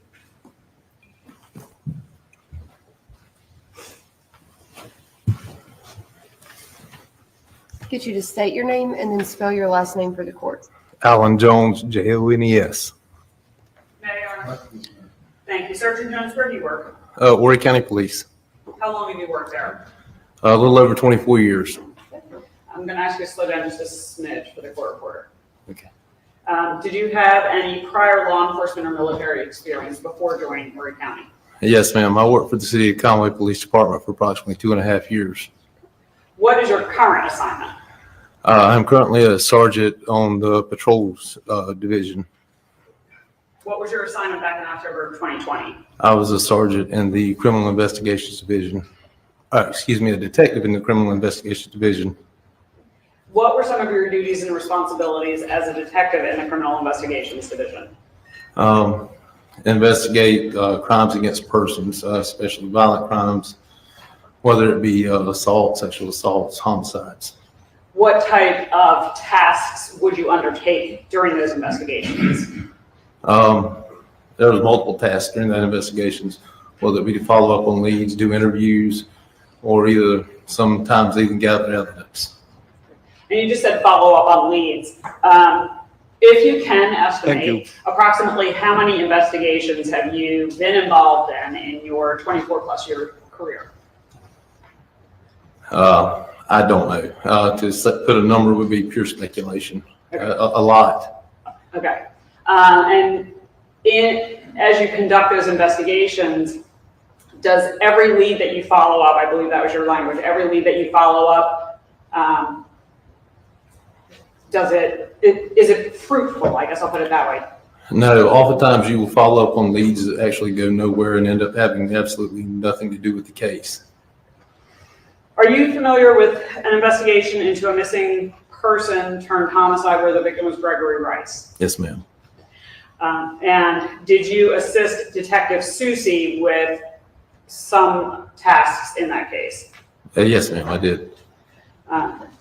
Specifically, did you and Detective Susie meet with Meagan Jackson on October 23rd, of 2020? Yes, ma'am. We conducted an interview that day. Was she a suspect at that time? Yes, she was.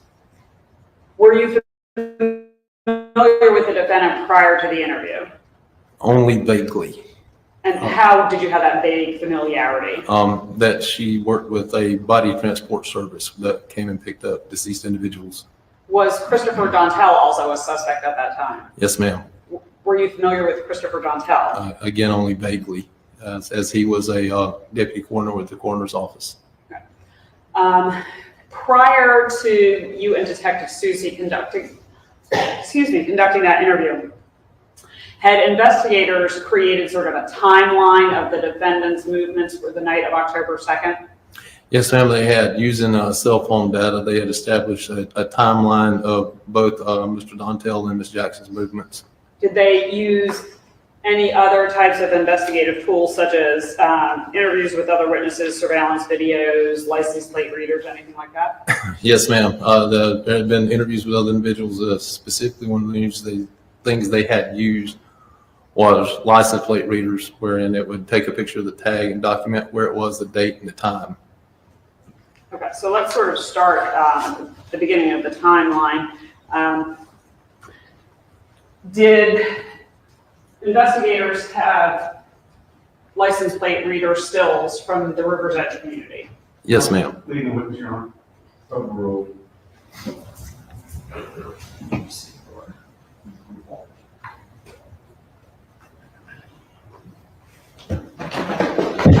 What was significant about the River's Edge community? The River's Edge community is where Mr. Dontell and Ms. Jackson lived. And Your Honor, these have already been admitted and published. So I'm showing you State's Exhibit 136 and State's Exhibit 138.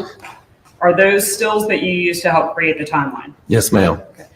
And can you just read for 136 the date and time there, and then for 138 the date and time there? 136 is October 2nd, 2020, approximately 6:16 in the afternoon.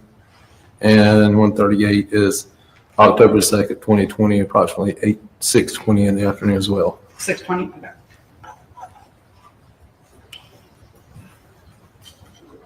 Moving forward in the evening, did investigators have still photos from a game camera at the Heritage, if I have to say the whole name, Lewis Ocean Bay Heritage Preserve? I call it the preserve because that's too much for me to say. Yes, ma'am. You have stills from that there also? Yes, ma'am. We obtained still photos from the Department of Natural Resources, who had a game camera to monitor the area. So I am, sorry, let me just do this question. That'd be fine. They're already admitted, actually. I believe these have already been admitted, Your Honor, 44 through 47 by stipulation of Agent Tom Buchanan of DNR.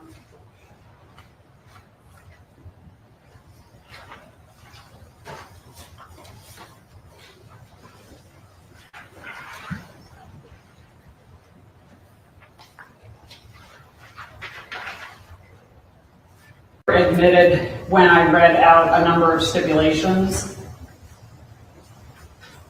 Start. I think I did that yesterday morning, late yesterday morning, Your Honor.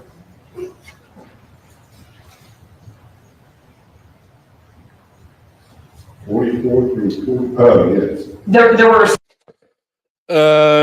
We are coming up on 6 hours. Last year, we had the first jury question at 5.5 hours, where they asked if they could see the third report and was told they couldn't because they asked in the wrong way. Well, they weren't told, but they were asking for the report and they could have had a read back, but because they didn't formulate it in the correct, it's like Jeopardy. Yeah. So Bev denied it instead of sending it back, saying, no, you can't have the report, but you can come in and have a read back, which she should have done if she was a fair judge, but hey, she's not. 17 hours in is the first time that they came back and say, we are hung. I asked my nephew what he wanted for his birthday, and he said a Barbie doll. I said, F you 6-year-old. Why am I reading this? I don't know why you continue to read those. There are Brandon messages that are first sentence only. Well, give him a Ken doll and Yeah. tell him that's not how a man looks. Or And I'm Power talking about the Rangers. 6-pack app because what's below the belt kind of looks like me. Smooth. Oh, I shouldn't say that in public.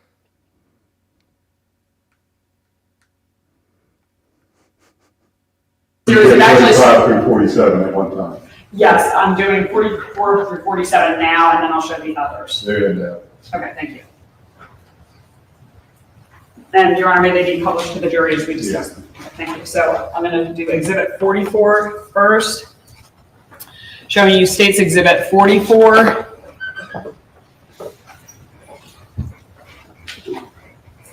Is that a still photo from the deer camera? Yes, ma'am, it is. And do you recognize the car in that photo? Yes, ma'am, it's a Ford Explorer. It's very much like the type that the deputy coroner drove. Can you? Is there a date and time stamp on that photo? There is. It's October 2nd, 2020 at 6:26 p.m. Are you familiar with where the preserve is located? Yes, ma'am. Are you familiar with where River's Edge is located? Yes, ma'am. Approximately how? I hope they're just getting lunch in and working through lunch because there's a lot of people outside of court, so there'll be a lot of problems with that. Well, again, I still hope they'll just work through lunch. How far apart are they? Mileage, I'm not sure, but it's about a 15-minute drive. That's my recollection. And then showing Why you didn't you States measure it? Exhibit 45. Do you recognize?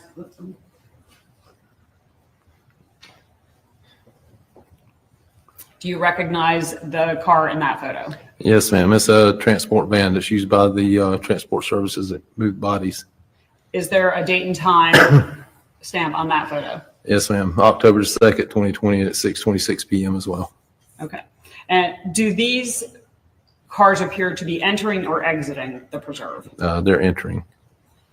Next, showing you States Exhibit 46.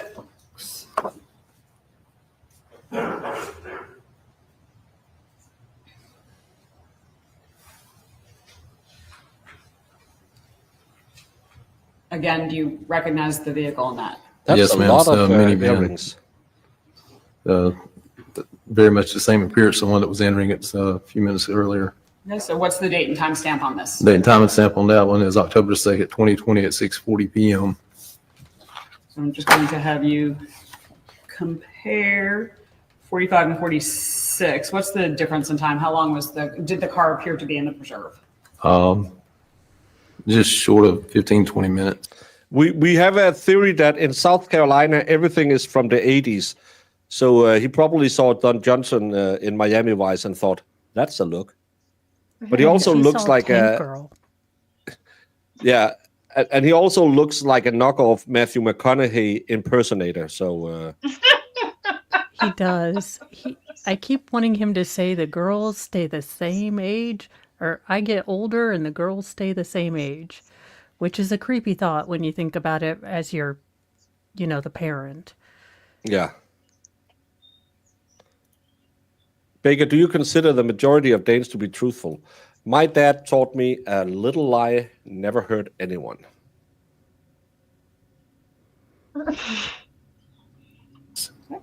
And now if I could show you States Exhibit 47.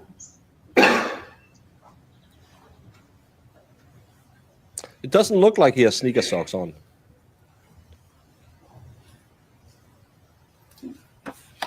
What are we seeing in States Exhibit 47?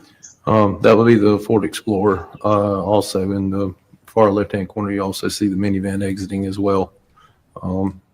And that's on October the 2nd, 2020 at 6:40 p.m. as well. Okay. I'm going to ask you just to keep your voice up just a little think bit. more than I 10. think the jury's having trouble hearing you.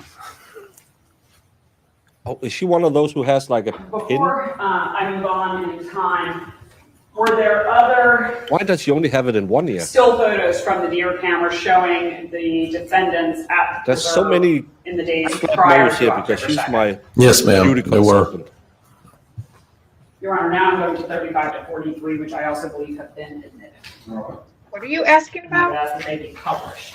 Why she has all these piercings in one ear only? Most people Where? have Which like one. Yeah, usually when you get your cartilage done, they only get the one side. A lot of the time. Why? You look I don't know. lopsided. It's how they, Because maybe you how don't want to people have, do it. like, maybe you want like one bar, one knot. And so if you have to sleep on your head or your ear, I don't know. But Valhalla showed me his Prince Albert, and that's in the middle. Then. Goodness. Sue. Yeah.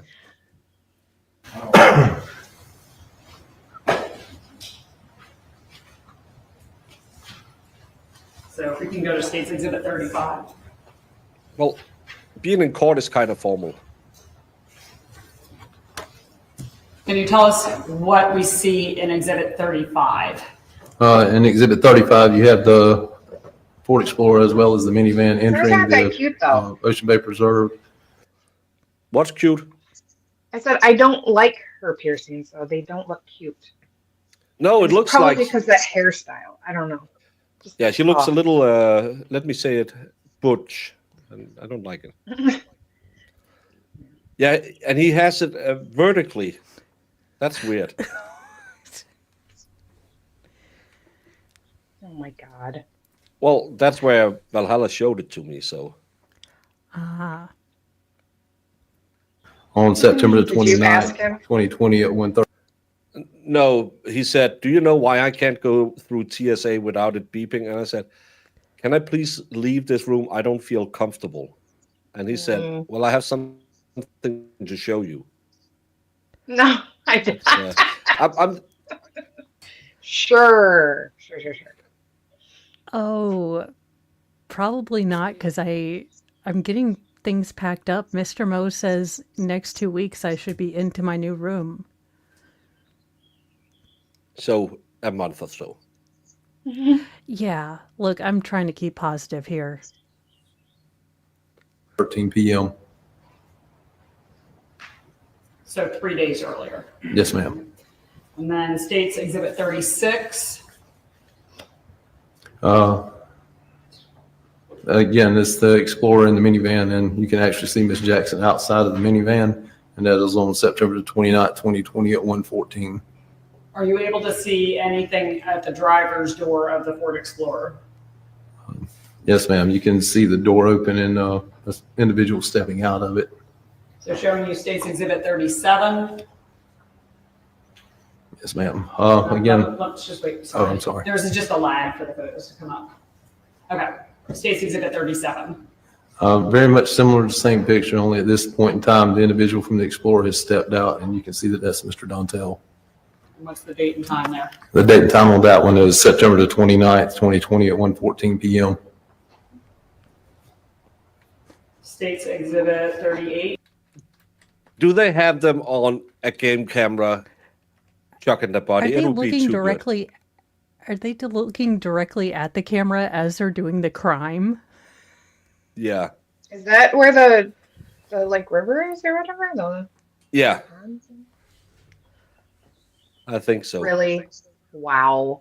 Why 1, wouldn't 2, you 3, scope out where there's cameras? It's just, oh boy.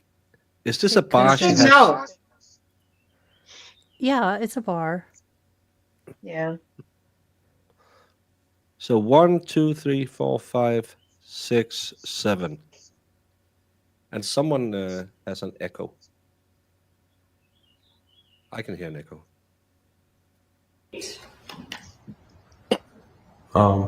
Again, the Explorer and the minivan and the individuals have walked around behind, I'm sorry, That's it. behind the Explorer, and it is on September the 29th, 2020 at 1:15. State's Exhibit 39. I'm going to help you. I'm not going to give you the photo until it's up.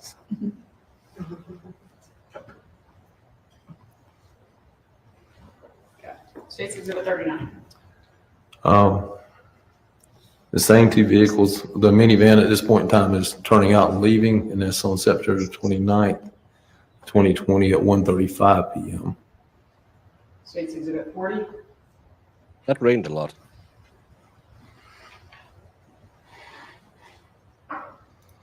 Well, she looks like she can deadlift quite a bit. The Explorer is leaving at this point to exit the preserve, and that's on September 29th, 2020 at 1:36 p.m.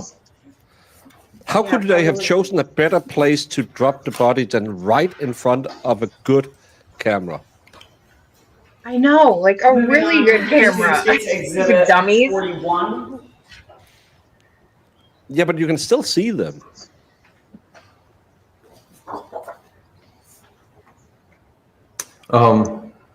No, you don't. This is on Don't look like September you had 30th, scary eyes 2020 at 9:58 a.m. And the minivan and the Explorer are entering the Lewis Ocean Bay Preserve.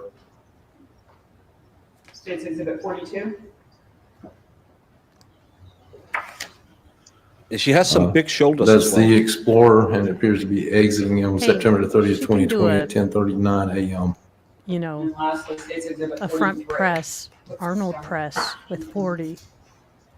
A front press is a military press if you're thinking about overhead pressing. Yeah, that one. It's been a couple years since I've done any, actual lifting. Arnold pressing is the one where you start in here and then you rotate out and You do the start with a overhead press. Kennedy, you end with a maid. Yeah. Military press is just front delts. The other one is more of shoulder mobility. Well, if she has roid eyes, then it could be the lifting. Well, she doesn't have the weird jaw that a lot of females on gear get.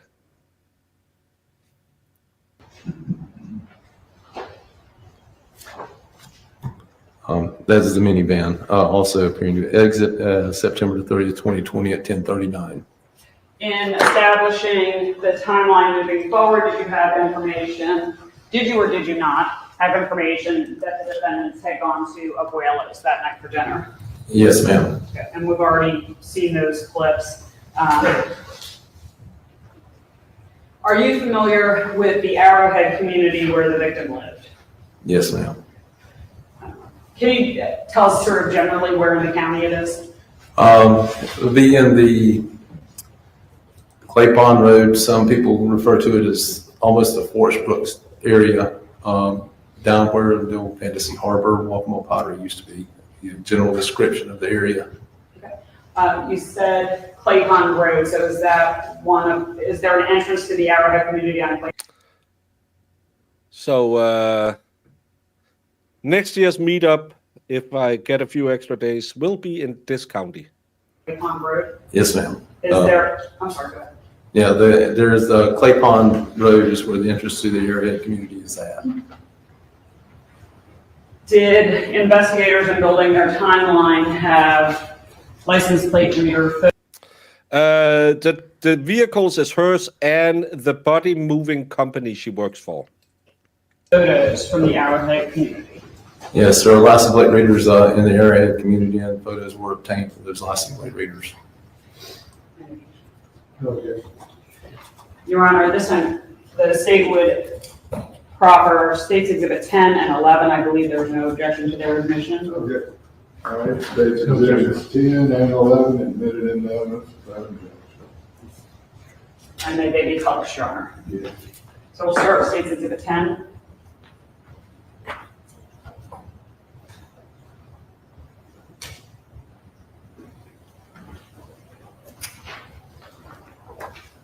Is that one of the LPR photos from the Arrowhead community? Yes, ma'am, it is. And that's going into the community? Yeah, that would be, I believe that would be entering into the community, and that's dated on October the 2nd, 20.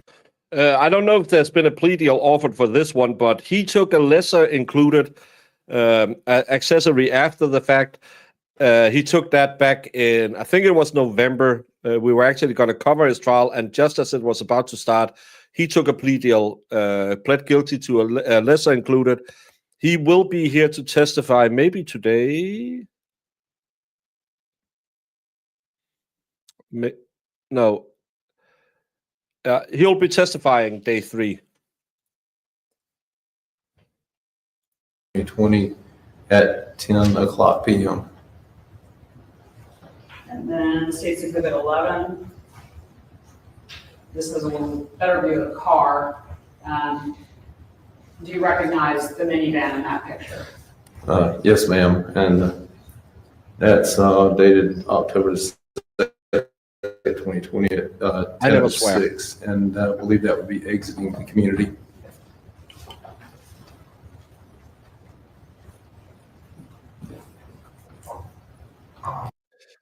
No, this is actually at I think it's kind of like a nature reserve or something. So this is government cameras.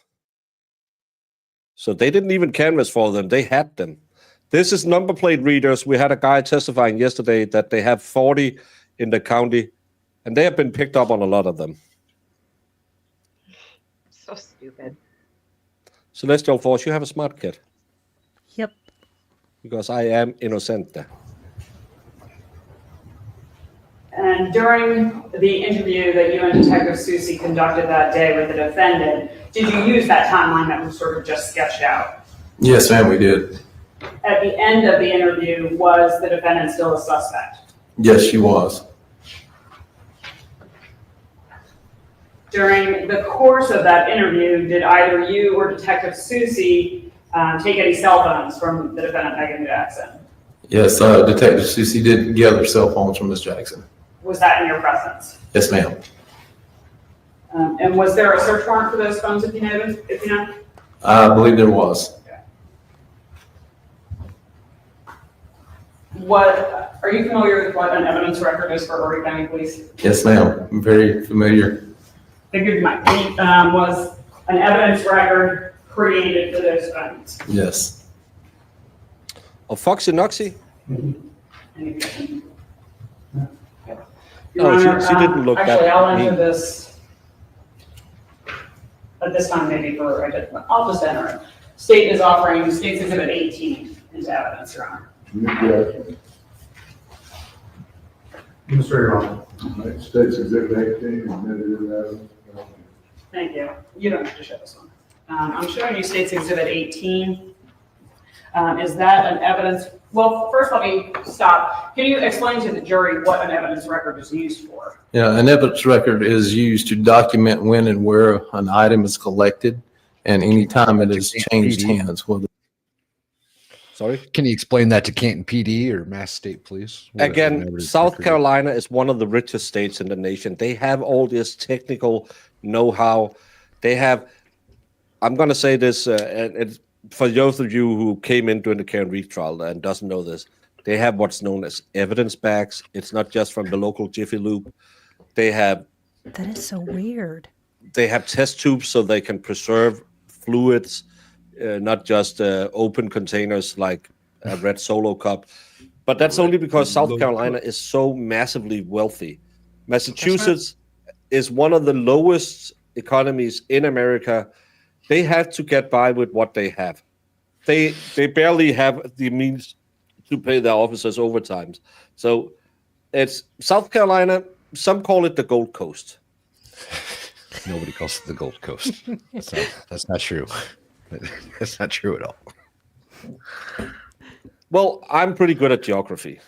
So, Fair. I'll give you that. I'll give you Yeah. that. Good point. No, they don't have. No, they are fancy people. They have sealed containers for liquid stuff. Ooh. What a radical program they have down in South Carolina. Yeah. Keeping track of evidence. They've got lead investigators. It's wild down there. It's a totally new thing that it might go to other more poor places like New York or California and all those poor little secluded areas in America. South Carolina is, as you all know, one of the richest states in America. it's to be placed into evidence where it's taken by tech to be examined or any piece of evidence is moved. Oftentimes we refer to it as a chain because it documents every movement of that piece of evidence. Is this the chain or the evidence record for the 2 phones taken from Ms. Jackson that day? It's all the monies. Yes, ma'am. Did the defendant give the passwords to both of those phones? Yes, she did. Are those passwords noted on the chain? Yes, they are noted on the chain here with next to where the phones were collected. The problem is they also have SLED down there, and that kind of negates anything Yeah, beneficial. everything good coming out of that state. Oh, SLED. Yeah. I just tossed my phone around a bit, and then that proves everything. 20. Are those the phones that were taken from the defendant, Meagan Jackson, on October 23rd, 2020? Yes, ma'am. These appear to be.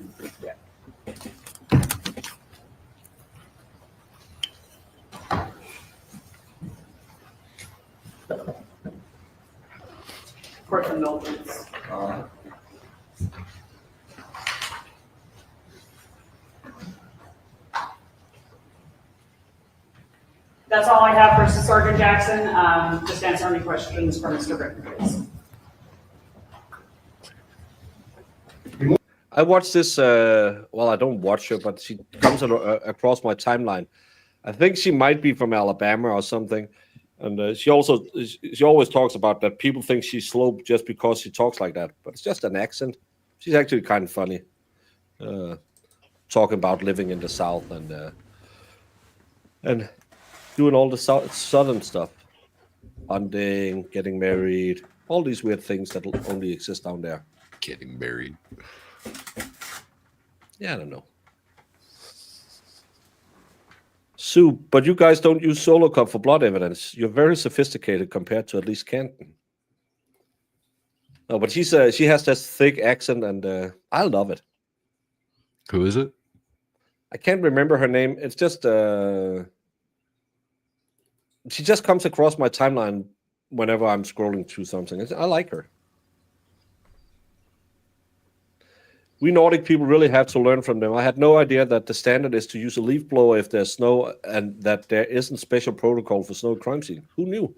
Well, we don't have any up here because it's not like we ever seen bad weather.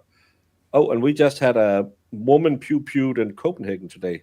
Funny in a country where we don't have access to pew-pews. Yeah, that's impossible, Baker. Yeah, I don't know But how it happened criminals, either. But, criminals know it's illegal to have those, right? Yeah. But still, it happens now and again. So, yeah, she got pew-pewed in the middle of Copenhagen.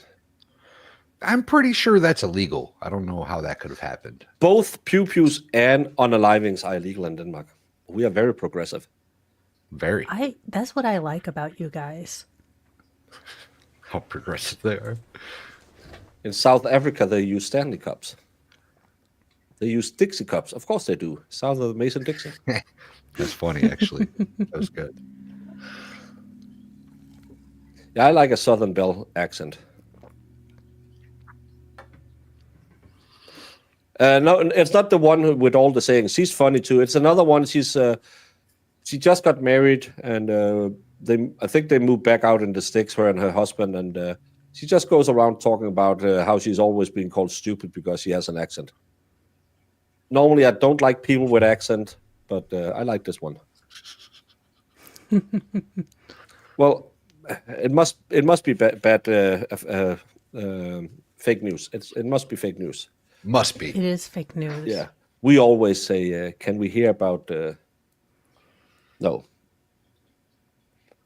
I'm pretty. When you know something what? I'm happens pretty like sure. That, I listen to a lot of news outlets. I read stuff occasionally. I'm pretty sure if you ban guns, that eliminates pew-pewings. I'm pretty sure that I've read that. So I think you're lying to us, Baker. I think you're full of crap. Yeah, that's what I think. Yeah. Morning, sir. Try to make us more cool than we are. So just give me an idea, what was your involvement in this?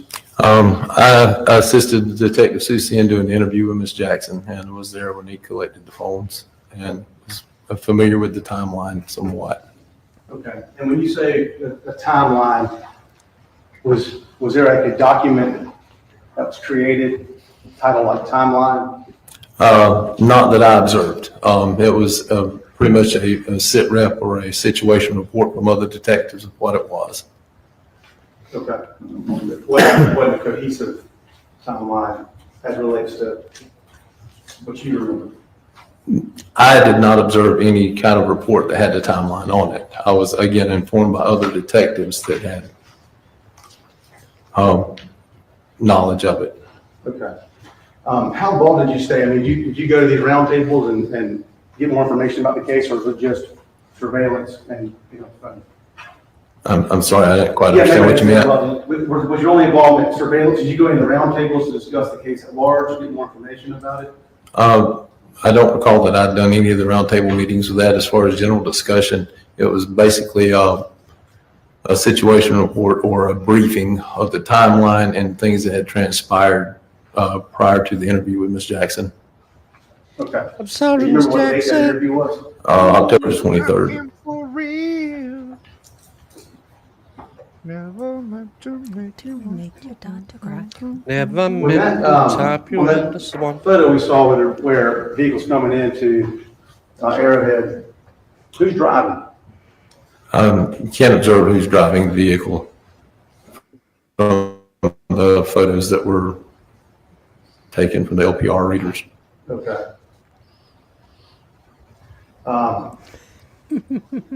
Anything on the vehicle on the way out? Any blood or anything on the vehicle? Nothing that you can observe from the LPR reader. Well, it was not her ex. It was her current. Well, he is her ex now, but it was her boyfriend at the time. But that's for the defense to get out of them. Did you ever take the time to drive from Arrowhead to Flint Lake Apartments? No, sir, I did not. I'm worked in the county for quite some time, so I have a vague rendition of how long most travel would take. Okay. And what is your vague understanding of that? From what 2 points again? From this LPR that you showed us Mhm. at Arrowhead there to the area of Flint Lake Apartments? It's only a few minutes, if I recall correctly. Okay. And so if it's a few minutes to get there and she enters at 10 o'clock, and what you just showed us is her exiting at 10:06, and it takes you a couple minutes to get there, she could kill the person at the apartments. Could she? Lots of things can be done in a short period of time. Okay. So just want to make sure I understand. It's your position that she enters at 10. It takes her, I think you said 2 to 3 minutes. But let's just say it's less. She has to shoot a person. Big disclosure. Doink the Clown had his mock jury.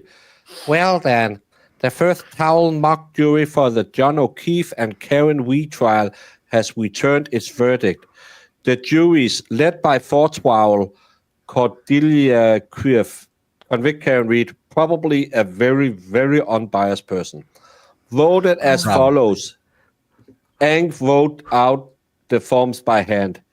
Guilty murder 2, guilty manslaughter with OUI, guilty leaving the scene. These 12 jurors from the mock towel jury 1 deliberated over 3 days before reaching their formal decision. The vote was unanimous 12-0 on all counts, as affirmed by Ant. What the? What in the D&D redonkulous is this? No. Well, yeah, if you get a bunch of people that are anti-Karen Reed, of course they're going to vote that. Like, and why did it take them 3 days? Icky saying that. So stupid. Also, how did he find 12 people to watch him? Well, he actually has better numbers than we do. That's the crazy spot. It's mind-boggling. Yeah. It is. Yeah, you and I love think that. He wouldn't be very funny high. Like how you can't. Every The other absolute poll is best part. 80+%. The 80+%. absolute best part of that is the fact that it took them 3 days in a convict Karen Reed community to finagle their way into a guilty verdict. That's amazing. Like, it's the stupidest thing in the world. It's not smart. Not to mention Not- they hand wrote out in like little binders. I give up. Fun Like, fact, how- the chance from... How does that help anyone? It's not like it's like, guys, look at this mock jury said. So you better watch out. It's chat interaction, Jamie. It's fun times. It's good quality entertainment over there at the stupid. Towels channel.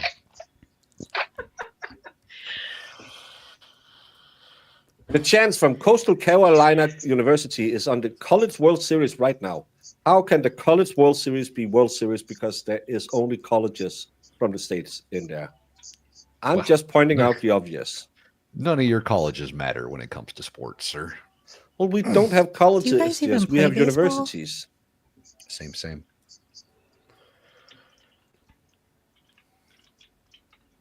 Do you guys have baseball over there? No. That's why you didn't play in the World Series. We had a local American football club that closed last year because there wasn't enough playing it.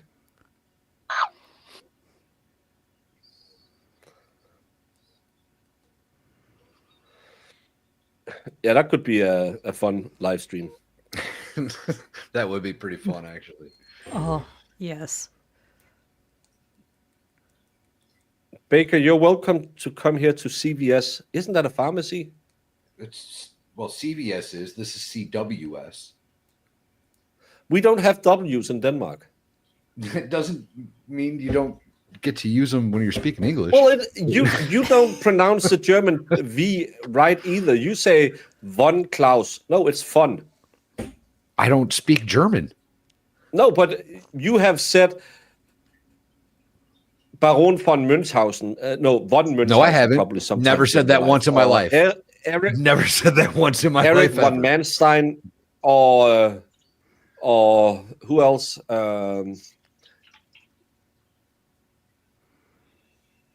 Van Halen?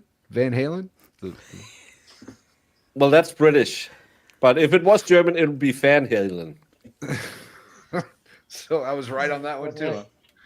Okay. Yeah, you can come over here and play handball. What about Van Hagar, though? Can we all agree?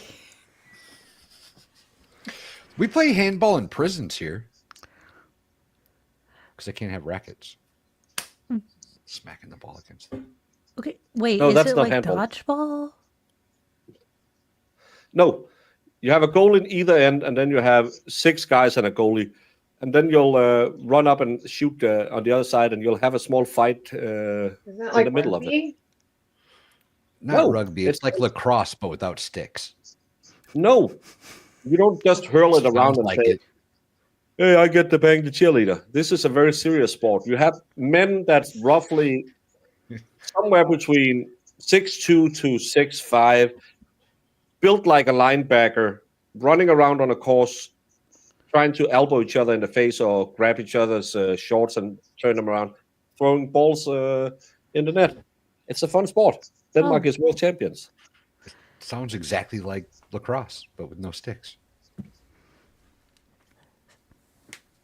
Kind of. Yeah, just curious. In American handball, are you using hands? No, they don't use that. They have a paddle because football, you use your hands, and handball, you use a paddle. Not in prisons. They just use their hands. It's just... They can't have rackets in prisons. Those are weapons. That's why they can't have ping pong tables. They're very mad. Foosball, though.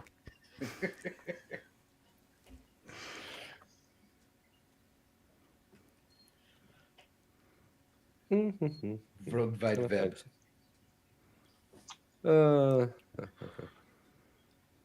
Every time Baker's always said handball, that's what I thought of though. Because we used to play handball in like school against the wall. Like, No, we played against other schools, and then we'll punch them in the face with an elbow. oh my lord. A, Well, this a is just big playing part like on of recess on European the sport is playground. punching. No, we played football in there, and you don't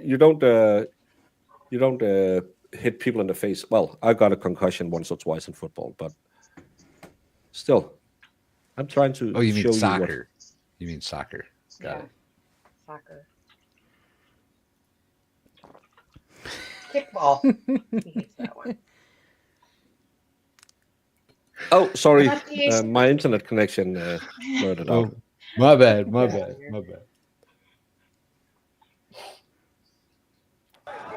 Den bliver altså også smidt væk. Det er godt kommet. Niklas. Did he save it? That's handball. Yeah, I don't. Come on. What's happening? Where's the ball at? I don't even see it. That was the epitome of athletic maneuvers from that goalie. Oh. That was good. Do you know how Little fast baby these are ball. coming at you? As fast as that guy can throw it. Yeah, pretty fast. Yeah, pretty darn fast, and getting smacked right in the face hurts like hell. What do they use, like a Well, didn't- volleyball? Do the goalies ever stop them? So you're allowed to like dribble it? No dribbling. Yeah, you can involved. take you can dribble all you want, kind of like in basketball, but you can only take two steps, then you have to pass it. Kind of like in basketball. So But did they in just run around with it? Like No, they try play to- each other. Try and play so that you can get an open run at goal because you're actually trying to score, Jamie. It's kind of like basketball, but just with a little more manliness in it. Because running, the guy you saw with the long hair is Mikkel Hansen. He's the world's greatest handball player. A lot of years. He just ended his career. He probably weighs 220, 240, and when he rams into you, probably more. And he's one of the smaller guys because you have the guys who stand in the center on the line, which is called the line player.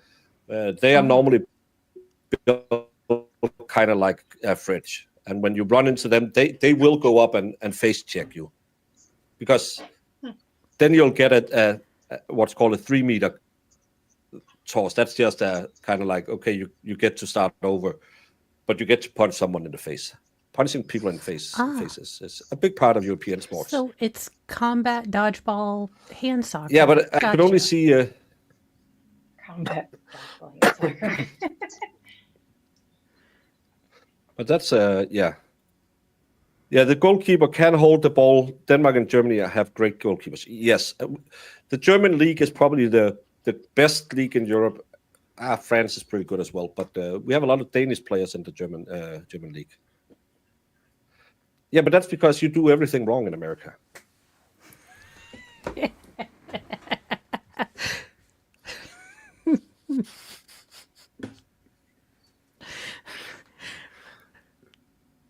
I love Amanda's description of it because that's exactly how I would describe it.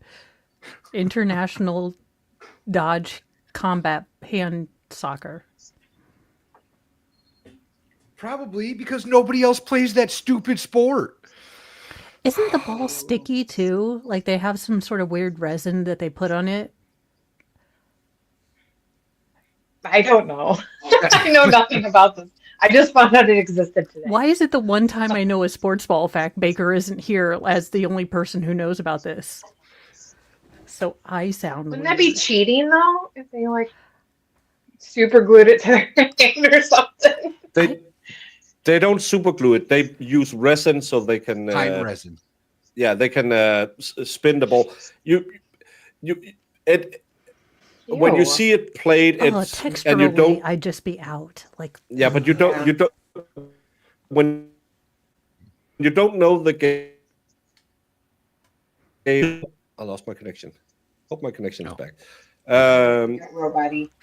But when you go see it, we have a really good team called. Well, I'm kind of dark.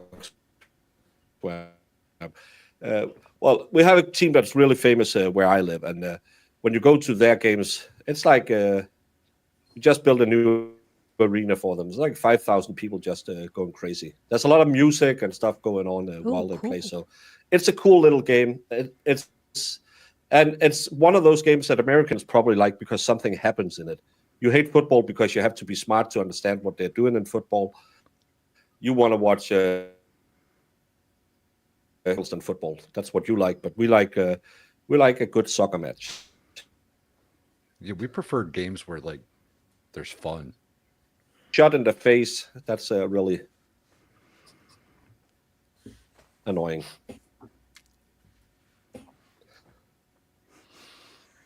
Yeah, my internet is crapping all of a sudden. Well, we've been going for 5 hours, so. Dang, we have. Just waiting for everything to catch up because now I lost connection on that one. No, I don't want to insert commercials. I don't think we're back. Cool. Get out and get them. Right? You can't just leave them there. Is that right? Unless you would find the body there and it would have to be moved. Okay. And we know this in this case it was moved. So if you've driven 2 minutes in the Flint Lake Apartments area, you've had to get out and shoot somebody. You've had to get over there, right, and move the body. Sir, and then you have to put that into a vehicle, and then you got to drive back out. Is that right, sir? Yeah, based on the assumption of what you're going with here, yes. Okay, you agree with that? And you would agree with me that that is a ridiculously tight time frame. No, sir, not particularly. It's pretty easy to fire multiple shots from a weapon. And we're past 6 hours. Okay. Very rapidly. Okay. And do that with nobody hearing it. And this was at 10 o'clock at night, right? Yes, sir. Okay, so this murder is taking place at 10 o'clock at night in a densely populated area. Is that what you're telling me? Yes, sir. Okay. And nobody saw it, and nobody heard it. Is that right? There were no reports of any shots being fired, no, sir. But that's not uncommon. Okay. But you'd agree it's less common in a densely populated area? You have the potential for more people to hear it, yes. Okay. Nice. And, you know, gunshots are typically loud. We did paintball for my bachelor's party as well. And we were out in a wooded area, and my dad and her dad was with us. And at some point, me and my dad was laying on a hill looking into a clearing, and her dad was just standing there. My dad, he was just, boom. And he was just like, oh. And he's just stood there. You have to put your hand up and say, I'm hit. So my dad just unloaded. He didn't like that fucker. So he just unloaded on him and said, why you're not shooting? Well, both of us just unloaded on this stupid guy. That was fun. And he was just like, oh, well, that's what happens. Oh, that's. Gunshots are typically loud. I can say that I have investigated cases where individuals have actually committed suicide inside their own home and someone else sleeping in the other end of the home not hear it. Well, I didn't get married to my father-in-law. I just want to make sure, because you know, just like I do, like the decibel levels over 100 for any 22. I wasn't at exact decibel levels. They're significantly quieter than most other handgun calibers. Okay. So we sit here today, in all of your years of investigating, you can't tell the jury that 5 gunshots is loud. Well, 5 gunshots indeed would be loud. Okay. And I just want to make sure it's clear, we're sitting here today, you're telling me you think it was physically possible, based on what you've provided, for her to enter Flint Lake, enter Arrowhead, commit a murder, get a body into a van, and leave. In a 6-minute time frame, yes, that's entirely possible. Did you, on your phone records, take a peek at Greg Rice's? I'm sorry. Did you do any looking into Greg Rice's phone records? I did get briefed on some of Mr. Rice's phone records. Okay. And I think y'all even may have done an actual timeline. I believe they did do a timeline on Mr. Rice's records as well. Okay. And you would agree with me on the timeline that y'all created as part of your investigation. It has Greg Rice's phone leaving his apartment at 10:05. Objection, Your Honor. Sergeant Jones has testified that he never saw the timeline. He said one was created, but he did not see it. I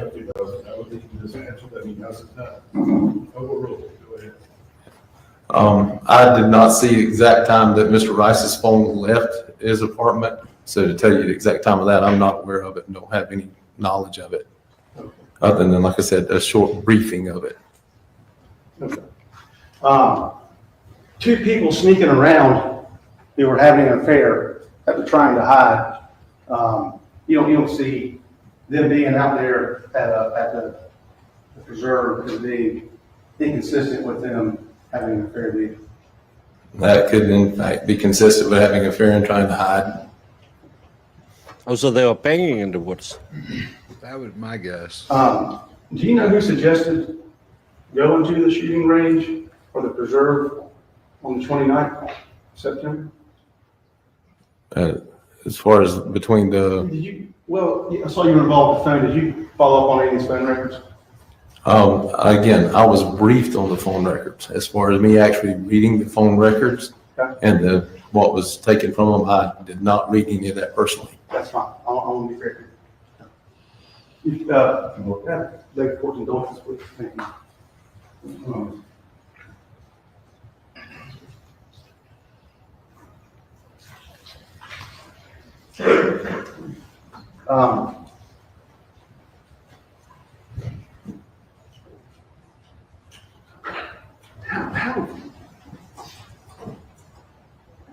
What would you, in our tight time frame here, you would agree with me that at least in that 6-minute time period, if we're trying to accomplish something in a quick period of time, that there might need to be some effort to clean up what's left behind. Do you agree with that? Objection calls for speculation. Okay. No, I can ask you a different, Your Honor. Someone was shot, according to y'all, 5 times in the Flint Lake apartment area. If there was blood from that shooting, y'all would know by now, wouldn't you? You would assume that we would probably try to find some type of blood there, depending on the caliber and whether the subject was bleeding internally or externally. Okay. And you would agree that y'all had plenty of time to identify any blood out there? Yeah, if there was a potential for finding blood, I would think we would have found it if there was any there. Okay. Do you know if there was, you keep saying potential, I just want to make sure I'm not missing something. Is there no potential for it? Yes, there is potential. There's also the potential for it not to be there. Okay. That's why I say potential, because nothing is an exact. Okay. Thank you very much for your time, sir. Yes, sir. Thank you, Your Honor. Counsel kept asking you, well, no one heard the shots. In your mind, is there a difference between someone hearing the shots and reporting that they heard the shots? Yes, ma'am. I can say personally that I live in a rural area of the county. I hear shots all the time. I obviously don't call the police for it. Again, there's a huge difference in someone hearing it and someone reporting it. You talked a little bit about, and I don't know decibel levels or anything like that, but in your experience, is a .22 a gun that would be quieter or louder than, say, a .357? 22 would be much quieter than a .357, 9mm, or 38 or anything else of a larger caliber. 22 is Counsel about asked you if 2 people sneaking around, having an affair, going to the preserve would be consistent with them having an affair. Would it also be consistent, perhaps, with 2 people going there for target practice? It is entirely possible to be going into preserve to target practice. Counsel also asked you about finding blood in the Arrowhead community. Would the passage of more than 4 years from the date of the murder until knowledge of where the crime scene is affect your ability to find blood? One good rain shower would affect that. So 4 years would certainly affect it. Quite a bit. Nothing further, Your Honor. I would ask that Sergeant Jones be released from his subpoena. Any objection? That's right, Your Honor. All right, you may step down. You're free to go. The jury is on, well, not the jury, the court is on lunch from 1:30 to 2:30. Remember, Bev said Friday that they can work through lunch, but they can't return a verdict during lunch or ask questions. So we don't know if the jury is working or not. We just know that the court is on lunch from 1 to 2:30. 1:30 to 2:30 is what I meant.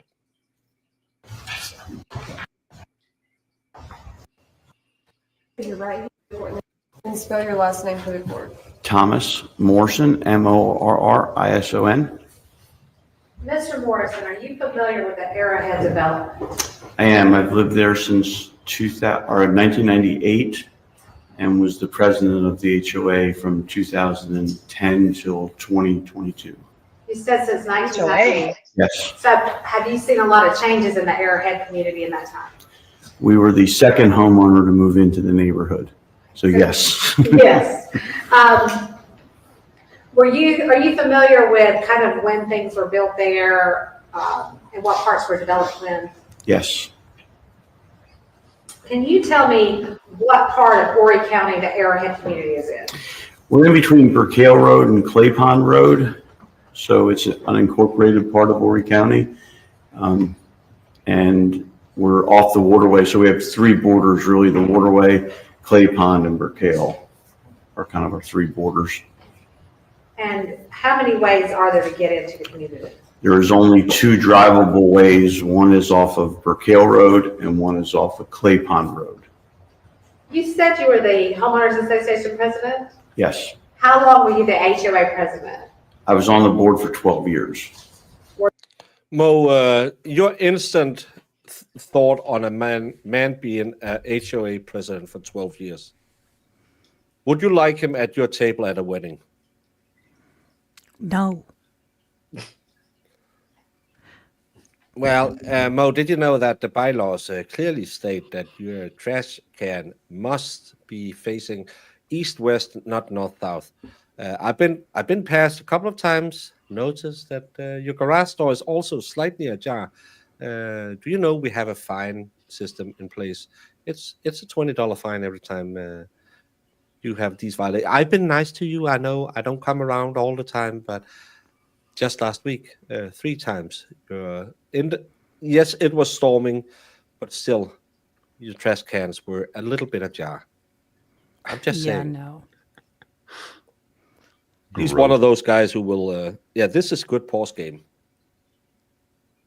I'm not going to draw on this picture.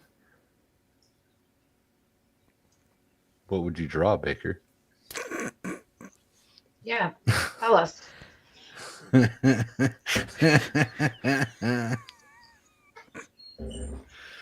don't know. Oh, shit. Were you on the board as president back in October 2020? What were some of your duties and responsibilities back as the HOA president in 2020? Overall, the maintenance, repairs, replacements of what goes on in the community. And at that period of time, I actually spearheaded putting the security camera systems in for the community. Where were those security cameras located? At the entrances and exits of Burkale and Clay Pond. Okay. What about license plate readers? They were put in at the same time. And were those license plate readers located in those same 2 areas? Yes. Were you contacted by the Horry County Police Department back in October of 2020 and asked about the security cameras? I was. What were you asked to look for? I was asked to look for a silver Odyssey van at the time. And then I was in North Carolina working that day. So I was able to pull that footage up remotely because you could do it through the camera system. And when I told them I had that, then they asked for a bigger period of time and we provided the images. Do you remember what that time period was? As far as date or? The date and the length of the time period. The original time period was 4 hours they were looking for. And then when I called them back and said, yes, we had the vehicle that they were looking for, they asked for a 24-hour time period. And were you able to review that footage? I was. Did you see the Honda Odyssey van the police asked you to look for? Yes. Do you know whether Horry County PD was aware of the license plate readers at that point? Not on the first call, the first day. On the second call, on the next morning, we were able to tell them we could provide the license plate reader information. Okay. And did the Horry County Police provide you with license tag numbers to look for? They did. Were you able to find those license tag numbers? We were. And what did you do then? Those were given to the Horry County Police I think it was Ken Marcus, Detective Ken Marcus. Okay.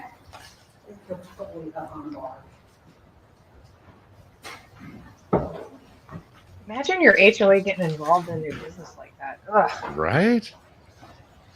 Like checking license plates. I mean, this man had his woman cheat on him. That is why he's got all the license plate reader. He's like, how did our Amazon rider or deliverer not change? I'm going to show you what's been previously marked and admitted into evidence. The state's number 10 and 11. Can you have a look at those? Yep. Are those copies of the images you provided to the Horry County Police Department? They are. And did those show the license plate number you were asked to look for? Yes. You want me to read that or? Yeah, you can read it. It was RWN 362 and RWN 362. This man just wants to be a narc. He's like, I have more evidence. I also have a drone and I take footage and FLIR. How many of the The Clay Pond entrance or the Boca? How many of the cops you think in the process had to listen to this guy talk about how he almost joined the police force? Like every one of them, guaranteed. Every single one of them. I was almost a cop, but I couldn't pass the blah, blah, blah test because of my bad knee. Oh my God, Paul Blart. I did this. It was almost like an ROC course back in high school, and well, I was also trying out for the varsity team, but I got this hangnail that really messed up my 40, so I couldn't make it. And the ROC training, well, I just don't handle people yelling at me well. So other than that, I would probably have been a Marsok. I was gonna, but I can't.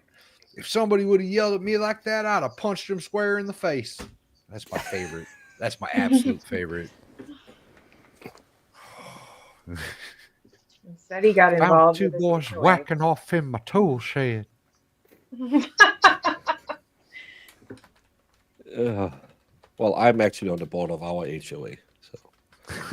So self snitch. You weren't running things. No, and my neighbor was the one. You're reluctantly going to meetings and hating every second. Oh my gosh.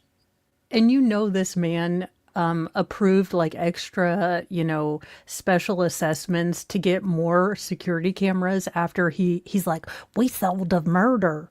We solved it. So we need more cameras. I say it all the time. More security is better for all of us. Yeah, but John, you lived here since '83. And this is the only time we ever used it. Yeah, but imagine all these unsolved crimes we had because you didn't listen to me.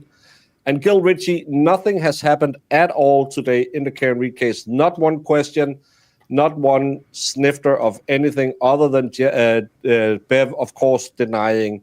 But I still found a confusing verdict slip, but they tried. Well, my trash cans are right outside of that wall, and we built a little area for them to stand on, and they can't. We don't move them. The collection company comes and picks them up, so I don't. They'll put them back as well. Well, I didn't move, so I'm at the same room I've been in. I'm still. I need to get over this effing cold I got in America, and then I have to look into what I can do about moving. It makes me appreciate living in the middle of nowhere. Nobody telling me what to do. Oh, I'd be in trouble all the time. I never mow my lawn on time. Yeah, and there's always one Karen. Oh,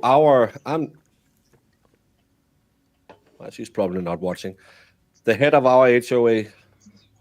That's why I don't want to be in the HOA, because everything you say when you say, hey, I was thinking we do monthly meetings and all we have is what happened since the last time you paid 2 bills and you talked to someone about looking at our furnaces.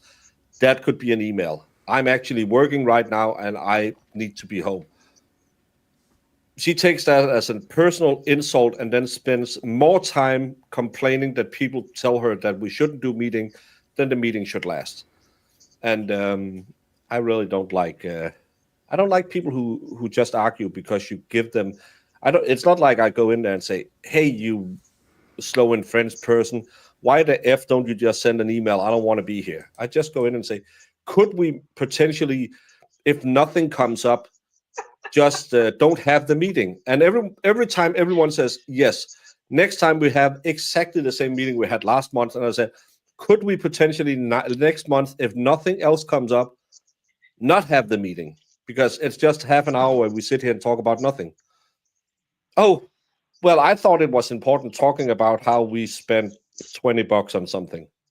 Yeah, I didn't. And I'm the money guy. What Baker meant to say, the code he brought to America. Treasury? I'm the treasury, yeah. Well, I am, and I've been it for 3 months now. I still don't have a computer with access to the accounting system. I'm supposed to have access to the bank accounts. Still haven't gotten that, and we're supposed to have a meeting with the accountant. Still haven't done that. It'll probably happen soon. Yeah, sure. I wondered about that form, saw something about it last time. Sure hope that at some point on the jury that can figure it out. How Bev all gets away with that. Well, Bev can do what she will. She's the judge. You should think she'd be a lot more careful this time around with all the chaos that happened last time. But yeah. You know, she wants Hey, to do what she wants to do. Baker, I needed inside information on a case in Denmark TV2 documentary. Dens ofte Svane. Is anyone in the police held accountable? Oh, you're talking about Den Sorte Svane, the black swan. Right now, there's a lot of things going on about that. This is a case where a lot of money laundering was going on, and there was a lot of fake companies that they were doing like these. I don't know what you would call them, like invoice mills. You know, where they have shell companies sending invoices to each other to wash money from illegal gains. There was a lot of Eastern European criminals involved in it. And apparently the police did some really shady stuff, and then they said, well, they didn't do some shady stuff. Then they came back and did another one, and they had a mole. The police had a mole, and that mole just got swept up and got taken down for... Well, she got charged with... what was it? Embezzlement or something like that. And now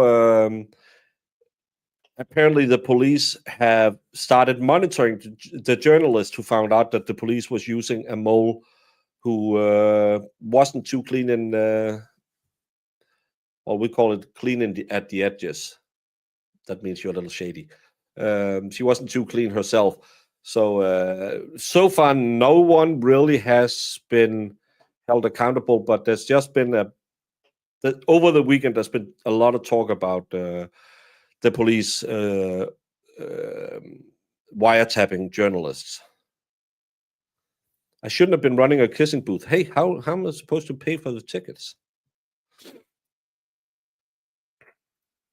Yeah, and the police instructed her to lie in interrogation, and it's not a good case for the police. But so far, no politicians have wanted to talk about it, and the police is shut up. So it was a big thing when it came out the first time because we have this high trust society, and now we know that she lied as instructed by the police, and they surveilled the journalist who looked into the case. So it's not only in Canton, y'all.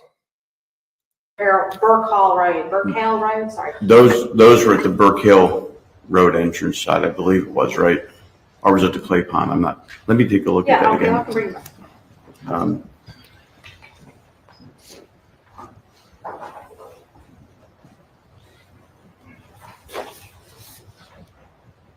Nope, I'm sorry. These are on the Clay Pond exercise. Thank you. Sorry, I took them away too fast. Of course, the melted soup.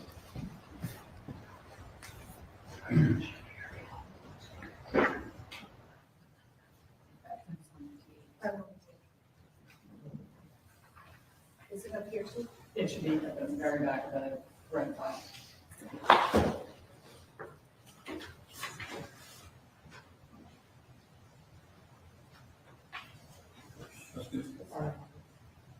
Oh, it's not. Well, I'm going to approach and show you what's been marked as State's Exhibit 158. Can you look at this image and tell me what that depicts? Depicts the villages of Arrowhead along with the Burkale Road and the Clay Pond Road. Well, the ones I showed this morning was the ones that Marissa or Jemima found that was attached. So I think the ones you saw is the newer ones that we weren't shown this morning. And then it shows the Flint Lake Apartments and 8 acres and kind of goes across where the road would go over George Grissom to go over to the airport area. I can show it to people. These are more clear than the ones. So crime charge, murder in the second degree, not guilty, guilty. And then crime charge, not guilty, guilty. If you find the defendant guilty and above, stop. If not guilty, continue. And these are more readable, but I still think it's confusing with all of this, mixing all of this together. I would like it even more. But finally, we have a not guilty, guilty next to each other. So I like these better than the ones we read this morning. It was the same thing, but without the boxes to check. But I still think it's confusing with all of this. But I hate lesser included. It's an out. A dude in Horry County, his house was not in the HOA. They sent him a letter telling him to remove his flag. He then proceeded to do every single thing the HOA said you can't do. It was damn funny. I would do that as well. Me too. No, they didn't change it. This was the proposed jury slip for from the defense this morning, and of course Bev denied it. You testified that you're familiar with kind of how things got developed there. Can you look at that picture and tell approximately what time period it's from, based on what houses exist or don't exist? Yes, the houses on the 8-acre section next to Flint Lake were being built in 2020. Okay. So that picture, there's no homes in that picture being shown. So that was prior to anything being built on there. So that would have been early part of 2020. Okay. Yeah, this time the state seeks to introduce Exhibit 158 of evidence. Any objection? No objection. State's Exhibit 158 and did it in the objection. Your Honor, may I have the witness step down to kind of point out some things on the... As long as it's by the microphone, where the court can pick up the testimony. Okay, do you mind stepping down? No. Oh, Your Honor, we publish that to the jury. All Would you call that a graze or a grange? Stand over here. I think it's like a little olive green. It's a khaki olive so green. tell the jury what we're kind of looking at here. Okay, so this would be the clay pond. This is where the pictures were provided. Over here, this other loop around would be, this is Burkale Road. So there's this way in and out, and there's that way in and out. That's the only drivable roads. All of this in the middle here is the villages of Arrowhead. Okay. And can you show me where Flint Lake Apartments are located? Flint Lake Apartments are this pod right here and that pod right there. Okay. And then this area here, what is this? We always refer to that as the 8 acres, because it's an 8-acre parcel. And that was purchased and then was being developed at that time. Okay, that's back in 2020. Yes. What about some of these areas here? These are all wooded areas. As you can see back here, there's a little bit commercial, but this was all kind of wooded area back in those regions. As is over here, there's a bunch of wooded area off of Burkale, and there's some ponds down there that Horry County Police gets to come out too often because kids like to play and mess around back there. What about this? What is this? That's the Intercoastal Waterway.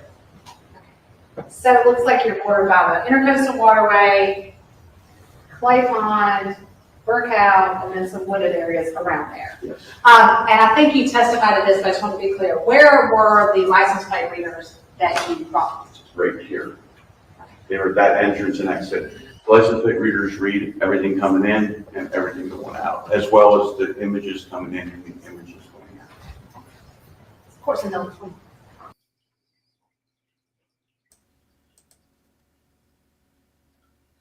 Just leaving this up there.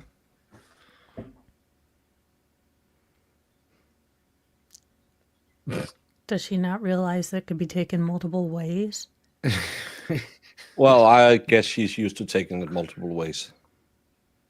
Bad baker. Giggity. Bad Ew, baker. I don't want to think about doinking his mom. Ew.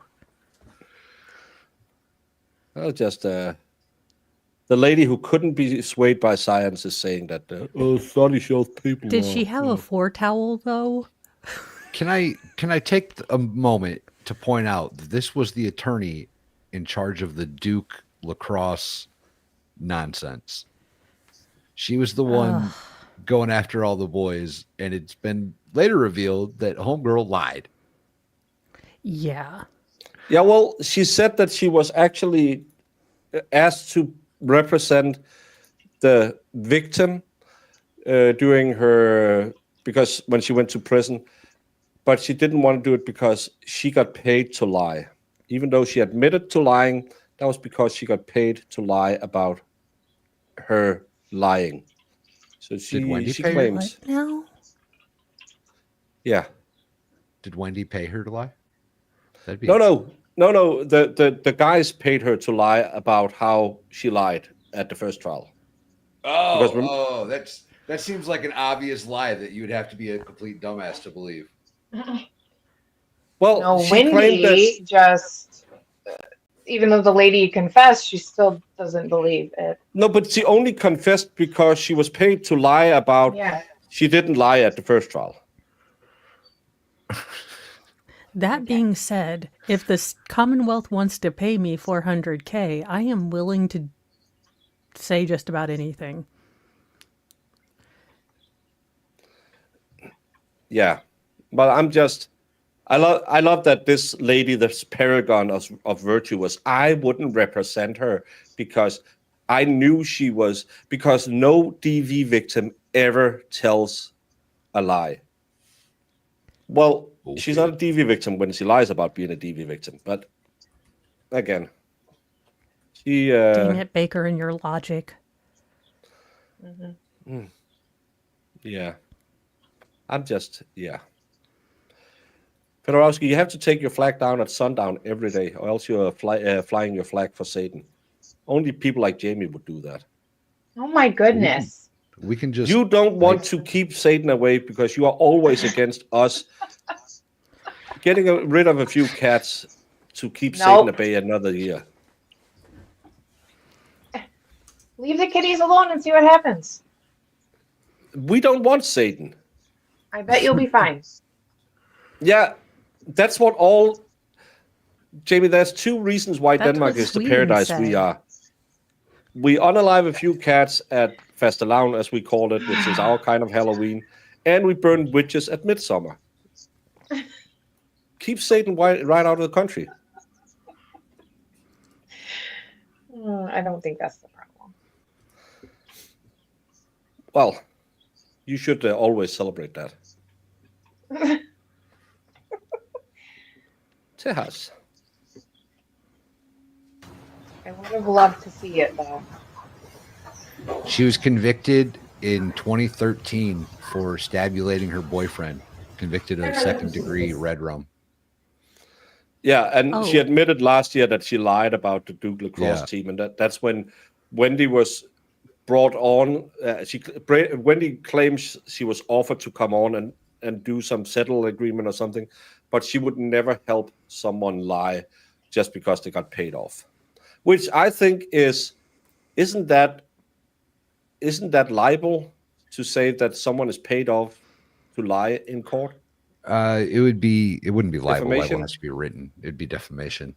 But Defamation. this woman's spending the rest of her life in prison, so good luck with that lawsuit. Yeah. Yeah. Isn't she also the lawyer that said the Fifth Amendment was only for guilty people? Yeah, if you plead the fifth, you're guilty. Yeah, yeah, same woman. That's actually what she said at one point, that Karen Reed asserted her Fifth Amendment right at the beginning of the trial. That means she's guilty. Karen Reed never ever asserted her Fifth Amendment rights. Karen It Reed was just regarding chose not Turtle to Boy. talk. It was after Turtle Boy did it. Yeah, after Turtle Boy said he would invoke his Fifth Amendment right if he was called to the stand, she came out and said only people who are guilty pled the Fifth, and Karen Reed had pled that. Karen Reed never pled the Fifth. She just chose not to talk, and you are perfectly fine to do that. Isn't Midsummer next week? She may potentially be getting out of prison soon. The 23rd of June is Midsummer. So yeah, that's next Yeah, Monday. I don't think she actually offed her boyfriend. I think she just stabbed him. No. This was two different things. In February 2010, she was charged with the attempted red room of her then live-in partner, Milton Walker, but was convicted of contributing to the delinquency of a minor, injury to personnel property, and resisting a public officer. In November of 2013, she was found guilty of second-degree red rum after she stabbed her boyfriend, Reginald Day, who died 10 days after. She argued that she acted in self-defense, saying that she feared Day would end her. She was sentenced to 14 to 18 years in prison, according to Wikipedia. Yikes. Well, she's had a good run. I like that her Wikipedia page, her occupation is still listed as stripper. That makes me happy. Gotta get those cheese slices. That makes me happy. Have a seat and answer, Mr. Any questions, Mr. Goodman? Okay.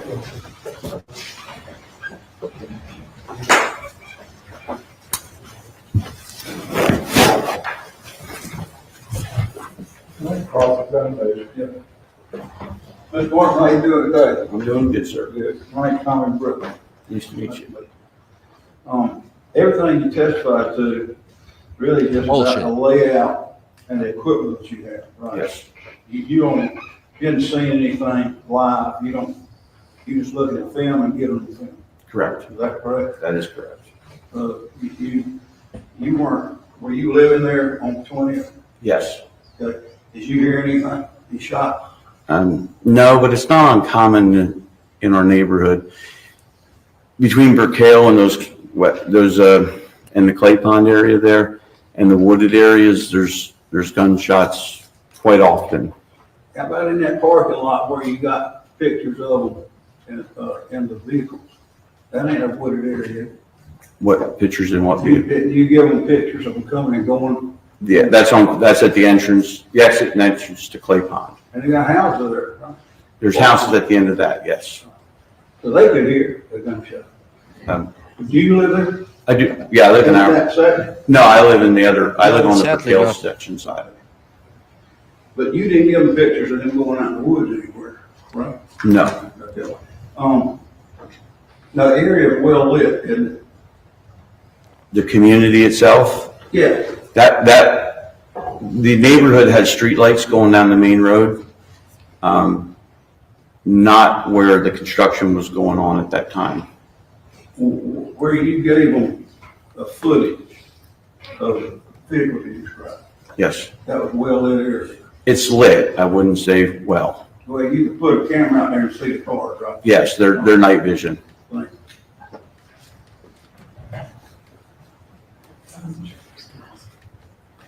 But they're not as cool as Goat Cam. Briefly, I believe the defense counsel asked you about hearing gunshots. Yes. Your response was you hear them frequently. We do hear gunshots in there frequently, and some people mistake. Between being Burkale and Clay Pond and the wooded areas on both sections, there's a lot of people, as probably most of us in Horry County, you hear shots. But also at the time, the airport uses some shot frequencies to scare off predators. So you would hear them quite often because the airport from that area is only, I guess, a mile or a mile and a half as the crow flies. So we do hear it. I mean, and I'll just use myself as an example. Just a few weeks ago, I shot a copperhead in my backyard. Did police show up at your house after you shot the copperhead? They didn't, fortunately. But it was with 22 birdshot. But so it's not an uncommon thing. As the HOA president, We never really received calls on gunshots, What but did we he would just say? receive, He took care He of shot a a copperhead rattlesnake? with a Yeah, he said 22 bird shot. yeah. I'm not sure. Hey, I come from Denmark. We don't have pew-pews, but I'm pretty sure birdshot is from a shotgun and a 22 is the caliber in a rifle or gun. Maybe he was dual fisting. And I learned from being at the range with Valhalla, always dual fist. No comment. No comment.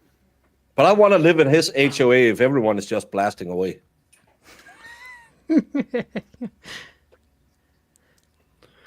Sounds like a cool place.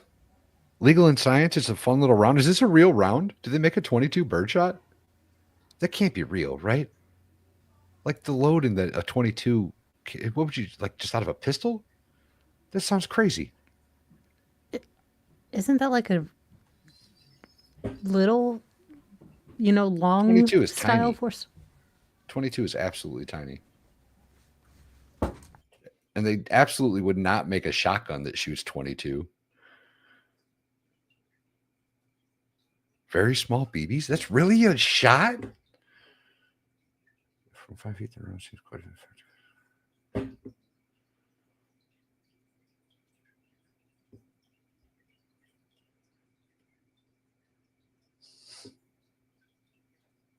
Huh. It is a It's shot. for squirrels. I think it's probably for snakes more than anything. At 3 feet, the devastation is obvious, absolutely 100% effective against snakes at 3 feet. I just want the boomstick. I think I could be deadly against snakes with that one. Oh, the boomsticks. We received complaints like at a board meeting, why are we hearing gunshots or why do we hear the noise? And, we are. What did you do about it if you got those complaints? We would just discuss, what our findings have been through the years, and I was there long enough to be able to know, they're usually coming from one of those other areas or somebody shooting off fireworks that people think might be a gunshot. So I'm just to be clear, when you say people complain, did they call you at home and tell you they were hearing gunshots? No, it would be at like a board meeting or an issue like that. Do you mind if stepping off again? I just want to clarify something about the lighting that was Okay. discussed. Thank you. We put up 158, please. Okay, before we do that, let's talk about, you were just saying, you've got some wooded areas, you said were there gunshots that you heard in those areas? Yeah, see all this wooded area here? Mm-hmm. That was all undeveloped. In fact, that the guy who owned that hunted and shot there quite often. Okay. So that was that area. And then over here off of Flint Lake, was wooded area and there's a pond area down here that we call Crystal Lake. And it's an Army Corps pond that they put along the waterways. There's always people back there shooting and messing around. So I want to live in this age. that's why it's not uncommon in the community to do that. So that happens all the time. It does. Okay. So we pointed out this area, I think you call it the 8 acres. Yes. That was being developed in 2020. Am I correct on that? Okay. Is this area well lit? It was not lit at all at that moment.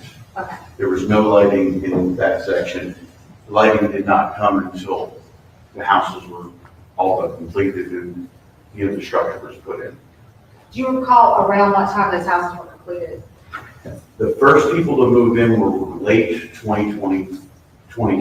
Okay. And early going into 2021, and the last house right on the corner here was not completed until 2024. Okay. So it's being developed. Yes, I think it's 23 homes total that were built in that area. No further questions? Oh, wait, sorry, just re-answering. You had said about the lighting. Oh, the vid tells us about the lighting up here where the cars enter. Yes. So what was the lighting like there? We have a street light in the middle of this here. There's only one, I believe, from this stretch here to that stretch there. Okay. There's one street light. But the card readers and so forth are infrared.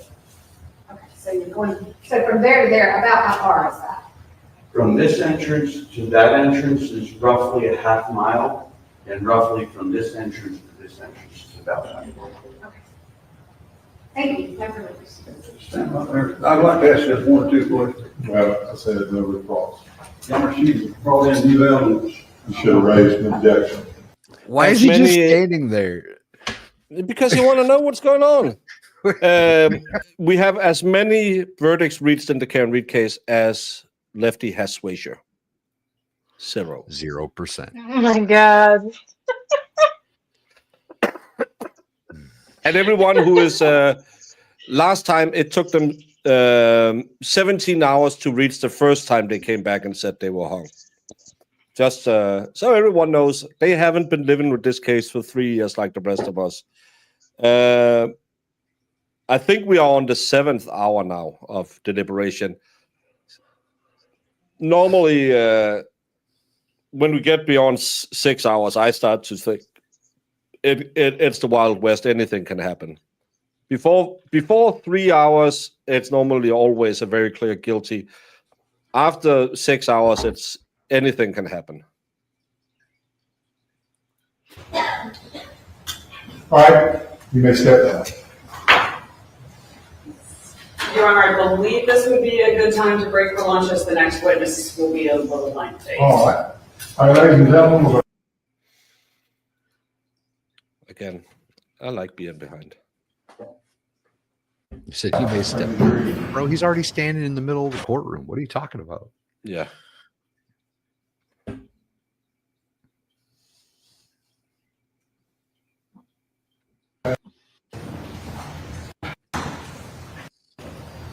Please raise your right hand and place your left hand on the Bible.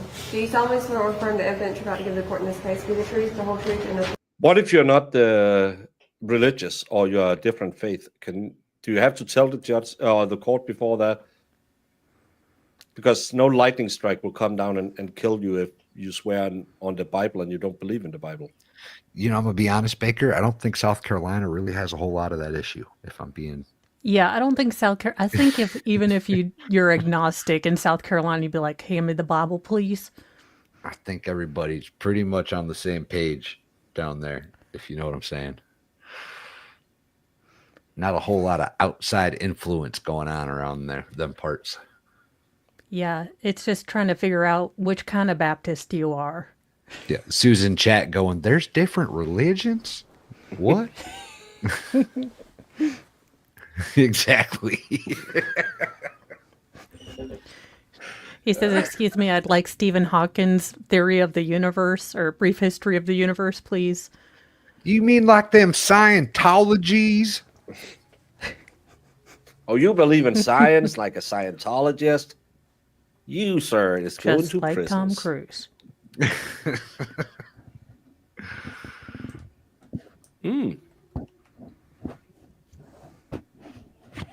Sue has just had her mind blown. Different religions. There's snake wrangling and non-snake wrangling Baptist. That's it. Do I know what your country was based upon? Getting away from the British because they were not strict enough. I do. Thank you. That wasn't it. That wasn't it. That was it. The reason why the people who founded your country, who landed on Plymouth Rock, left England because England was way too liberal. They wanted a more strict religious place to live. So you are the original. That's not exactly how that went.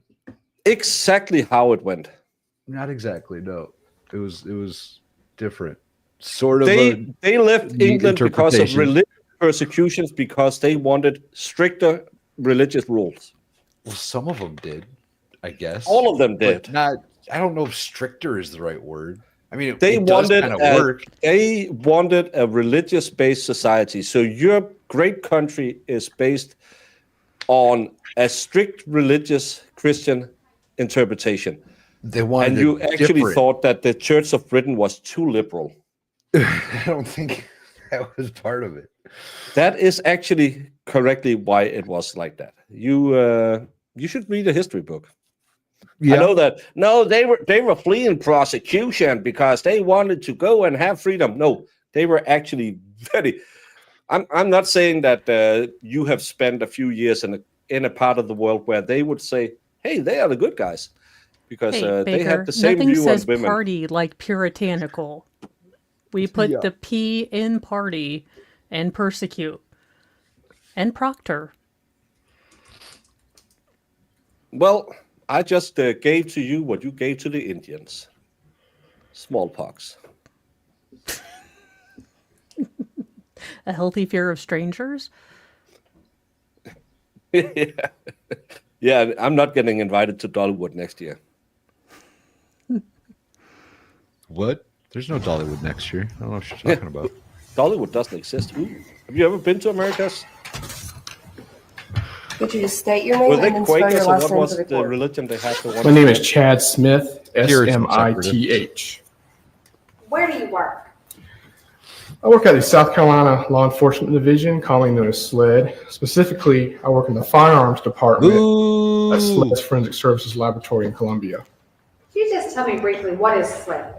SLED is an assisting agency for state agencies that require additional manpower. We also operate a full-service forensics laboratory, so agencies throughout the state bring us evidence to be analyzed and examined, mostly for court purposes. He looks like if you're making a character in a video game and This you just is hit the over randomize 17 button years. and nothing seems to match. That's what he looks like. I'm a firearms examiner, which is a forensic It's a scientist potato head that position. got wonky in the sun.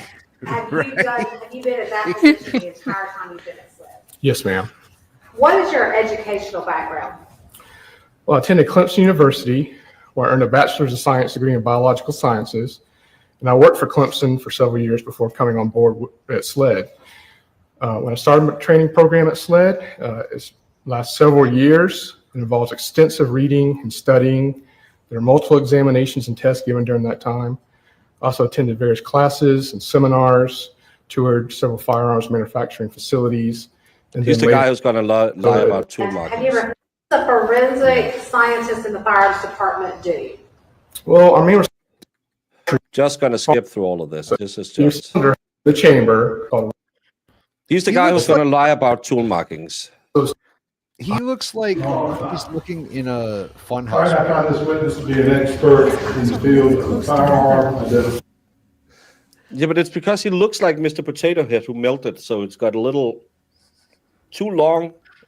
Kind of like Jed McCabe, who has that horse-like face. He's just fat. Looks All like a I'm Mr. Potato Head owned by the kid that just learned how a magnifying glass burns ants. Like that guy. Yeah. The one, you mean the kid that left his Mr. Potato Head in the backseat of the car and it got melted? There you go. There you go. What's up, traveling fools? How you doing, buddy? Ridiculous. Sue, you hate everyone who's not a gamecock. That checks out. As hobbits? He does have hairy feet, by the way. I don't have hairy feet. It's kind of bizarre. He doesn't have hair anywhere else on his body, just the tops of his feet. It's strange. This is a wig.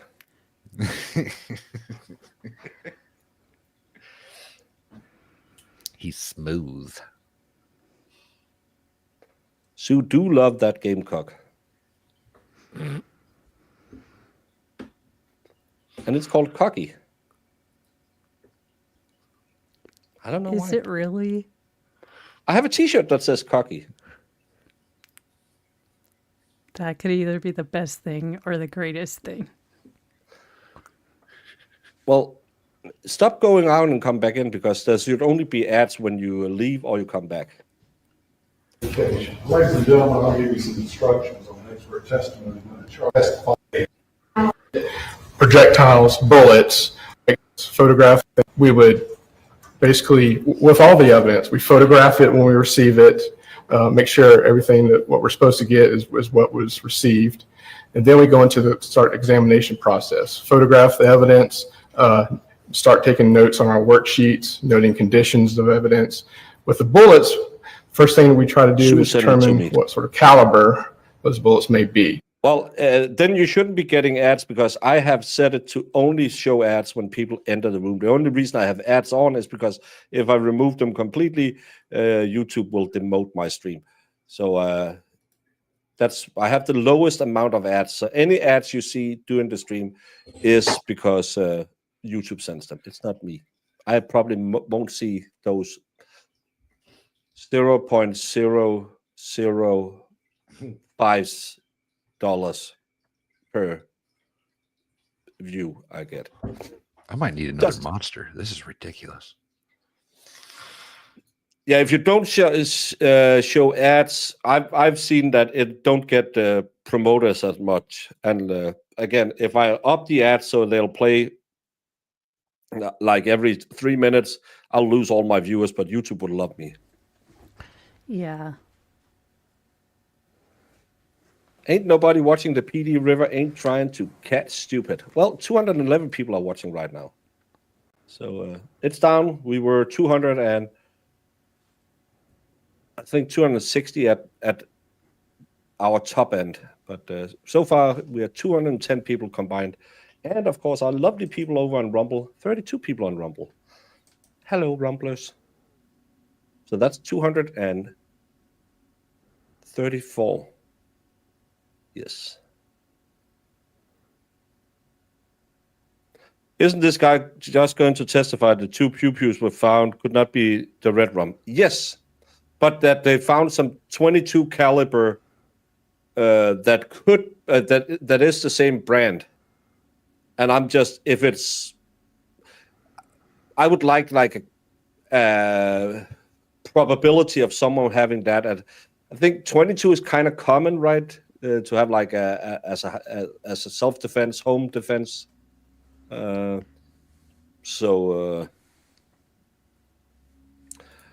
I have them to run when I begin, and then I have to insert. Maybe I have the same as you. I have the insert when I want. Hello. But again, let's say it's Remington 22. How many Remington 22 were sold in South Carolina the last 5 years? Or let's say it's, I don't know, what's a common brand? 22 is just 22s, yeah. Well, for a lady, so it doesn't jump on her, I think it would be a pretty good one. 22 long rifle is the most common round. Yeah. Put all the ads in. Well, Brandon, if you want it, I can give you ads. Look, you got some ads. Now my reach will just explode. Sorry for the ads. Winchester, CCI, Norma. Yeah. Well, no, you're premium, so yeah, you can just, you don't care. We can annoy Valhalla a lot because he's not premium, even though we have paid for it 3 times. That's basically determined by mostly measuring the diameter of the bullet, if it's in good enough shape, weighing the bullet, and basically it's just overall characteristics come into play to try to help determine what caliber it may be. With cartridge cases, it's basically the same thing. But the calibers would be listed on the cartridge case most of the time. If you have a firearm, then we test fire the firearm, make sure it's functioning correctly. Then we can compare test samples from when we test fire it to evidence cartridge cases or evidence bullets, and that's how we make our determinations. What kind of equipment do you use to perform that examination? Comparison microscope it would be what each examiner uses. Okay. What types of conclusions are you able to draw? So we have 4 basic types of conclusions. We have a positive, which means that it's basically a match. If you have a cartridge case or a bullet, it was fired by that particular firearm. We have a negative, which would mean it was not fired by that particular firearm. Then we have unsuitable, which means that basically the evidence itself, the cartridge case or bullet is too damaged or there's not enough markings on it suitable for identification. And then we have an inconclusive, which means it may be fired by the same firearm or potentially not fired by the same firearm. There's just not enough markings there to determine whether it was or not. Does SLED have a method of tracking the movement of items of evidence from submission until the items are returned to the submitting agency? Yes, ma'am. And does that document contain the name of all individuals who handle an item of evidence? Correct. Was such a chain kept in this case? Yes, ma'am.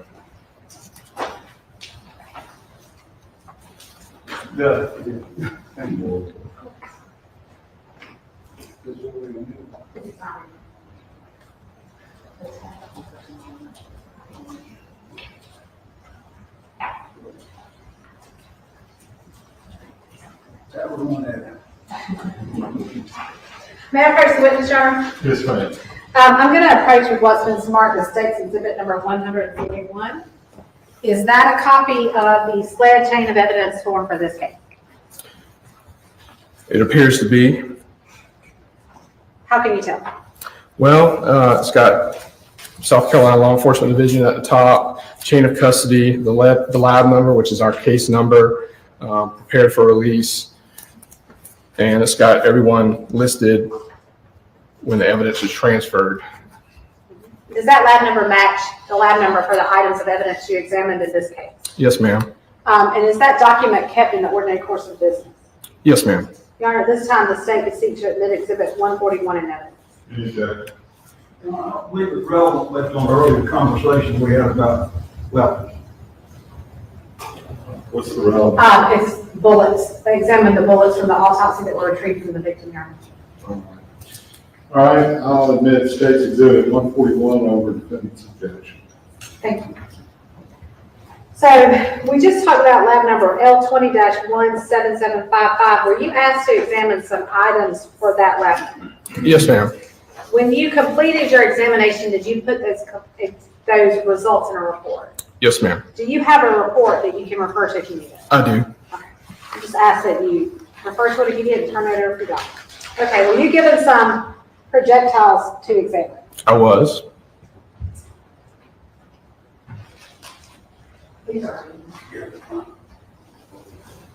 I'm approaching with what's been previously admitted into evidence of State's Exhibit number 139. Are those the items that you examined?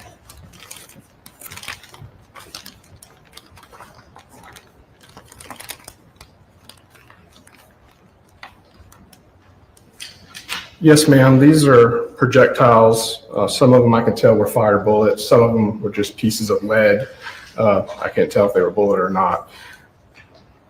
Can you tell that those are the ones you examined there? Yes, ma'am. They're in the same packaging as when I sealed it up. The original packaging, the items in there, and my seal date and initials. Okay. Now let's turn to the fired projectiles from the autopsy. So what, if anything, were you able to conclude about them? Let's start with SLED item 40. SLED item 40 is a piece of lead. Basically, again, I can't tell if it was part of a bullet or part of something else. Didn't have any marks of value on it. So it's unsuitable for identification with another item of evidence. That's basically all I could tell from that item. Did the submitting agency indicate where that item was taken from? It did. On the description of the item, it did have a location. What was that location? From victim's brain. Would a bullet fired through a human skull suffer damage? Yes, ma'am, it could. Whenever a bullet hits something, depending on what that object is, it could fragment, it could deform. It just depends on what it hits. Is SLED item 40 consistent with the damage that could occur if a bullet is fired through a human skull? Well, it could. Again, I can't tell if it's a bullet or not, but it would be consistent with. Let's look at items, SLED items 37, 38, 39, and 41. Are those the other 4 items you were asked to examine? Yes, ma'am. Those I could tell were fired bullets. There was enough material left on them that I could tell were actually fired bullets. Okay. Could you tell what caliber they were? Yes, ma'am. Based on their observable physical characteristics, again, construction, the weight, diameter, they are most consistent with being loaded into 22 long rifle caliber cartridges. Now, I'm a layperson. You said a long rifle. Does that mean that those cartridges could only be fired by a rifle? No, ma'am. Long rifle just denotes the designation or the name of that specific cartridge. Any firearm chambered for 22 long rifle can fire those cartridges. Were you able to tell whether those fired bullets were fired from the same gun? The results of those conclusions were inconclusive, basically due to damage and not enough markings, corresponding markings on those items. So it would be inconclusive. Can't tell if they were fired by the same gun or by more than one firearm. What? How do you fire from more than one? Yeah, I'm confused about that one. I'm not a pew pew person because of course they are legal in Denmark. But how do you pew pew them from more than one pew pew? What does this woman do? She had a lot of love. And she might have given some of it to her co-worker and then said, hey, my baby daddy is a little annoying. Let's use him for target practice. And somehow between an Emmy and a body mover, they could not have picked better places to crime. I mean, right in front of a trail cam, you know, basically in Howdy Doody's HOA. Yeah, where he just set up number plate readers, trail cams. Yeah. I think you misunderstood the question, Baker. Well, I just came back in and I heard him. So the could be fired from multiple. Oh, I understand now. Yeah. Okay. Oh. Thank you. Could have been two people pew-pewing a 22 at the same time. Not one bullet going through multiple pew-pews. I was a little you could be confused double about fisting. that. It could be double fisting. Could be. Okay. Did the submitting agency indicated where those items were taken from? They did. And can you just tell me just go through each one? Item 37 is listed as being from victim's chest. Item 38 listed as from victim's leg. 39 from victim's right pelvis. 41 from sacral area of victim. Okay. Now you said you couldn't tell if they were fired by the same gun, but based on the rifling you examined, were you able to generate a list of firearms that could have fired the bullets you examined? It's in my case file. We can generate a potential list of firearms that could have fired those bullets based on its characteristics. The list was extensive. It had a lot of makes and models on there. So I just included it in my case file and did not report it due to the length of that list. Okay.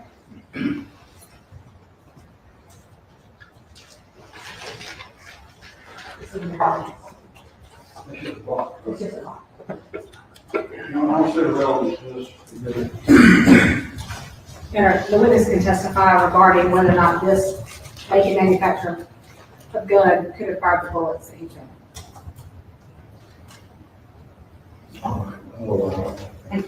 I'm approaching with what's been marked as State's Exhibit 67. Can you examine that box first?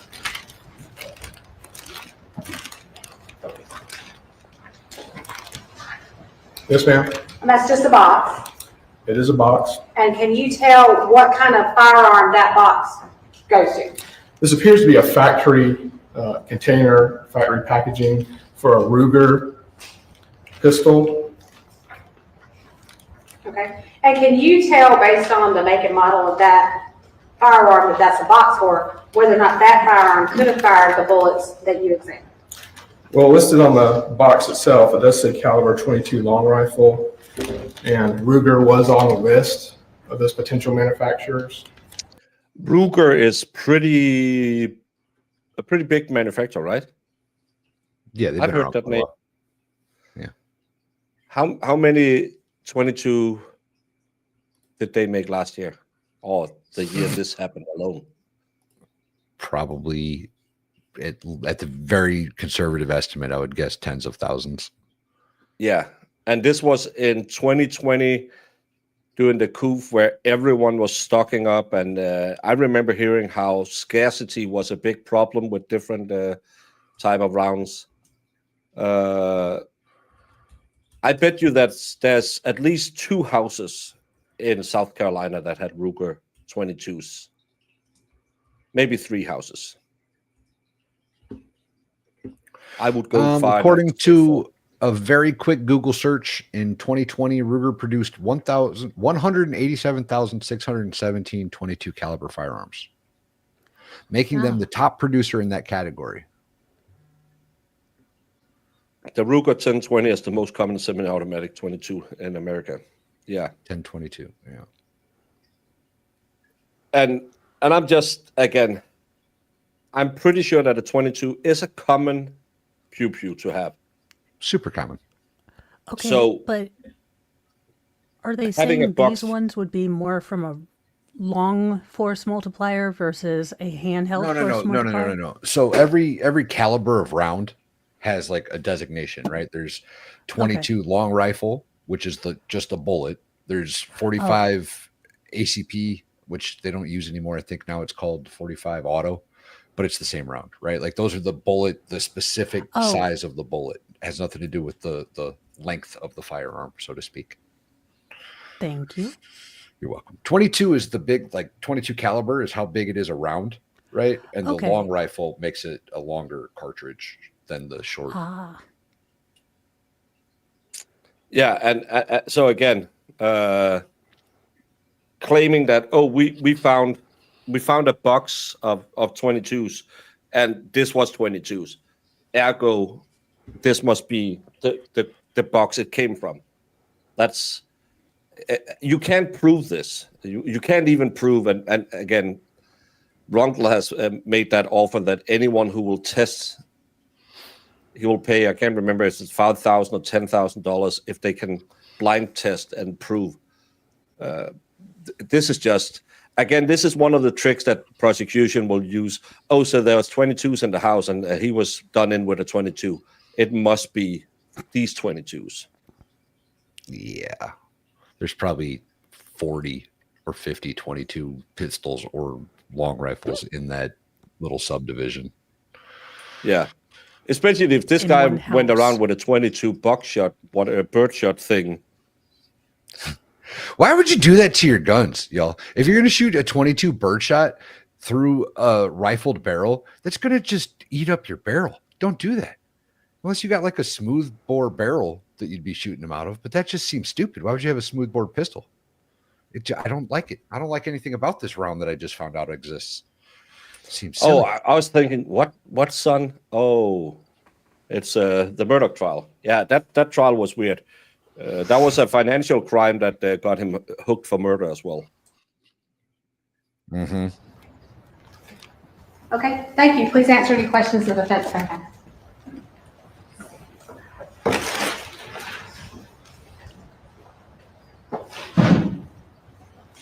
Good afternoon, sir. Good afternoon. Your job has you always testifying for the state, right? No, ma'am, or no, sir. Sometimes I testify, whoever needs my testimony, federal court, solicitor's office, defense, perhaps. And in this case, after using all your procedures, the microscopes, your training, you didn't determine any gun that was a murder weapon. Correct. We did not have the firearm that matched that firearm, or those fired our bullets. South Carolina atheist. South Carolina atheist. Sorry. Yep. I'm thinking we just talked about putting the hand on the Bible, and you're saying South Carolina atheist. I was, what the hell's he all about? I thought it was illegal to be an atheist in South Carolina, but it's not illegal. It's just you don't declare it. Yeah. You go to church, but you leave early. That's what you do if you're an atheist. Yeah. Skip the old handshake line. match that fire or those or bullets. All the stuff you did proved that those weapons weren't murder weapons. Objection, Your Honor. May we approve? May we, yeah. Oh God, in stereo. Yipes. Why are They got they mad. why are they throwing a fit? Because he said you proved the pew-pews you found weren't the ones used. And That's we know true. that. Why are they why are they objecting to it? Yeah. And you get last pick of dating your cousins. I thought that was Alabama. Yeah. I don't know. Well, I only know MG from Alabama and Shizzy. And yeah.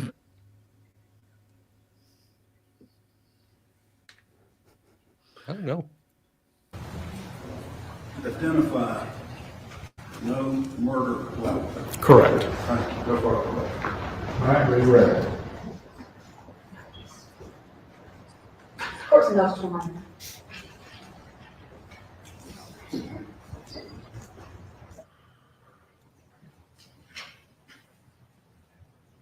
No, it's Mississippi. Zero is from this meeting, Your Honor. Any judge.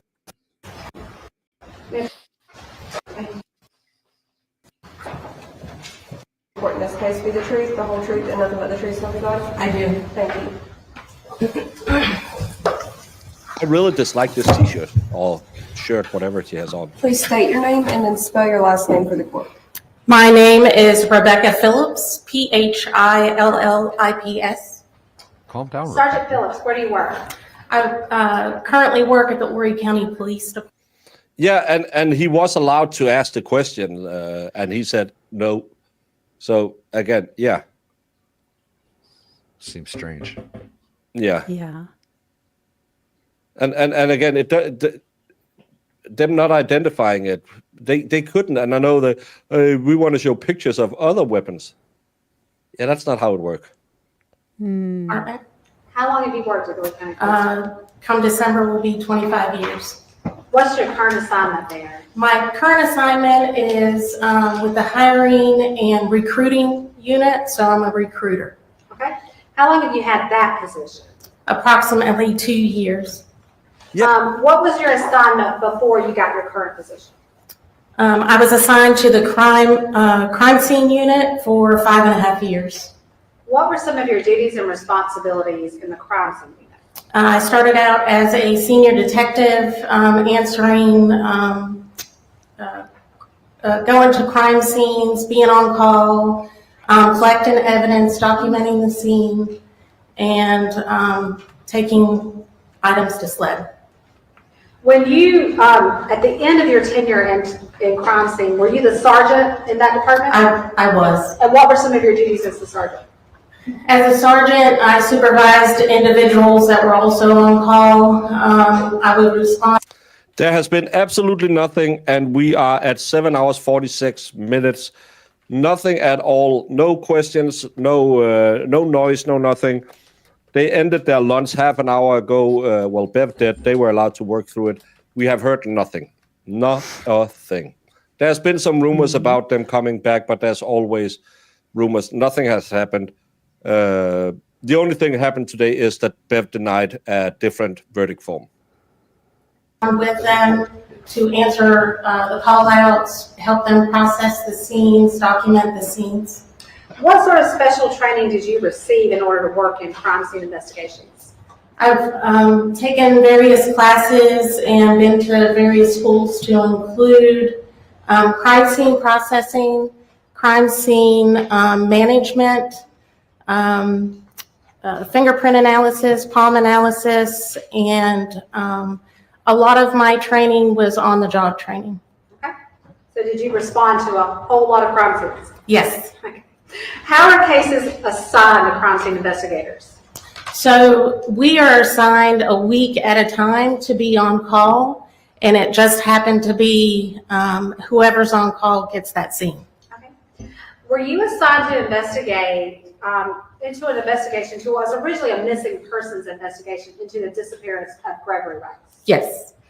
How did you get involved in that investigation? I was asked to respond and assist by Sergeant Heather Wilson, and we responded to the location with the case agent in order to assist. Okay, you said the location. What location did you respond to? Flint Lake Apartments, apartment D640. What was the significance of that location? That was the victim. That means that they are running around in their pew pew pew pew pew pew. That's finger blasting. Is when you make pew pews out of your fingers. Pew pew pew pew pew pew. Weird thing to do in a jury room, but again, the jury does what the jury likes to do. They're bored, so at least that's what I think. And you can be double finger blasting as well.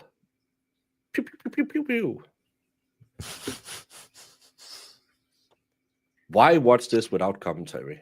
Greg Rice's apartment. Do you recall, and you may have said this, I missed it, approximately what date did you respond there? October 16th, 2020. At that time, was this still a missing persons investigation or a homicide investigation? It was still a missing persons. Okay. Is that apartment located in Myrtle Beach section of Horry County? It is. Did any other crime scene personnel respond with you that day? Yes. Heather Wilson and Stephen Daly. What about investigators? Did any investigators assist you that day? Detectives were Detective Susie, Skellett, Edwards, and Daly. Yeah. Okay. What information did you have prior to your search? That the victim had been missing, was reported missing. Last time they were seen was on October 2nd. Okay. Do you know if this was the first time that apartment was searched? It was searched by the detectives prior to us getting there at a previous date. Okay. It was not the first time. What specifically, what items were you told to look for? What were you looking for when you searched that apartment? Any items of evidentiary value that could give us an idea to see where, or to give us an idea where the victim would be. He was still missing. Okay. What about the condition of the apartment itself? Were you looking at that? Yes. And what did you note about that?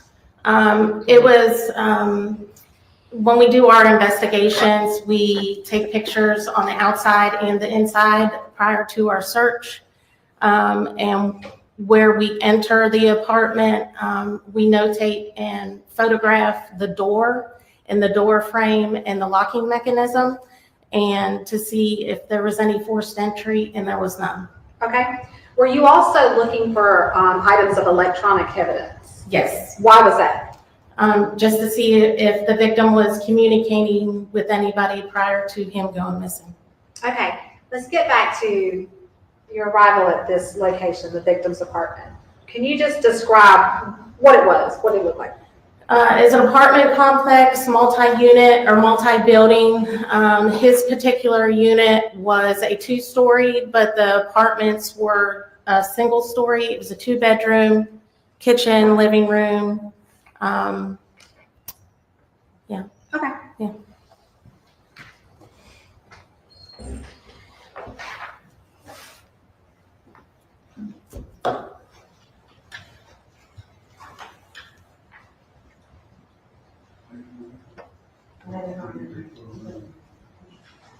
Location, Your Honor, for proper foundation.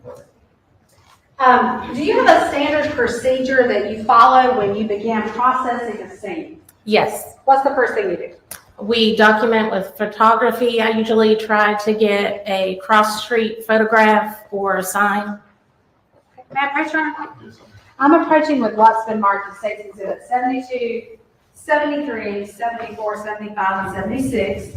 Will you look at these?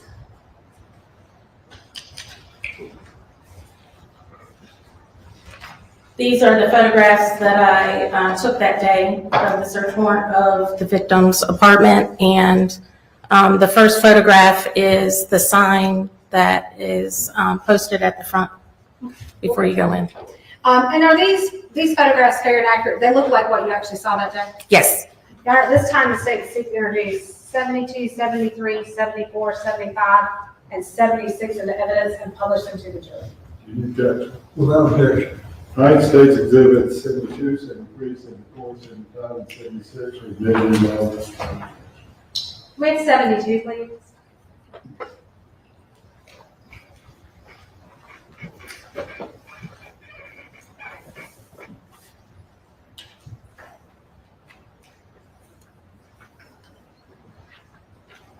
I like this prosecutor suit way better than the ones with the pockets yesterday.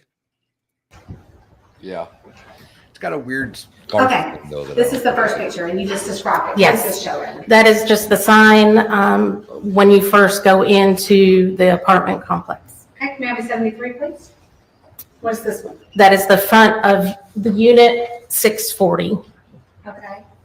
And the front porch is to the right. The victim's unit is the front porch on the right. So is that door you see there the victim's door, the door is unit? No. No.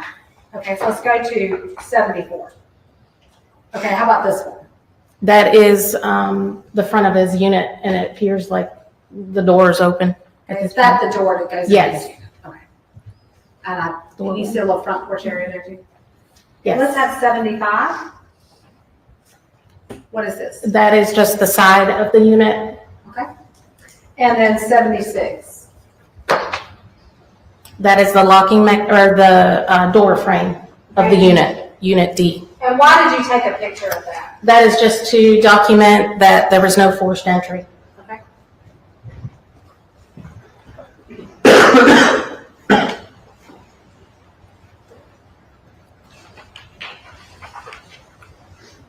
Okay, can you describe to me the interior of the apartment? The interior of the apartment, when you first walk in, is the living room area. You go to the right is the kitchen and the laundry room area. And you go straight in is where the master bedroom is in the back. And then there's another bedroom on the left and the bathrooms. What about the condition of the apartment? What did it look like? The apartment was cluttered, relatively clean. There was still trash in the trash can. Did you see any signs of drug use? I don't know what Mary Wood is. Is it a baseball player? Did you see any signs of a struggle that you could tell? No. While you were there, did you search the master? Yes, they can, because they took a blood test and back extrapolated her for being under the influence. It's still for the jury to find if that's reasonable, but they can do it. Bedroom. Yes. And again, the DUI charge was put in by her defense team. And what, if any, thing did you locate there? The master bedroom? I'm sorry. No. This, well, I can show her the evidence. Did you locate a number of items in the apartment that you see? Yes.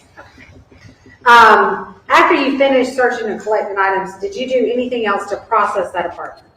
I did. So we use a chemical called LCV, Leucocrystal Violet. It's a chemical that when it reacts or sprayed on blood and blood fluid, it will turn purple. So that chemical attaches to the hemoglobin in the blood. Okay. And in That would be hematobin. Get it correct. this case, did you find a color change anywhere in Greg Rice's apartment? No. What did that mean to you? It meant and suggested that there was no crime of any altercation where bloodletting had occurred. Okay. Did you at that point have any reason to look for a crime scene beyond the bounds of the apartment or the immediate area outside? No. Do you recall when you learned the location of the crime scene where the murder occurred? December of 2024. And how long after the date you went out there was that? Approximately 4 years. Does the passage of more than 4 years affect whether or not you're able to process a crime scene? It does. The location, the number of years, from rain to other people to vehicles can all disturb a crime scene. Did you also execute or help execute a search warrant into a 2014 Honda Civic that belonged to Greg Rice? I did. When did you do that? October 19th? And did you seize anything from that car? No. Why was nothing seized? It did not appear that any altercation had occurred in the vehicle, and at that time, we did not believe the vehicle was involved. Okay. I'm going to direct your attention to October 23rd, 2010. Who's buried? Did you participate and execute a search warrant on Meagan Jackson's residence on that day? I did. Do I need to Google it? And at that time, was this a homicide investigation or a missing persons investigation? At that time, it was still a missing persons investigation. What was the address of that residence? Am I getting the timeline completely wrong? They didn't start looking after for him till after 4 years later. Looks that way. But didn't they find the body quite like a month later? They apparently found the body like 4 years before they figured out where the crime scene was. But that's what sounds to me like they had homeboy locked up and he finally was like, yup, we did it. Get me out of here. That's my guess, is he confessed to where the whole thing went down. Je suis un peu confused. Why can't I? And we are coming up on 8 hours of verdict watch now. 8 hours of verdict watch in 10 seconds. River 218. Is that? And did you collect anything relevant that day? We collected digital media just to see if there was anything that could give us an idea or an investigative lead to where the victim had gone.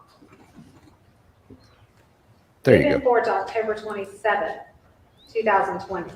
Did you execute a search warrant on a 2008 Honda Odyssey van that was often driven by Meagan Jackson? I did. That's Mary Wood. Had you seen that car before? Yes. Why had you seen it before? The vehicle had been used multiple times for body transport, and as part of the normal job that Meagan Jackson and I would end up at crime scenes. You're welcome, and she would Lesko. be there to transport the body. Did she also load the bodies into the van? Yes. Did the fact that that van was used for the purpose of transporting bodies affect your ability to I process didn't know who that he van? was. Yes, with the amount of bodies and just the utilization of that van and various reasons why people, the possibility of lots of mixtures of DNA, blood, bodily fluids in that van. So was that particularly challenging? Yes. Okay, did you also execute a search warrant on Christopher Dontell's work car, a 2017 silver Ford Explorer? I did. Did you recognize that car? Yes. And how did you recognize that car?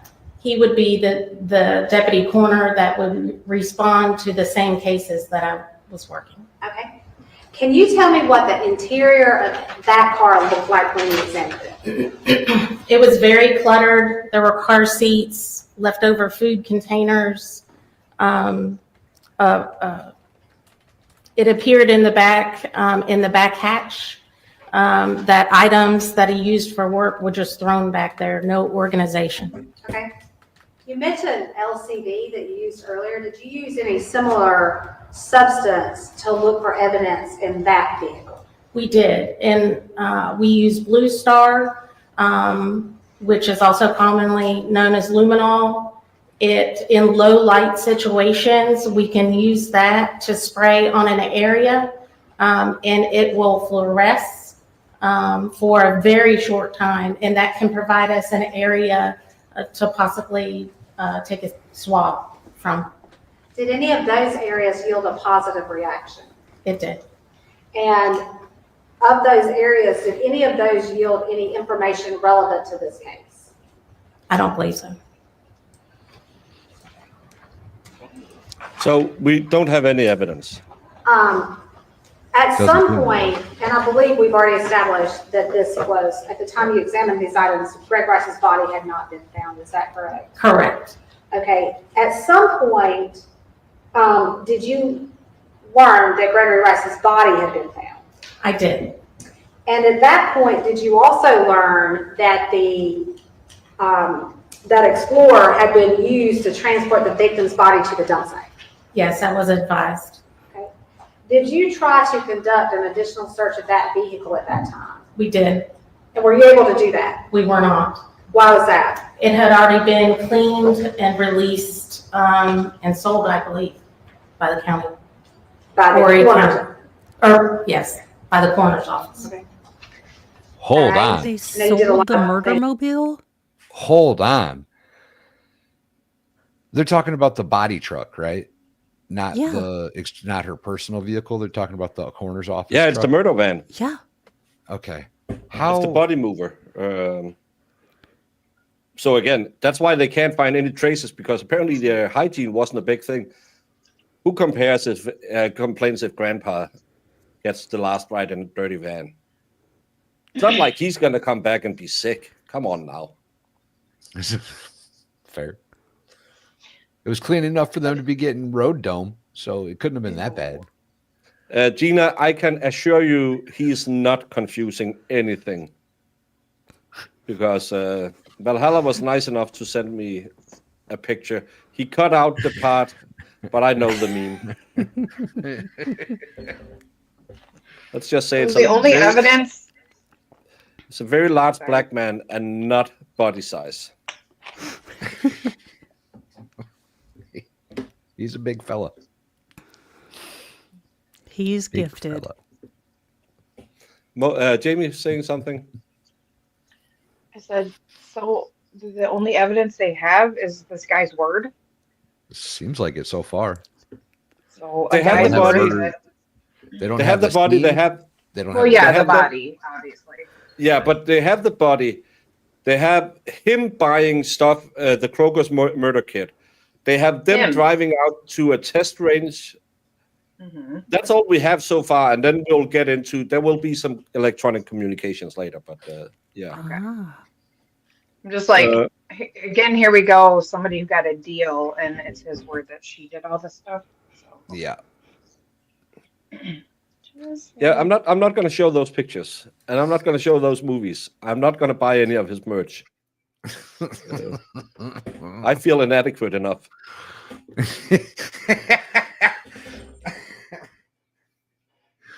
I saw somebody put that as a sticker, and they put it on all their light switches. So you had to flick the light switch. It's pretty good. It's pretty good. Pretty good.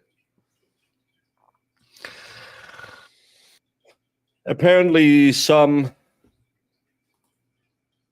reporter from the Boston Globe was taking pictures inside of the courthouse last Friday. That's not good. That's dumb. But it was of Hank Brennan and others walking down the stairs from the second floor, and was acting up with the court reporters. I don't know. Yeah. It's here, so. Moving forward to November 12, 2020. Did you Sue, you have been here for a couple of years now. Brandon has been here for a couple of years now. Why do you ask these questions? No one knows where Brandon's mind goes when he gets a little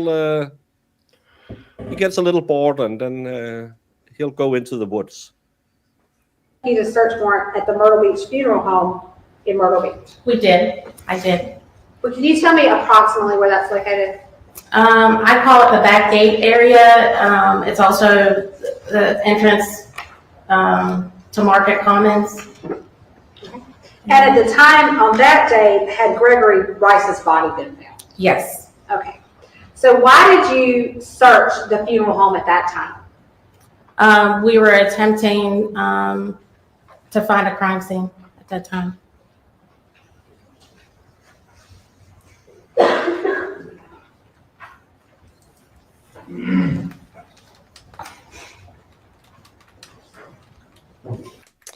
Marissa says this Claire Thornton, who's been doing it from the Blossom Grove, she's been trying to troll Free Care and Read crowd. She pretends she's Free Care and Read and then reports to Grant. She also is trying to sell photos and interview footage of Free Care and Read to a documentary series that has only got Plevin and Grant to sign on. Yeah, they reached out to the Clara and I think Young Jerks and Aiden and all of them said, if you can find a lake, go jump in it.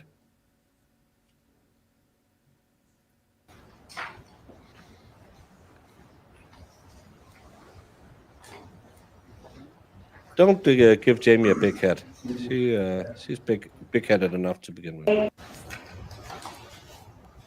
On that day at the funeral home. Okay, and are these photographs fair and accurate? Do they look like what it actually looked like that day in real life? Yes.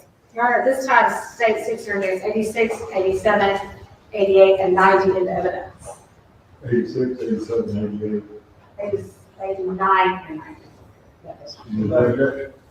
United States exhibits 86, 87, 88, 89, and 90 are admitted into evidence without objection.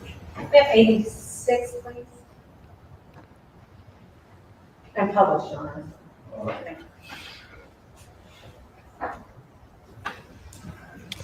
Yes, the daughter testified as the first one.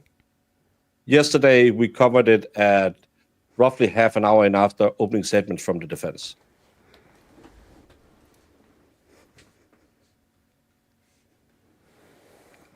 Be nice to the puppy. Jamie's coming to pick her up. Aww. I've seen the pictures. Jamie wants that dog. I want all of them. I wish I could be Marissa right now with all the puppies. I know. The dog Marissa is hating on is this dog. Yeah. I know. So cute. Look at those See, I couldn't tell that one no either. I'm a terrible dog mom. I'm like, okay. I know beagles are rough, but look at that face. Yeah. You're like, I love you, mommy. This is why can't I just say hi to the nice ice cream truck with the feds in it? Yeah. Yeah, she's got a little pot belly. Look at that little belly. We'll scratch it.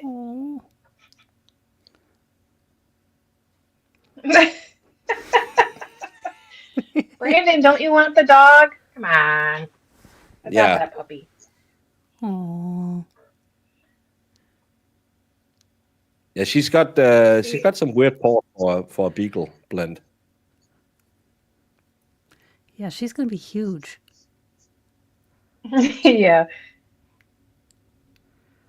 My life dream is to own a huge property farm, and I swear to God, I'd adopt every animal from the shelter and live there for the rest of my life.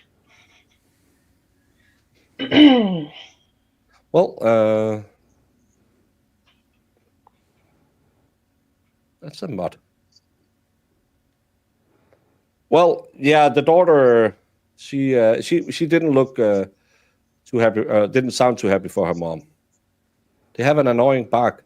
I never maybe it's a different kind of beagles we have because ours wasn't. I know it's a hound dog, so it should be doing the yelling, but it doesn't. Blue dog, the expert's blue dog. It'll go out and just. It doesn't bark; it just screams. I know. But the beagles were not. They would bark up anything that passed the house. They would bark at them, but they wouldn't howl. It's so cute. We had a half beagle, and she did that too. But I got used to it. So far, they haven't proven much. I have to say that they're just proven that he's not here anymore. Yeah, I mean, we're getting there, right? But it's just sounding like the only reason that they knew where the crime scene was, which they were far too late, was because of probably his confession, I assume? Yeah. Now I have to update this because stupid StreamYard lost its connection. And I have to find out where we were. That's not annoying at all.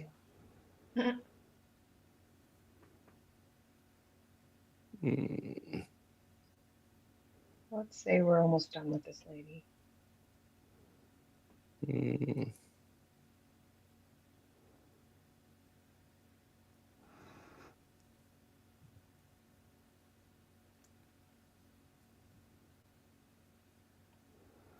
We're not hearing it, Baker.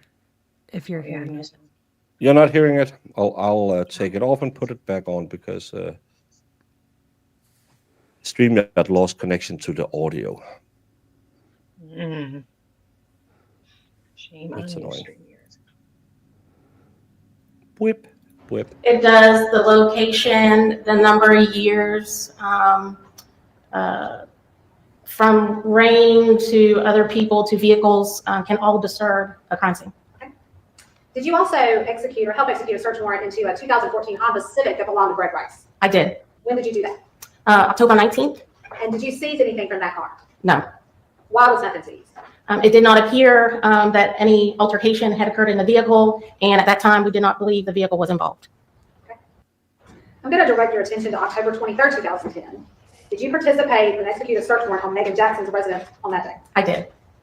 And at that time, was this a homicide investigation or a missing persons investigation? At that time, it's still a missing persons investigation. What was the address of that residence? River 218. Okay. And did you collect anything relevant that day? We collected digital media just to see if there was anything that could give us an idea or an investigative lead to where the victim had gone. Moving forward to October 27th, 2020. Did you execute a search warrant on the 2008 Honda Odyssey van that was also driven by Meagan Jackson? I did. Had you seen that car before? Yes. Why had you seen it before? The vehicle had been used multiple times for body transport and as part of the normal job and very blood that would respond to the same cases that I was organization. Okay. You mentioned LCD that you used earlier. Did you use any similar? At some point, and I believe we've already established that this was, at the time you examined these items, Greg Rice. I like where I live, but I'm not crazy about my neighbors. Have 2 families of Jehovah's Witnesses on the block, and no matter what I do, they come by twice a week to say, "Stop throwing rocks at our house." Have you tried not throwing I was rocks about at to their say house? what I tell everyone, then say, "I'm so annoyed with the Jehovah's Witnesses." Just tell them I'm sleeping during the daytime. Just put the pamphlet in the mailbox, and then I'll leave you alone. But of course, that's not where Brandon was going.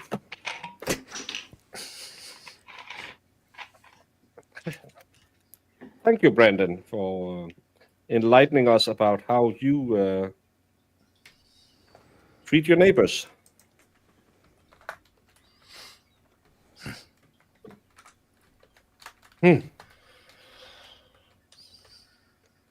Wish me luck, y'all. I have 1.5 bottles of Dr. Pepper, and then I'm done with pop unless I get sick. Then it's Schweppes ginger ale. I would get sick drinking Schweppes ginger ale. It's good. Why don't you like ginger ale? I like ginger. Because I don't like ginger. I don't Oh, either, well, but that ginger ale explains doesn't it. taste like ginger. You never tried my kind of potato salad. I don't like potato salad.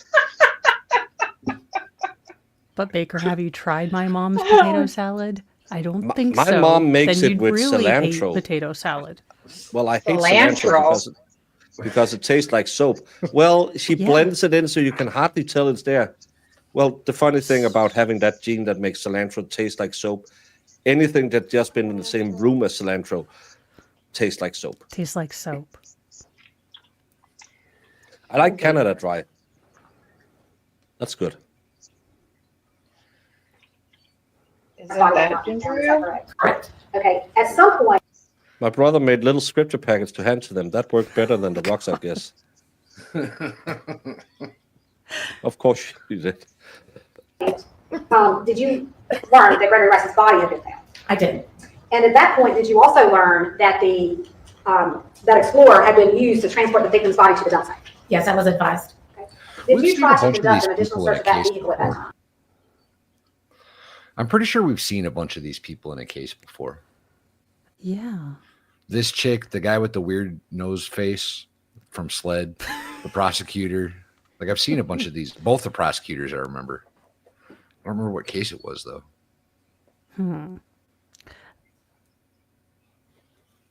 We did. Were you able to do that? We were not. Why was that? It had already been cleaned and released and sold, I believe, by the county. By the Or coroner? Or yes, by the coroner's office. All right. I know you did a lot of things here. So, through the course of November 12, 2020, did you execute a search warrant at the Myrtle Beach Funeral Home in Myrtle Beach? We did. I did. Well, can you tell me approximately where that's located? I call it the back gate area. It's also the Tracy D should take me out to eat because we have the same taste buds. Well, Canada Dry and no cilantro. Mexico would beg to differ. But They put if you have cilantro in the everything. if you have the gene that makes it taste like soap, it tastes like soap. It no matter what type of food you put it in. I believe you. Bye, Jamie. Oh, she's gone. Taco Bell, here we come. entrance to Market Commons. And at the time on that day, had Gregory Rice's body been found? Yes. Okay. So why did you search? Cindy, this is the 88 ADD promotion stream. If we stay on the same topic for more than 2 minutes, it's not the right stream for you. It's yeah. We're all over the place. My kids are like, have they figured out if she's guilty or not? Because I'm supposed to help make dinner. They're like, is she guilty or not yet? How does she not know? Did they not tell her? And I was like, that's not how court works. She doesn't know if she did it. And I was like, no, she says she didn't. Okay, then why don't they just let her go? I don't know. Valid point. Valid point. Celestial Force, it's not that it tastes like soap. It's some small percentage of the world have a gene that makes cilantro taste like soap. And yes. And White it's Rabbit annoying. Apparently is also one. Yeah, me, the White Rabbit Found has this the out same. last week. Ooh, does that And, mean you're related? Gross. Well, deep down, we all stem from Genghis Khan. But No, honestly, Baker, I think we're part of the population that isn't part of Genghis Khan. well, then we all stem from. Speak for yourself, Valhalla. Yeah. Obviously. If anyone has the complexion of a steppe warrior, it's Mo. It is. A step where there ain't no sunshine. Yeah, if that steppe is on Greenland called inland ice. Hey, he traveled far. Yes. Not that far. Not that far. It's not a birth defect. It's a birth variation. It's not like we got extra fingers. I have all 9. I think I'd rather have an extra finger than not be able to eat cilantro. Yeah, coriander is, but if you go and eat at, especially Vietnamese food has a lot of cilantro in it. And coriander is kind of the same thing. So, yeah. But, hey, we're all weird in some ways. Some of us can't eat cilantro. Some of us can't shotgun a beer. We were attempting to find a crime scene at that time. And apparently, the very lucky of us can't do either. Right, Baker?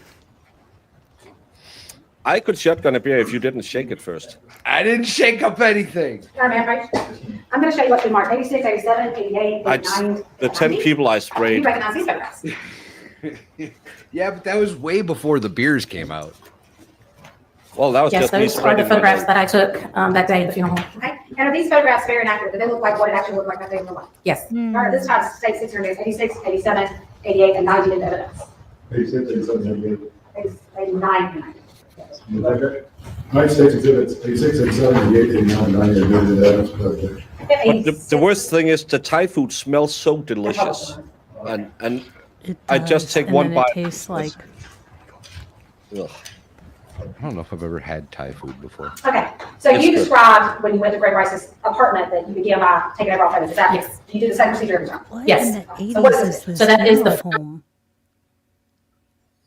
If this Sorry? wasn't a funeral home on Dynasty, I don't know what else happened. Where did JR get shot? In his office.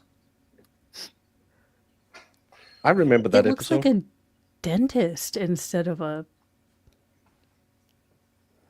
Well, it's for the relatives you didn't like. I thought it looked more like a car dealership. You open that big front door up all the way, drive the cars in and out right there. Yeah. Yes. Helen, yes, this is what Jess Machado have said that court's off on Tuesday and Friday, but we'll find something else to do because now I'm kind of hooked on this case and I have to catch it up. Of the funeral home. Okay, let's go to 87. That is the south end of the funeral home, and it shows the roll top door and the stack of the crematorium. Okay, what 88? So you can get your relatives burned off, and then you can go to the Golden Corral and get some nice. I don't know what food the Golden Corral serves, but it's a buffet. It's an all-you-can-eat buffet. What style of food? All of it. It's got spaghetti, steak, fried chicken. It's desserts. Yeah. It's got everything. It's man. everything. Mashed potatoes, gravy, macaroni and cheese. Everything. All the good stuff. If you got 4 hours to kill and need to gain 20 pounds, we should go to Golden Corral sometime. Well, I had that most mornings in Tennessee because it's not like the expert gets out of bed till at least past noon. That's true. That's true. But I'm thinking next time, if I'll ever get invited back after unaliving the White Rabbit with my diseases, I'm thinking I'm flying to Atlanta and driving up. That's way faster than doing the plane ride. Because that would be faster. It's a 9-hour flight, and I can fly directly from Copenhagen. That would be way. Can we demand that we see Margarita Rabbit? If you listen, Mo, chat. Let me tell you something, brother. Margarita Rabbit is amazing. Amazing. I love Margarita Rabbit more than anything in the world. And if you have the opportunity to meet Margarita Rabbit, you need to take it, chat and Mo. You need to take it. It's epic. I am there. Epic. Miller, we were talking about this yesterday. This morning? But apparently there was 2 people working in the parlor when they came in. We'll get to that later, I think. But I'm not good at buffets because people sneeze in it. I'm one of the people. That is just another rear view of the funeral home showing the back door. And 89. That is the north side of the funeral home, another roll top garage door. And while you were out there, did you notice anything relevant to this investigation in the exterior of that building? Yes. Did you photograph and collect it? Yes. What did you notice? There was a zip tie, black and color zip tie. That's a hate crime. I would be so upset. Yeah. Tofu. I think ew, tofu. See you later, Gina. The tofu is like a brain. You can stick your finger through it. Ew. Ew, gross. When Dr. La Posada said that, oh my gosh. My breakfast every day was my blue stuffing Twinkie. Also, ew, gross. Blue. I would actually eat the crap out of that thing. I've never had one. That sounds Blue pretty good, to be stuffing fair. Twinkies. Yeah, I'd definitely give it a try. I never whine. I never ever whine. On the ground. A lot. All right, this I'm gonna show you. Can we have 90, please?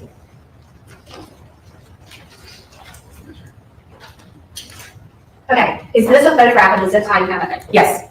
Did you collect that zip tie? I did. And I'm just handing you what's been marked as State Exhibit 91. Is that zip tie you found? Yes. How do you know? It has my initials on it. Okay. So to find a zip tie 4 years later.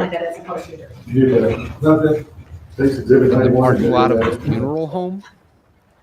Yeah, the funeral home that had its cameras disabled and its alarm disabled. After completing these overall photos and collecting the zip tie, did you move to the interior of that building? I did. Can you describe what it looks like when you first walk in there? When you first walk in, there's a ramp that they use to bring the bodies in and out. And when you go through the back door, there's another ramp to the garage that contains 2 coolers to place bodies in different stages or processing through the funeral home. And straight through, you have a kitchen, you have all the business offices in the front of the funeral home, a kitchen, some viewing rooms and a chapel. And to the left, through the back door, you have a little holding room, then the embalming room where they process the bodies, and then further to the left, another ramp, and that's where the crematorium is. Did you mention coolers? I believe you did. Yes, Okay, ma'am. did you take a picture of those items? I did.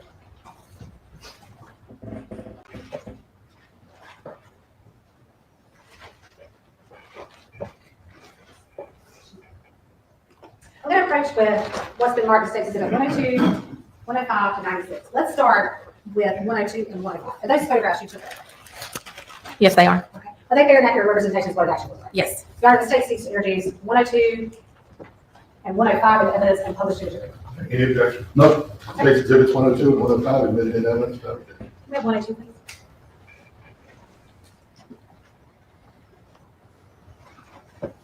Yeah, they went through it. I just skipped through it. What are we looking at in this photo? That is a view of 2 coolers that are used to hold bodies. So the body's just Yes, there more. beside close to the door? Yes. I was gonna Okay, say I let's was look at expecting 105, much please. larger refrigerant equipment. What is this picture? That is a view of a stack of cardboard boxes that they use to store some of the bodies in for various reasons. Okay. Do you have to put them together first? You have to fold them like a normal box. And then to the left there, what is that you can see? That's the cooler on the right. Okay, is that the same cooler? Can we go back to 102, please? Just, I think you can see the Right. boxes in 102. Yes, to the right. Okay, so they're there. Yes. Okay. All right. Did you also locate some items of relevance at the Myrtle Beach funeral home, other than the zip tie and stuff?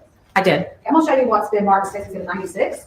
Do you recognize that photograph? Yes, that is my photograph. And is that a fair and accurate representation of what you actually saw that day? Yes. Your Honor, the state seeks to introduce Exhibit 96 in evidence and publish to the jury. Any objection?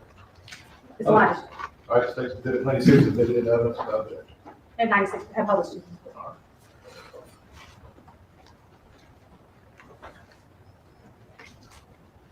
Okay, why did you take this picture? That is a picture in the embalming room of some sheets that were folded up in the cabinet. And did anything strike you about those sheets? Yes. The one you see there, marked item, my item 20, is a white sheet with a blue thread.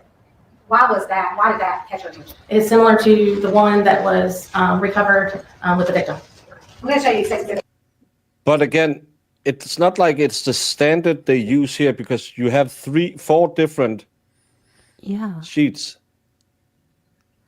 Again, all of this is very circumstantial. It's kind of like in the Karen Tyler case where, yeah, we found these racks and it's totally the same thing. It's Yeah,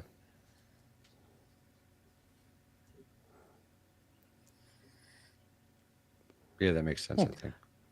Oh, I did not know that. I think they burned them with the casket in Denmark. So I'm not sure. But again, is this a very specific one that can't be gotten anywhere else than if you shop at crematoriums or us? Because I'm pretty sure at least one person in chat has this bed sheet at home, or the pink one up here. It looks like one that they would use in a hospital. Like the hospital down the street probably has 37,000 of those sheets. Yeah. Well, that's what I'm wondering, if they can link it back to a medical supply company. But the problem is that you have evidence that they're using, it looks like, leftover or not those standard sheets as well. Yeah. Well, Mo, I don't know if you've thought about it yet or not, but I would assume that they get a large majority of their bodies directly from the hospital. And I don't think they send them naked. No, they probably come in on a homes. Yeah, but that could be either from nursing homes or these could just be from home, because this looks like something people would have at their home. So are these so highly specific that it could only have been these 2 people using it? Because, and again, if it's from we burn dead people, us, there's more than one Why are we mortuary. keeping the sheets that the dead people came in Why are we washing those and then saving them for later? Well, says they wash them? everybody they encounter is dead, right? They're in the business of the dead. So Yeah, but I'm not going sheet shopping there. I'm not like, oh, you know what? I could really use a fitted sheet right now. This one matches my bed. The people that are using that sheet, I don't think are going to complain, if you catch my drift. Yeah, it could be from a motel as well. Could be anywhere. Is that the sheet? Did you collect that sheet first of all? Yes, my initials and the date, and that is the sheet. Okay. Do you know the state would like to admit exhibit 132 evidence of published material? Yes, sir. I don't believe we be used and accepted as proof of similarity with any other apparel, clothing, blanket sheets. It's not evidence. States exhibit 132, admitted evidence over the witnesses. You're not going to publish it.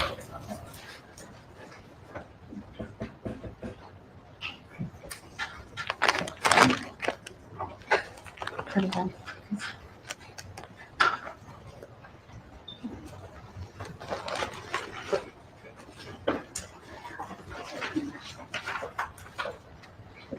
Did you take any DNA swabs from anywhere in the funeral?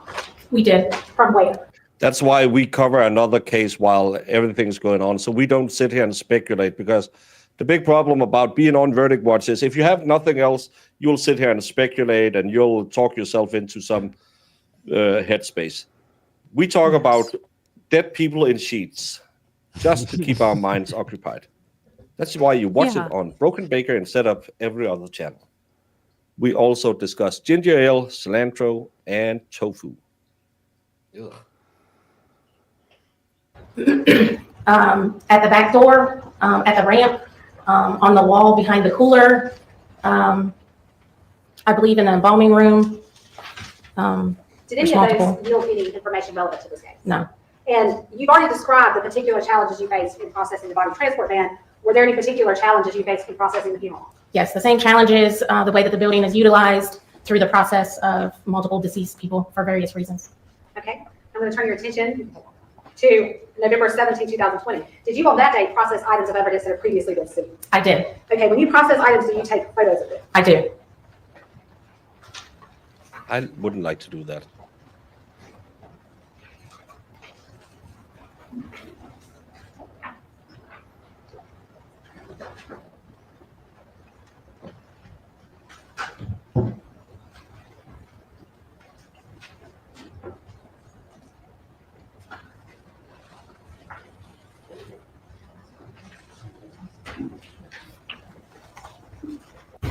Other than that, we have no objection to 107. What is 106? In evidence over defendant's objection, states exhibit 107, admitted into evidence without objection. Okay, I'm going to first show you what's been marked as states 106. That is my photograph. Okay, what's in the lab. Can we put 106? Can we publish these in the reviews? 106 up on the TV. Well, we've seen this. You know where that item was seized from? Meagan Jackson's house. And were you able to locate a serial number on that box that goes with the gun? Yes. And just to be clear, was there a gun in that box? No. Okay.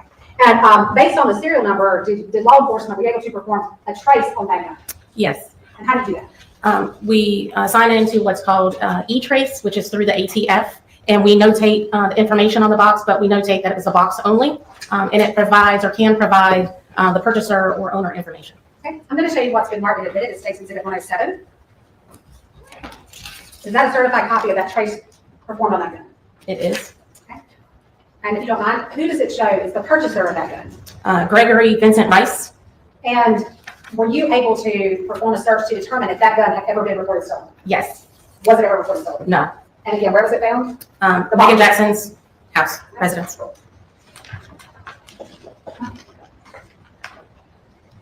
In addition to everything else we talked about, Yeah, especially when he were you also tasked with taking search?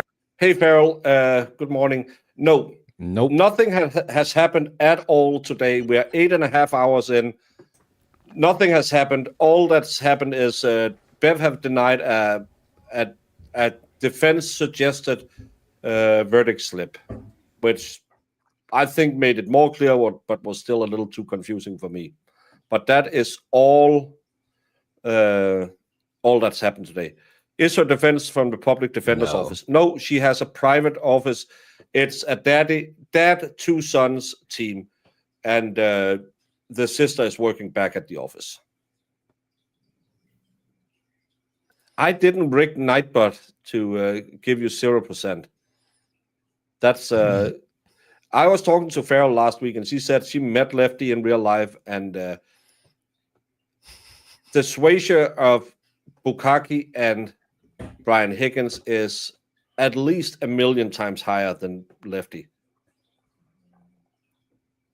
Items of evidence to SLED, the state law enforcement division. I was. And what does that entail? How do you do that? We decide what we feel needs to go to SLED, and we request further processing. I will sign out the items from evidence, place them in my vehicle, and immediately travel to SLED in Columbia to be turned over to their evidence division. Okay, and are those items, when you take them to SLED, in your sole custody and control? Yes. I'm just going to show you quickly what's been previously admitted as 141. There's some orange tabs on here because you did a lot of stuff. You might just looking at that and verifying that you actually transported those items to SLED.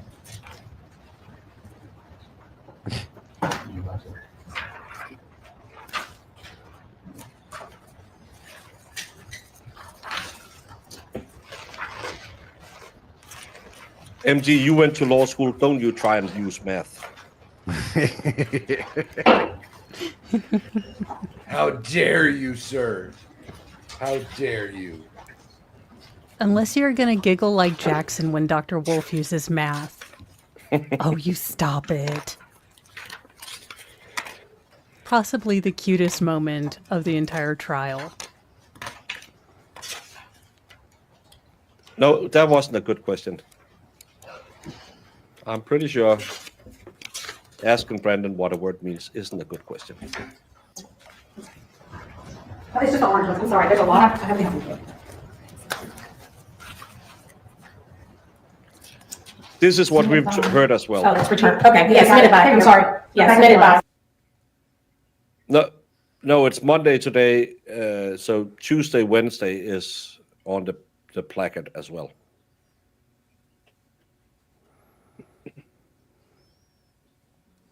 But 4-day break during verdict watch seems That crazy. sounds doesn't it? really weird. Yeah, I've never seen that before. Normally, you would keep them extra. You don't give them a day off now and again. But if we should just, because Brandon really want to talk about the Karen Reed stuff, having it go to 8 hours and 40 minutes where it is right now means that they are absolutely not clear on second degree. I think second degree is off the table when we're 8 hours in. I don't think there's any way they can land on a guilty plea on the second degree. I think, like last time, they are stuck somewhere in the OUI. Manslaughter, accidental manslaughter, or the clean OUI. This is, again, what they're stuck on. Normally, within 4 hours is where you get, if they know what they're going to vote, is within the first 4 hours. This case, I think they are stuck on the second charge again. I don't think they have a second degree murder when they have gone this far. They would have been back within 4 hours if they all were agreeing on that. Or if there was 1 or 2 holdouts, they would have browbeaten them into saying, okay, second degree. How late is Bev letting them stay, or? No words. She's going to ask them about now, actually, if they want to stay late. She normally said she would ask at 3:30 or 4 o'clock, I think. Sorry. I always jinx them. Damn it, Baker. Yeah, I know. Dang it, Baker. It's always your fault. Thursday is a federal holiday. What are you celebrating Thursday? That's a very good question, Baker. Juneteenth. Juneteenth is Yes. Friday. Thursday. That's Thursday. Well, then we can catch up on this trial. Sorry, I was just looking at that. One can talk at a time, before we get to. Sorry. So my name is in there, submitted by. So for the signature, I'm sorry. Oh, that's okay. Thank you, Sergeant Phillips. Please answer any questions on the next minute. How you doing? Good. Good. You were just talking about showing pictures of Myrtle Beach Funeral Home. Yes, sir. When were you out there, looking at Myrtle Beach Funeral Home? The 17th, I believe, Oh, October what year? 2020. Okay, so at that time, were you investigating it as a possible single crime? I was. And you've introduced that object that you took from there, and gone over and told us, that's exhaustive, and you don't have anything else that you collected. I did collect other items, but they are not the items that are submitted to court at this time. These are not the items you're looking for. Yeah. All of the items are submitted to evidence. Have you investigated another crime scene in connection with this issue? No. Okay, you investigated a missing person at Mr. Rice's apartment, is that correct? Correct. But he did. Apparently, the defense team is going back to the courthouse right now, most likely to have Bev say, I sent them a note and the jury wants to end for the day. Doing investigation after the other crime scene changed. You heard about that, didn't you? Yes. Okay.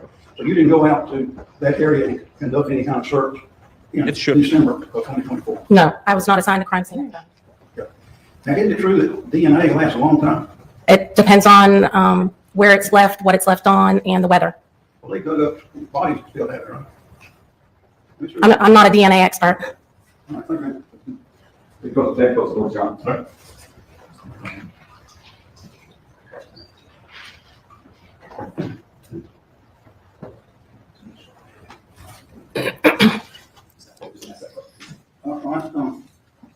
I think in your report, was there a toothbrush that you collected? There was. And you submitted that to Liz? I did. Or maybe approach.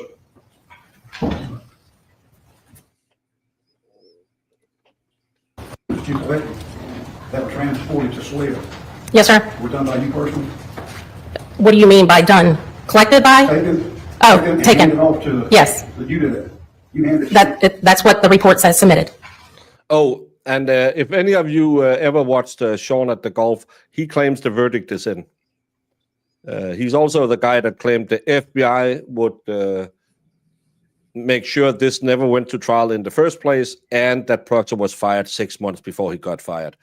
But his team of 5 and his inside sources are getting all the hottest stuff. But you remember that, right? That was 5 years ago, or close to 5 years ago, but that's why I used the documentation in the chain. Well, I understand. It's a problem for all of us at length of time, but you don't remember delivering those items personally. I've delivered tons of items to SLED. If the report says that I submitted it and I took it to SLED, then I did. Was Dudley involved in this? She is a supervisor over evidence. Not sure. She go with you to SWIFT? No. You want me to question? All right.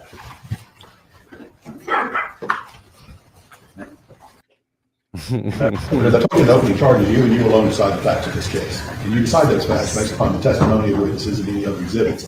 Friday afternoon, we do arms because if you want to be in the back of a C class sticking your meat mass where she rips ass, your arms better be effing swollen.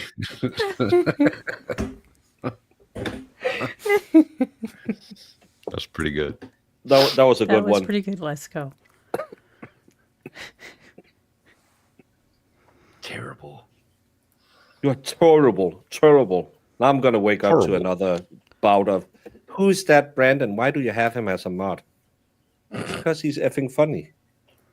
Pretty much.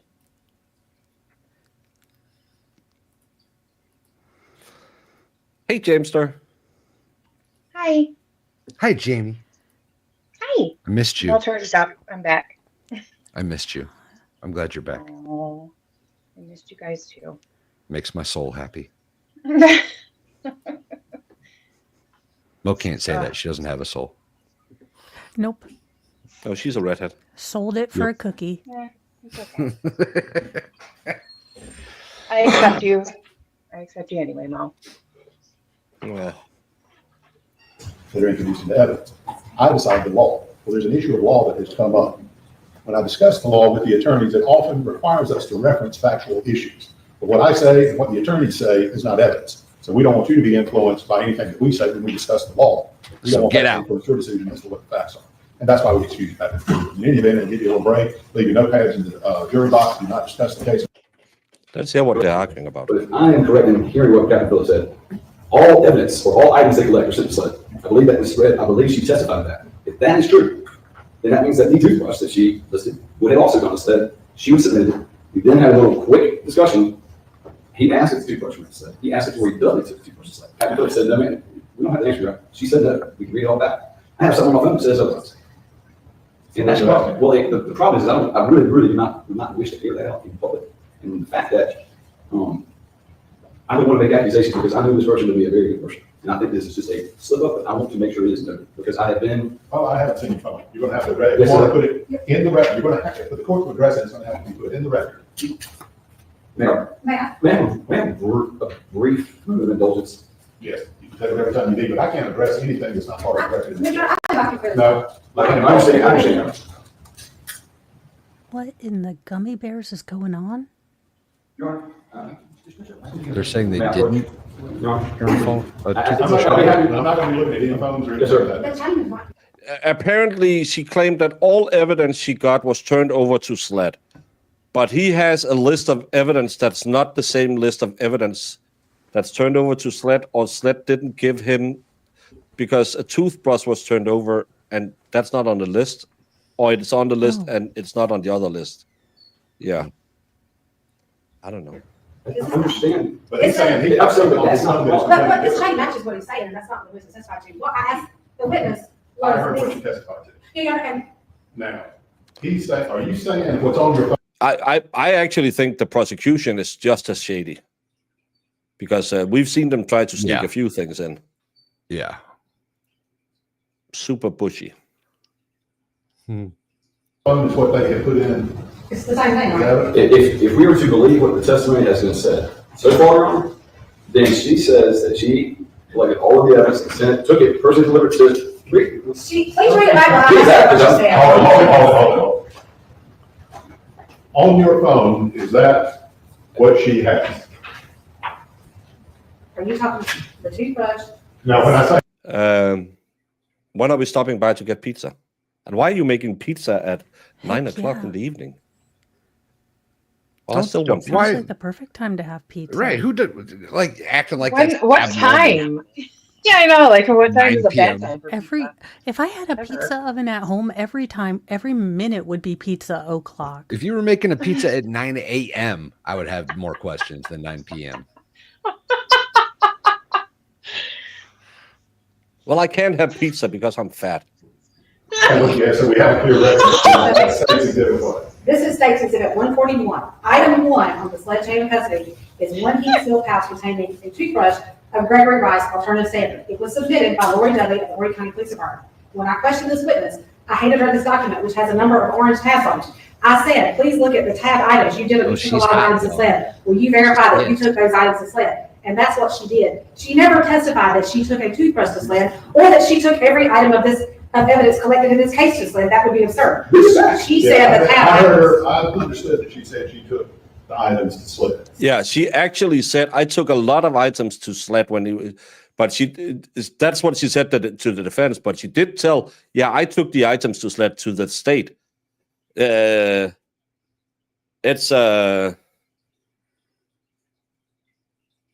Well, I didn't eat a lot of pasta. I would have liked to eat more pasta.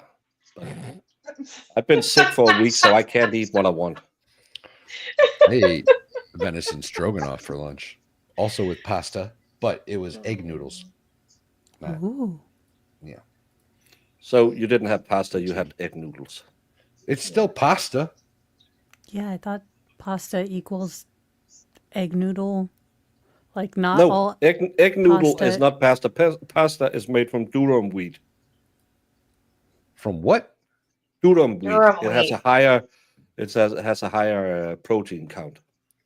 Yeah. DURUM wheat. It's an Italian wheat sauce. It's an old wheat sauce. It's really good if you want to make like slow rising flours, sourdough bread. Use that because it'll absorb more water. certain items of evidence. She said toothbrush. She said toothbrush. So we got a problem. Did she say that she submitted, I'm sorry, I'm not trying to talk over her. She said she submitted the items into evidence, not that she took them to slab, and I think you should read it back, because that's what I heard. All right, let's put back what you just testified to under cross-examination. Now, Mr. Britton, when he came back up, they took a little break. And is that right? That's the approach. Yes. Tommy Britton and Case Britton talked, so start right there.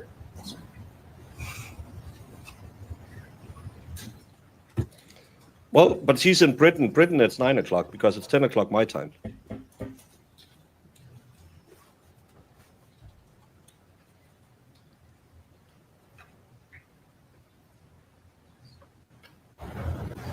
I think in the report, was there a toothbrush? There was. And you submitted that sled? I did. Kind of toothbrush. All right, that's fine. She said she submitted it, so. Well, Yeah, that can't go, don't say that. well, Your Honor, What do you ask me to do? I mean, we're in cross-examination. Yes, sir. And you can bring out any discrepancy. Yes, sir. On cross-examination. And Your Honor, the reason I wanted to approach this office is because it's not obvious. And unfortunately, I'm trying to abide by what we need to do here so we can keep on page.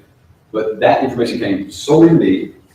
I do not believe that it is been sent to me in any kind of way to me. But the problem for me, Your Honor, personally, is I have a complaint filed against me already in this case, prior.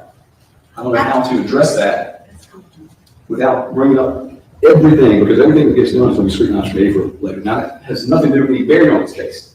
But I got some information that if I don't bear out, or at least figure out what the chain of custody has to do with it, I don't feel very. I still don't understand what you're asking me to do. we're not admitting the toothbrush. I'm talking to Mr. Britton right now. Please quit interrupting, okay? Okay. All right. I still don't understand what you're asking me to do. Spicy. Spicy. I believe that they are trying to introduce some evidence in a backwards way. Let's back up. Yes, sir. Let's start off. I'll let you explain.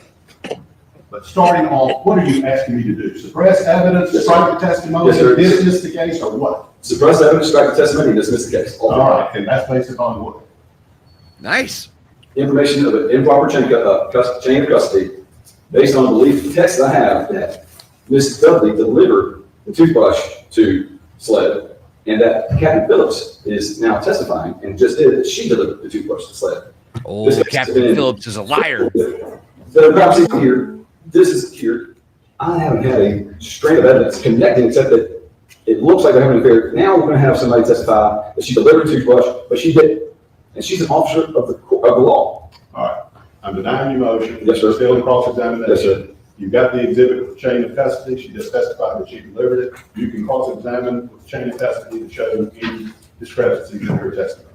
Yes, sir. Thank you, Your Honor. All right. Anything from the state before we bring the jury in? Yes, sir. Anything from the defense? All right, let's bring the jury in. Is that why he looks so defeated? And he's just slumping? He already has like a bar complaint for God only knows what, Miami Vice? Yeah. He seems a little out there. Yeah, he definitely seemed a little twitchy in that little transaction. Just that defense lawyer has a tick. I think he has some problems. Now, for you, realize the significance of chain of custody documents. I do. Problem. You know, we testified earlier, you don't have any personal recollection of delivering these items to SLED. Some of the items, I do not have the personal recollection of that particular day. So you based your testimony on reading a report, not on your personal recollection. And the chain. No, it was a Pepsi diet. We can review the Pepsi. chain. I would like, may I have the copy of the chain if he wants to? No, this is cross-examination. Oh, okay, I'm sorry. All right, go ahead. If he's going to ask me specifically, I'd like to have it. Thank you, sir.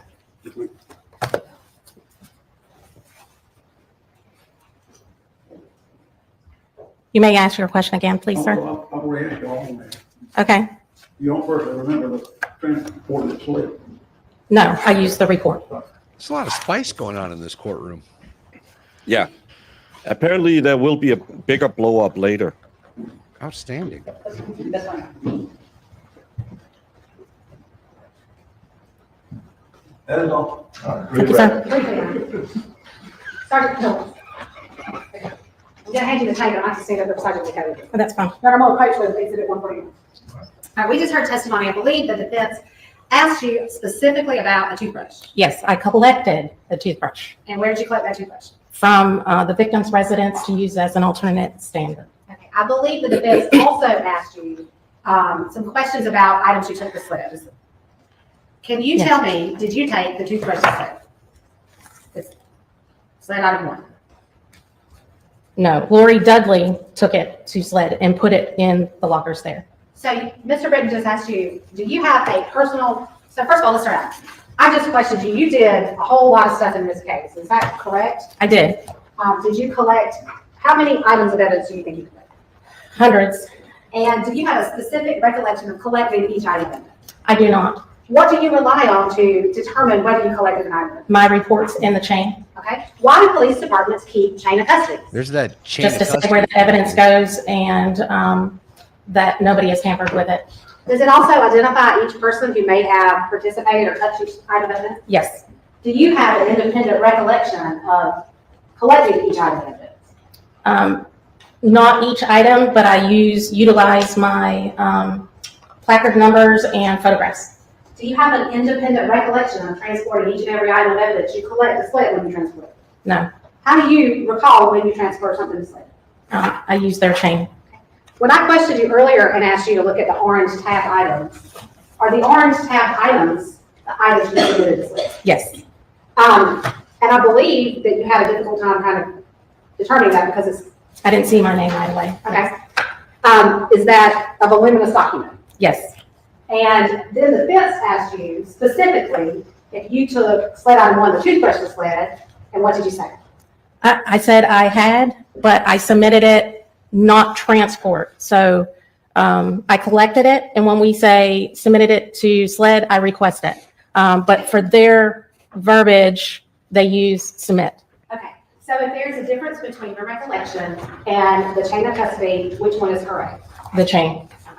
And when you were answering the questions put to you by the defense, did they hand you that chain to look at? No. No further questions. All right, They have to look for every little detail they can find to try and help you. Oh, you know what I mean? This witness be released from. They just had a break. Why do you need another break? Anything from the defense? All right, we'll take about 10 minutes break and we'll come back. Before we run the jury in, Nothing from the state, Your Honor. anything from the defense? No, sir. And rumor has it that Bev ordered everyone back for 4:20. And we just passed 9 hours of jury deliberation, 9 hours and 50 seconds. Raise your right hand and raise your left hand about. Do you solemnly swear or affirm that evidence SLED, presented before this case is the truth, the whole truth, SLED, and nothing like in the but Murdoch the truth? case. Thank you.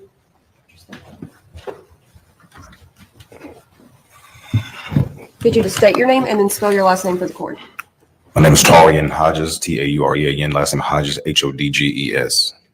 Good afternoon, Dr. Hodges. It's the boys. My office is located 201 Chartwell Court, Myrtle Beach, South Carolina 29588. What is your business Boxing called? himself. Inlet Premier Implant and Cosmetic Dentistry. What's the nature of your business? I'm a dentist.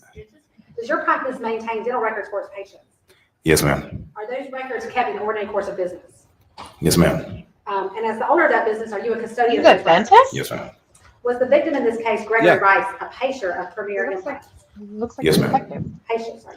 Directing your attention to early November 2020, were you asked to provide Greg Rice's dental records to law enforcement? Yes, ma'am. Did you or someone in your office provide those records to law Yes, enforcement? ma'am, I did.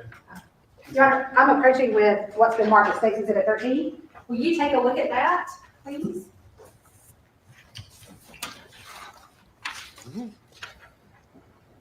That's not Danny T.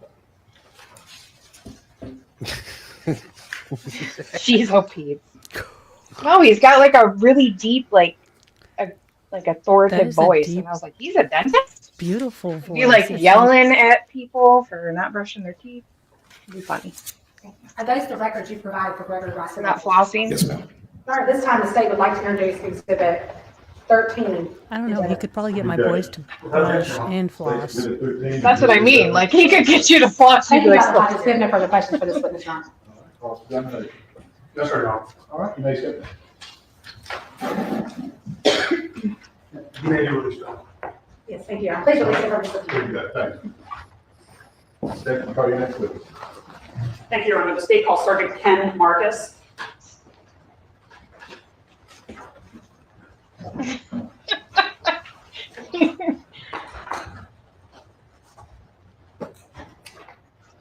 you guys are the worst.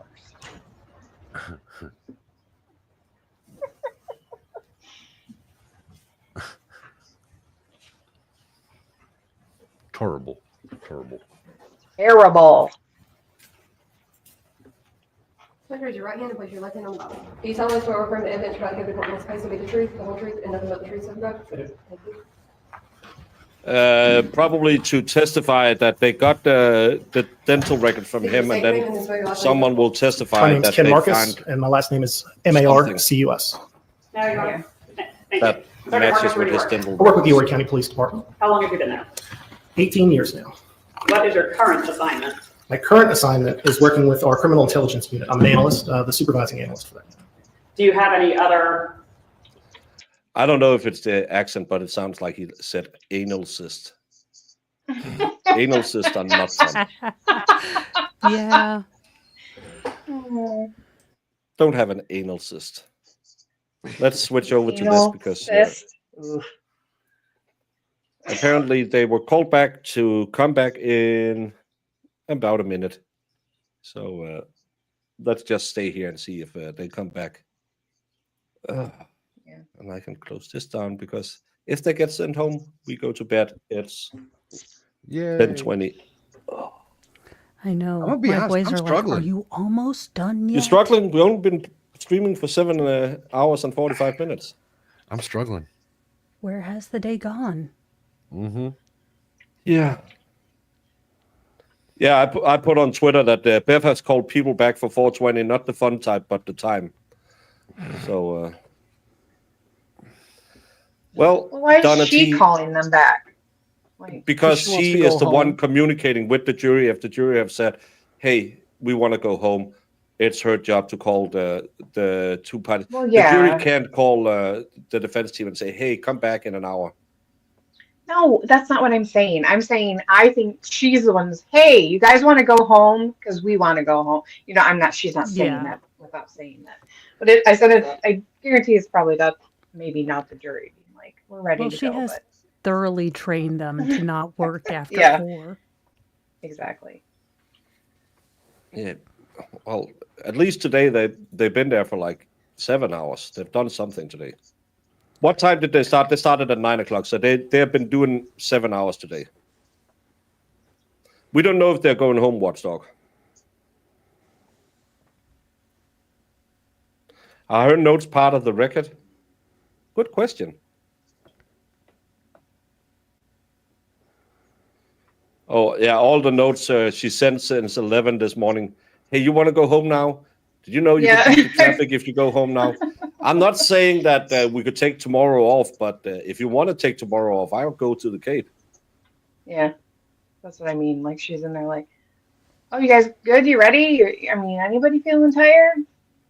Want to go? Come on. I don't know what they had for lunch. Yes, court will be closed for Juneteenth and the day after. Thursday, Friday, it's closed, which I don't understand why they just can't work. But normally you would have the jury work over weekends and stuff, but this court, nah, take a couple of days off. Yeah, and if they don't have anything by Thursday, like, that's insane Wednesday. to take days off. Wednesday they have off? No, Wednesday. They if they don't have anything Wednesday, they don't come back till Monday. That's what I mean. That's crazy. When you're in the middle of a verdict, like deliberation, no way. We have audio from court.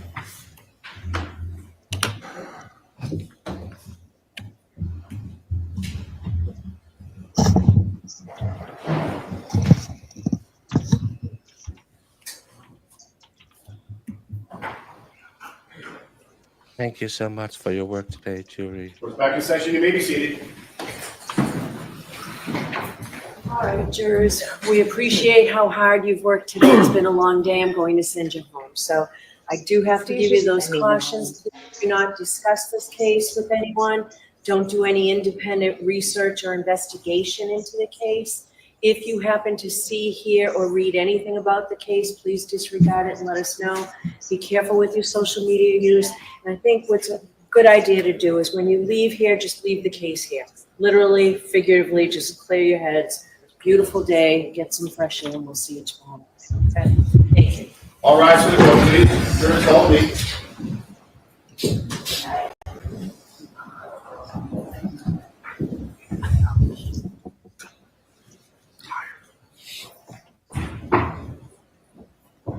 For things like this, she needs to just relax and let it go.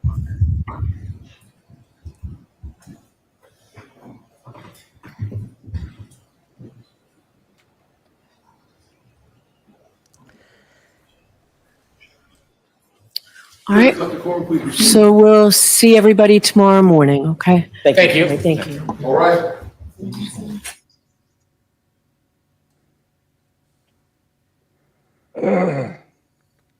All righty. 9 hours, 7 minutes, and 28 seconds is where the clock ended for today. We are now in the everything can happen territory. In my opinion, I don't believe second degree is still on the plate, but I have jinxed more verdict watches than most people. She probably sent a note back asking, "Are you about done?" And they said, "Nope." And then she said, "Okay, we're going to send you home." Because if they were like, "Yeah, we're just filling out the papers," they would have waited. So it doesn't seem like they are just about to sign the papers. Everyone is getting kind of upset about it. But again, it was a 32-day trial. The last trial, it took them 17 hours to come back and say, "Well, we're hung." I would expect at this point they are fighting over which of the lesser included in the manslaughter charge. They want to find her guilty in, because if they were going to give her a clean slate, they would have been out. If they were going to find her guilty in murder, they would have been out. That's what I feel. But again, I don't know anything. I have no insights. It's just what I think. Yeah. It's been 7 hours, almost 8 hours. My voice is shut. Mo and I are both reeling from Rabbit's disease. Yeah. Invites us to come over and visit her, and then she makes us all sick. Yeah, I'm blaming her, even though I gave her the disease.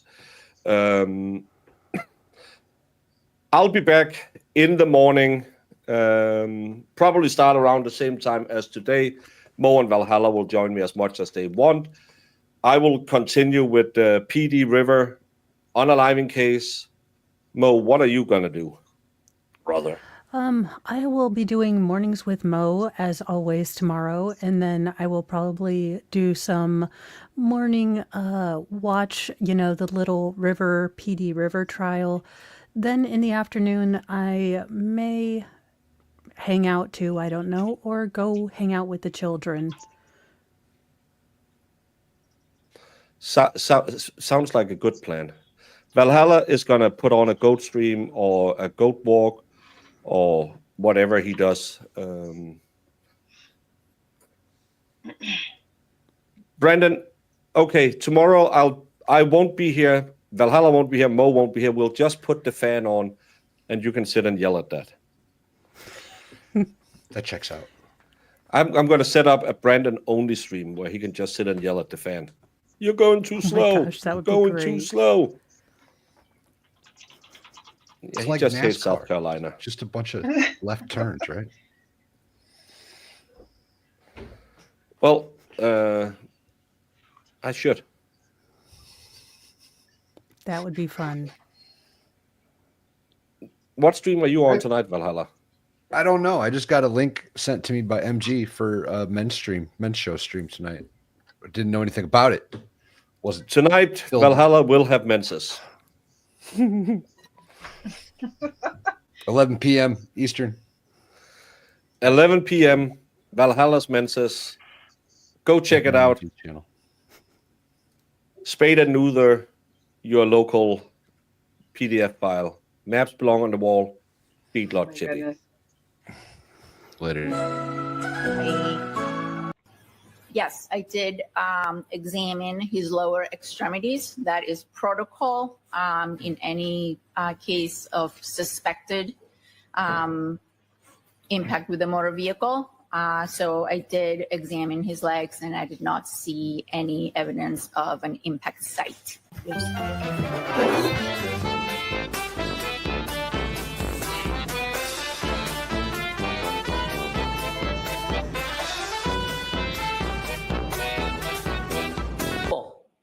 Just pin it.